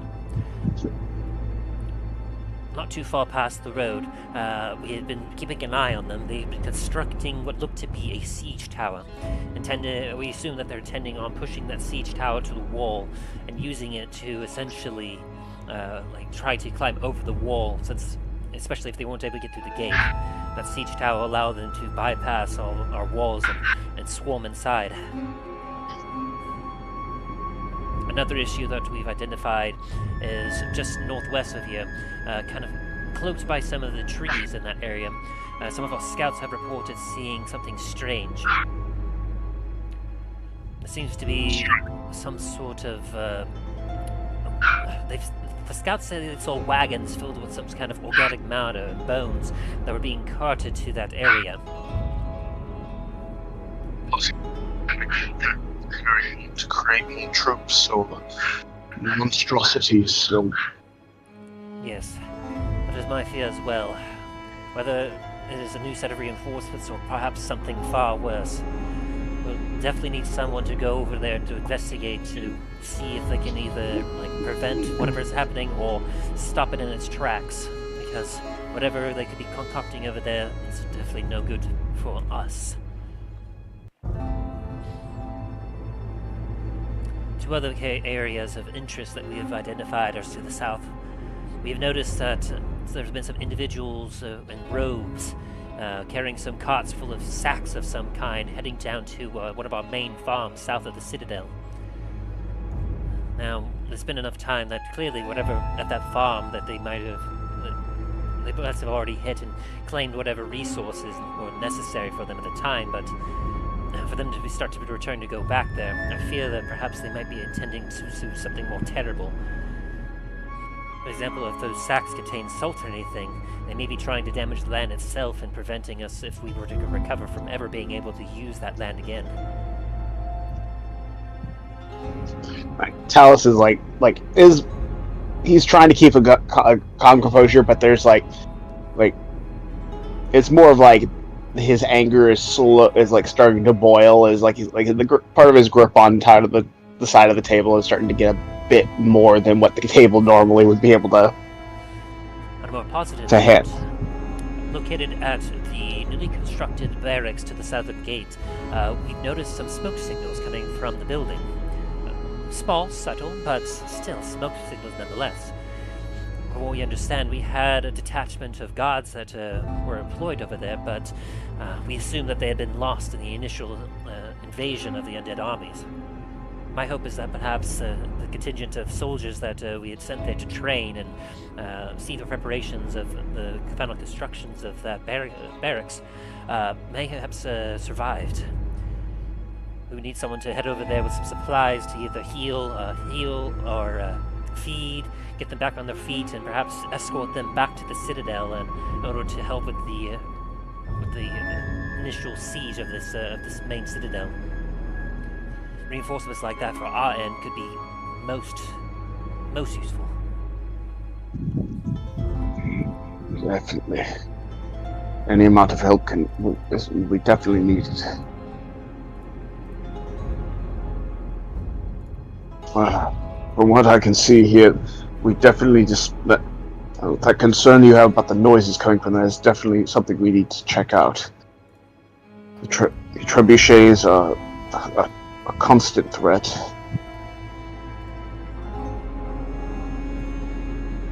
So we may have to divide ourselves up. And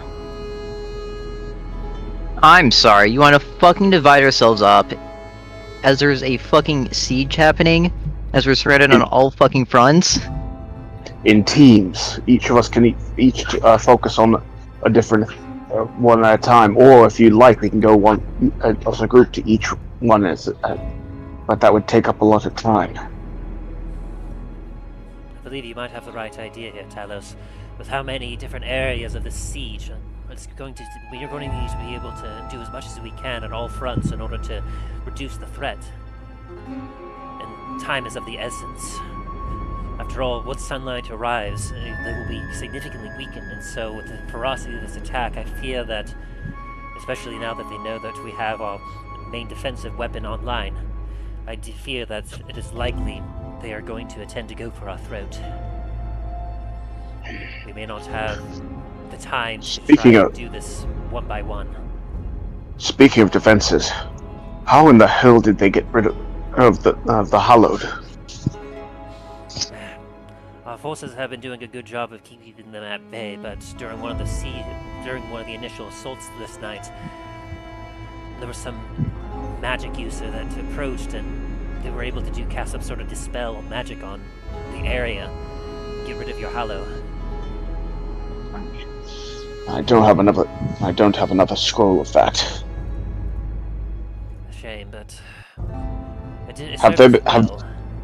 It kept things have there safe. been attacks by those wraiths? Not tonight. For the time being, those shadows have retreated, and that's had me worried. I do not know if they're saving up for a signaled attack or what. Perhaps Dragon himself may have burned back to himself for protection. For right now, our information is very limited. Oh, we'll have to just try to make a plan, decide which ones to strike at first. For now, let's try to see if we can get whatever spare materials that we have to see if we can reinforce that gate. It took quite a lot of damage. Yes. Fortunately, with the handful of machine above keeping watch over the area, our guards should be able to work on reinforcing and rebuilding the gate.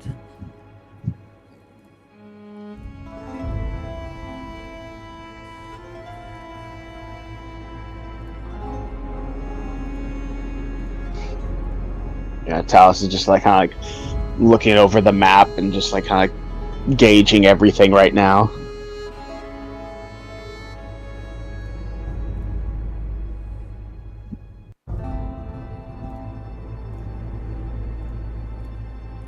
I've added some tokens to the areas with some names.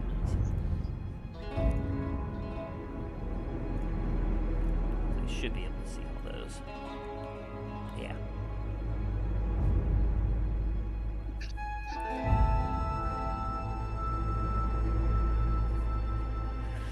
So as you all kind of ponder over the map, Varys relay some instructions for the gate. He kind of looks at you all and go, "Time will be of the essence." So you're allowed a moment of reprieve here, but we will, as Talos you suggested, it was likely for the best if you all perhaps split up into teams. Either, if you're not comfortable going on your own, we could probably spare a few men from inside the citadel to go with you for some tactical strike teams. Also, I'm sure that now that they have been freed up from perhaps defending the gate, a few of your other allies might be able to assist, like Greyhound or Treth.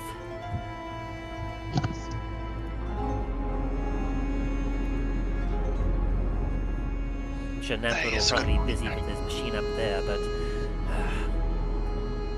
fortunately, we need to be able to communicate with him in order to determine exactly how or where we should be striking. Because I'm sure that he's going to be taking off some shots at whoever's around once the gate is secure, but it won't be terribly effective unless there's specific areas that he needs to focus on.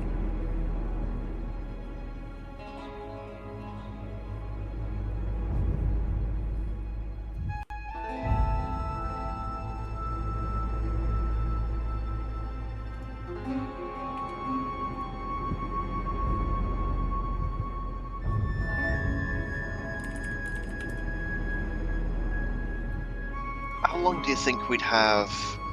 Do you think we'd be able to get all of these threats dealt with, or would we be only able to deal with like a couple of them before we're forced to retreat back inside the walls? Unfortunately for that, I cannot say. We're not able to show it on the map, but like there are undead forces all across these lands. Now, getting to them, you'll likely be able to like deal with a few like weak zombies or skeletons, like some of the roaming undead just around, just moping around. But I'm imagining in some of these more specific areas, they're likely going to be more powerful foes that are at command, especially wherever they're dealing with that large threat, or the forward staging camp.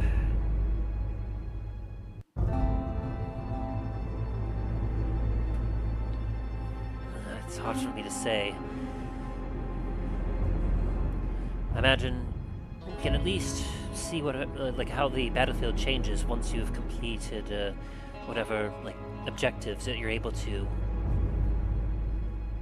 First and foremost, depending on what you do and what you accomplish, it may change their objective, or it may change the way that they react.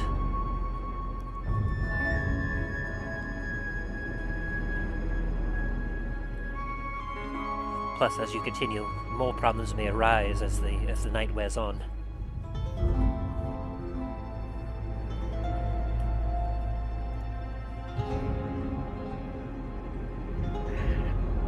Okay, guys, I have a plan. I don't know how you guys are gonna feel about it, though. What's the plan? Serious. Alright, Dain, Talos. Could have you and some of the extra guards head over towards the staging camp, while Treth and Namfoodle are on the gun. We can have then Dallen and hopefully probably Greyhound or someone else head over towards the Ash Marchers, get them through, and while you guys are doing that, I can go try to help out the rest of the guards dealing with the smoke, or at the barracks. That way you created, you and Dain, Dain and Talos create a distraction at the staging camp, hopefully drawing that whatever extra guards there might be by the front gate, while we get reinforcements from the Ash Marchers and our own guards back. Hey, and once you've got the guards as well from the... once you've got the spare guards, I suggest heading over to the farm to stop them from destroying our food supplies. And from there, if you're able to, you may possibly even scout out what's making those noises. So I'll be close by.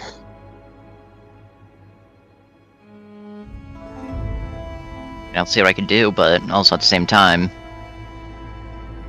you're asking a lot from just me and probably like 5 guards. So, we can only do what we can. But for now, this sounds like a sound plan. Agreed. Take a moment, a breath. Don't take too long, of course, but form your allies. I will go and check at the gate to see how they are progressing them.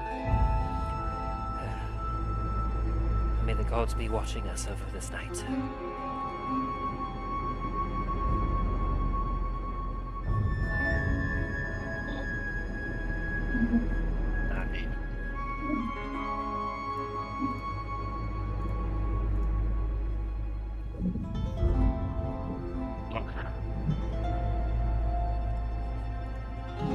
And Varys kind of leaves the library area and heads outside.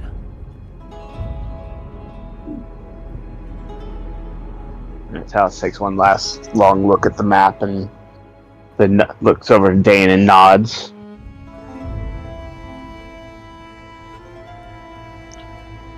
Dain, before you leave, we need to go find Treth. That way you can tell him where Namfiddle needs to shoot.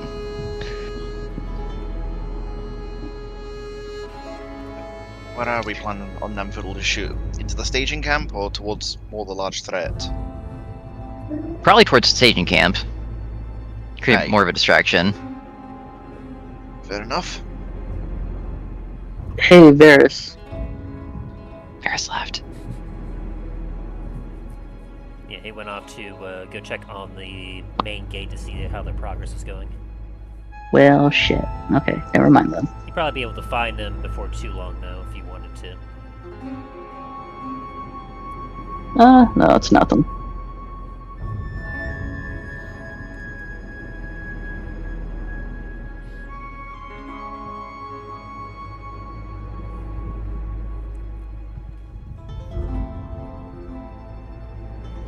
So, okay. You hear another pound of stone onto one of the citadel walls somewhere.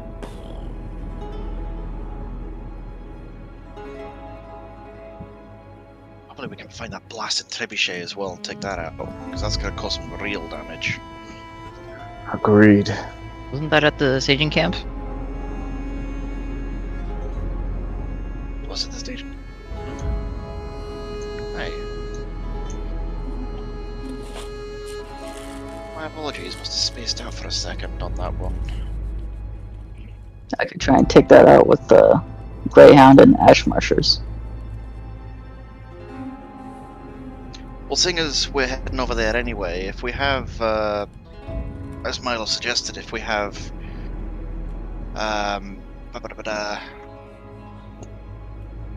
if we have Namfoodle and Treth aim the gun over there, probably have them take him out in the crossfire. Okay.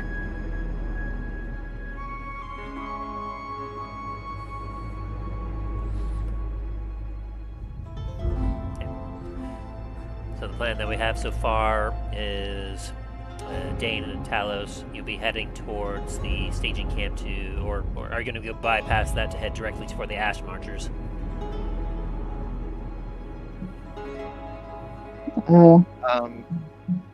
Me and Talos are going to head over towards the staging camp. Okay.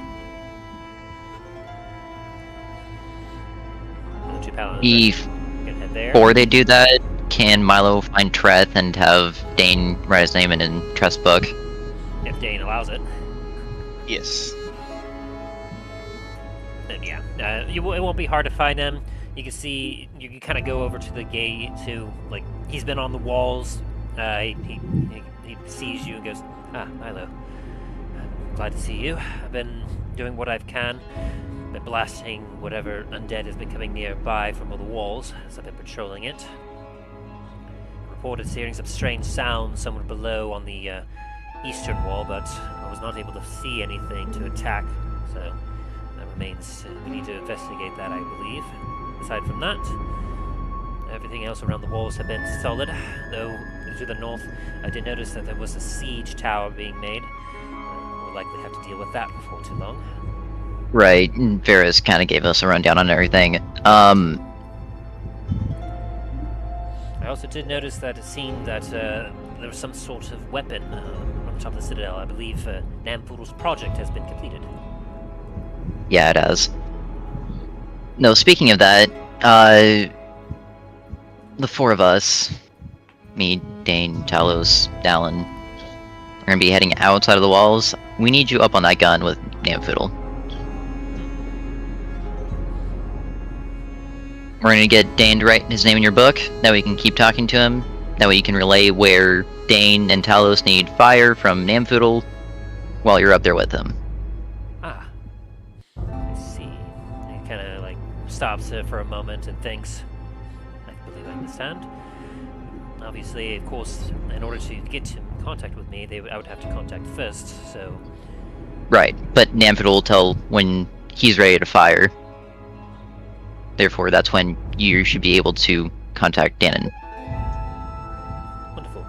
If anything, something I could do is I could relay a one-word message to each individual that, perhaps to you, one to Dain, one to Talos, one to Dallen, or whoever, and I could just do something like ready or poke, something like that. That way they can respond with more details. That'll keep the line open for all of them, as kind of convoluted as it sounds.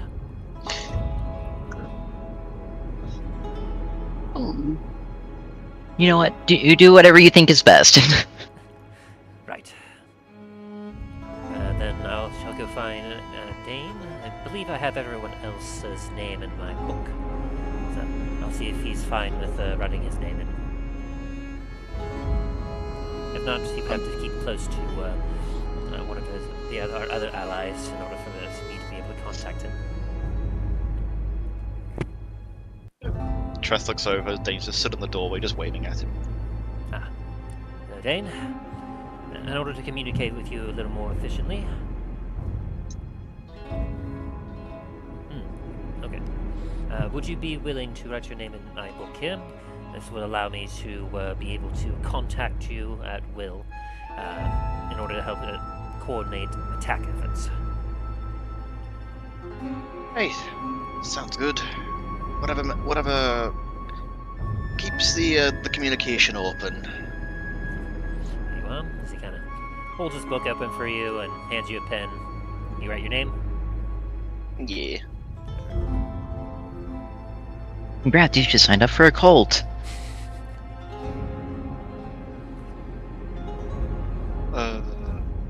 It's like, are you with the cult? We're not a cult.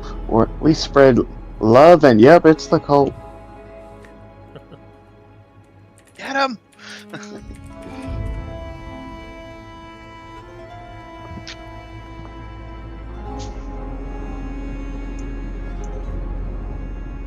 Remind me, let's see, which one this falls under again? It's Back to the Tome, wasn't it? Yeah. I'm trying to remember which one, what pack boon this falls under. It should be in his character sheet. Let me take a look real fast.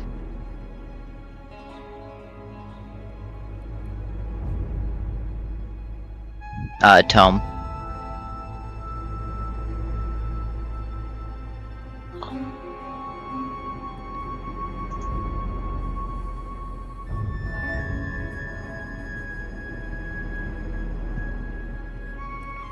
And then I thought there was others that, like, Talos didn't write his name in it, right?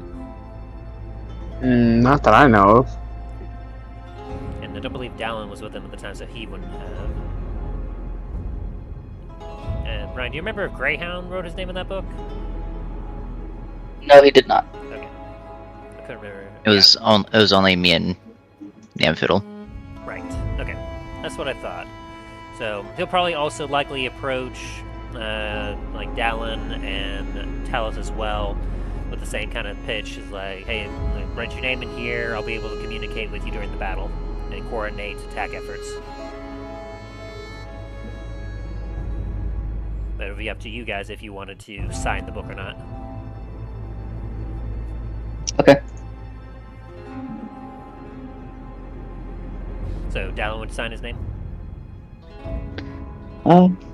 Yeah. Alright.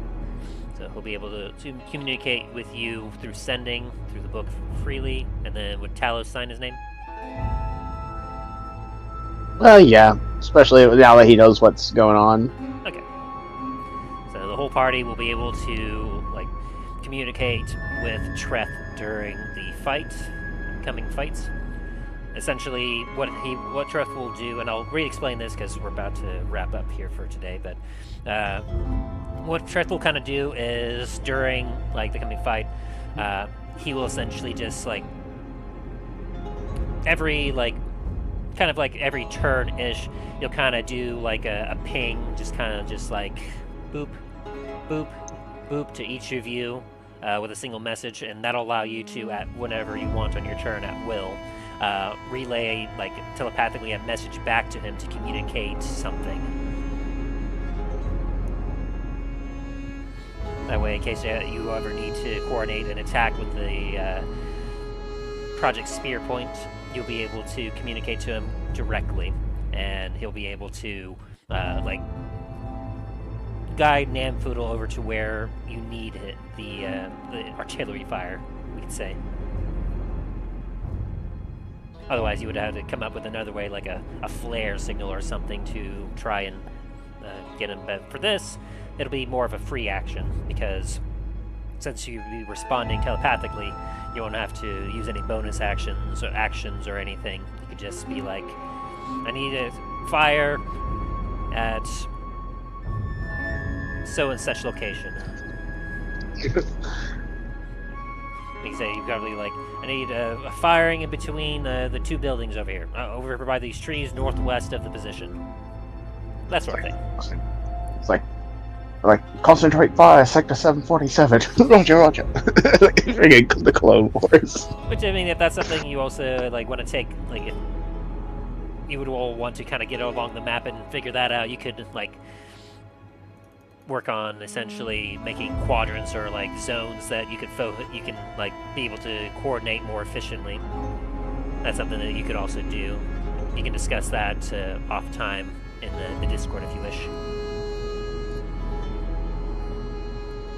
In any case, at the end of all that, whatever you do, Tress will then go up to Namfool's position, and the two of them will operate the cannon.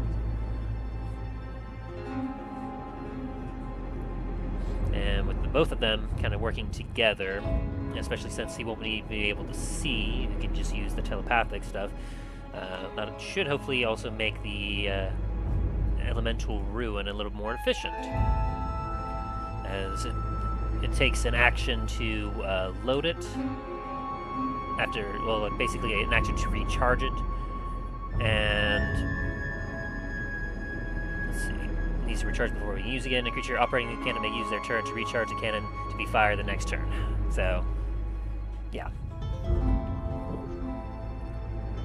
He'll help make the efforts more efficient, let's just say. Streamlined. Okay. And so going into our next session, the plan is for... what would Dallen be doing? Dallen was to go get the Ash Marchers. Okay, so Dallen, you're heading directly for the Ash Marchers to aid them? Yes, and seeing if I can get them to help everyone else. Sounds good. Would Dallen be requesting, like, any help from any allies, like Greyhound, or perhaps bring some extra troops from the Citadel? I'd say at this point, you would have, in total, you would have, obviously, the more you take away from the Citadel, the more vulnerable it is, but between the wounded and the ones that are guarding, I would say between all of you, you would be able to take up to, each of you would be able to take up to 10 extra units with you.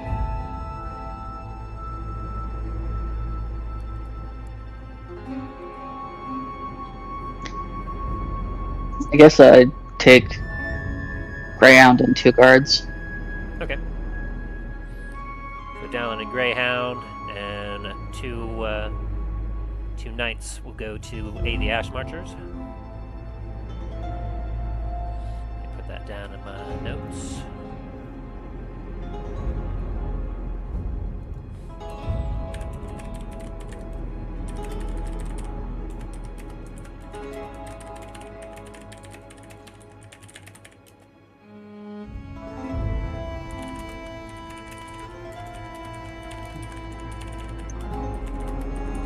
Alrighty. And then Talos and Dain, are you two sticking together to go after the trebuchet? Yeah. Okay. Taking any other units with you, or are you two going to be a 2-man army?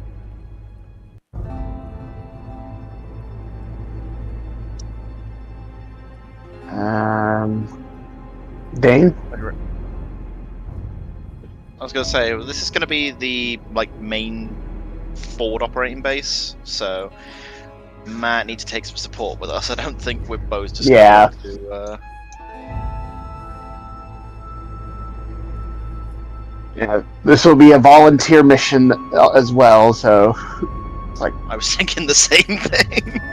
Well, you won't find any lack of volunteers. The the renown that you guys have and like how you've put your lives on the line for everyone else, like the guards and soldiers are fully willing to do whatever you ask of them.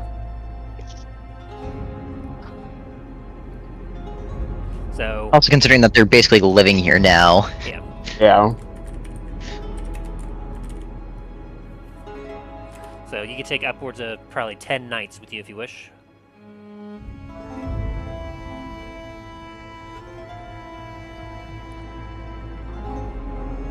Sounds good.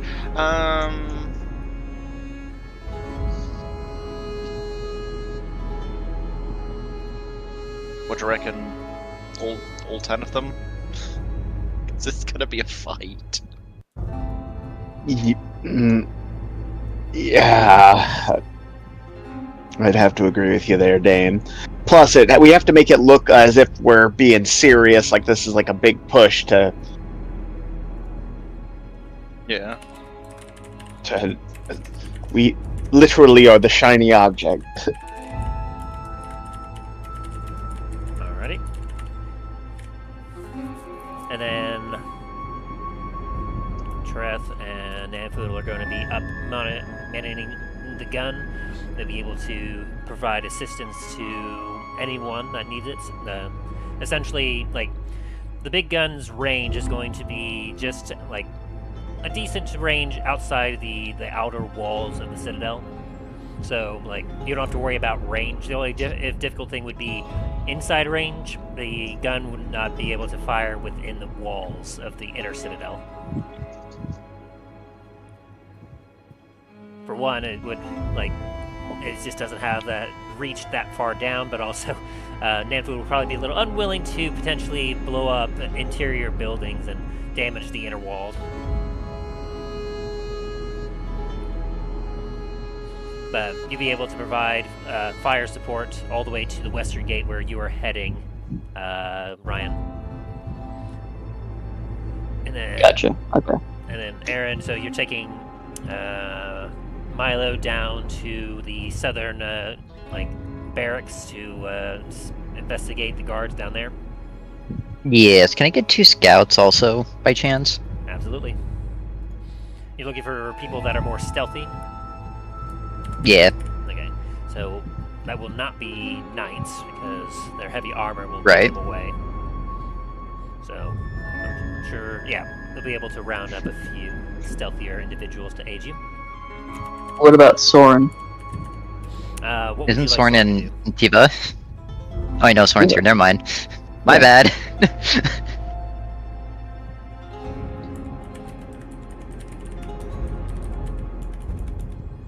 What would you like him to do? Soren? Yeah. Well, if Milo needs help, then Soren would probably help him. If not, then he's probably gonna go investigate the strange noise. Would Milo accept Soren's help, or would Milo suggest that Soren head over to the strange noises over there by the eastern wall?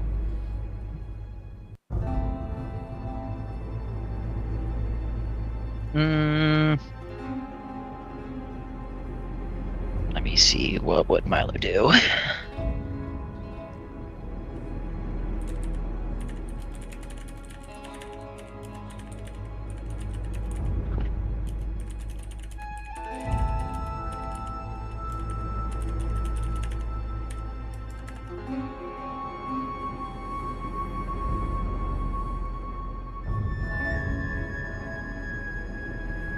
Probably have Soren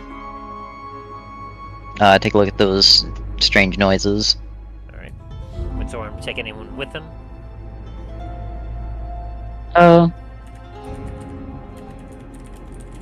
Probably like 2 guards again. Just try to keep it not as extensive. Make sure not as many resources are being used. Alright.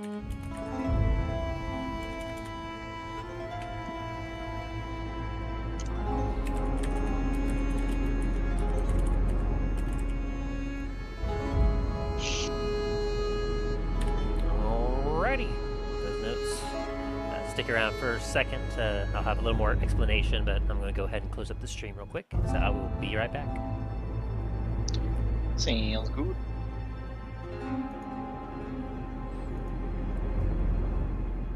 Alright, so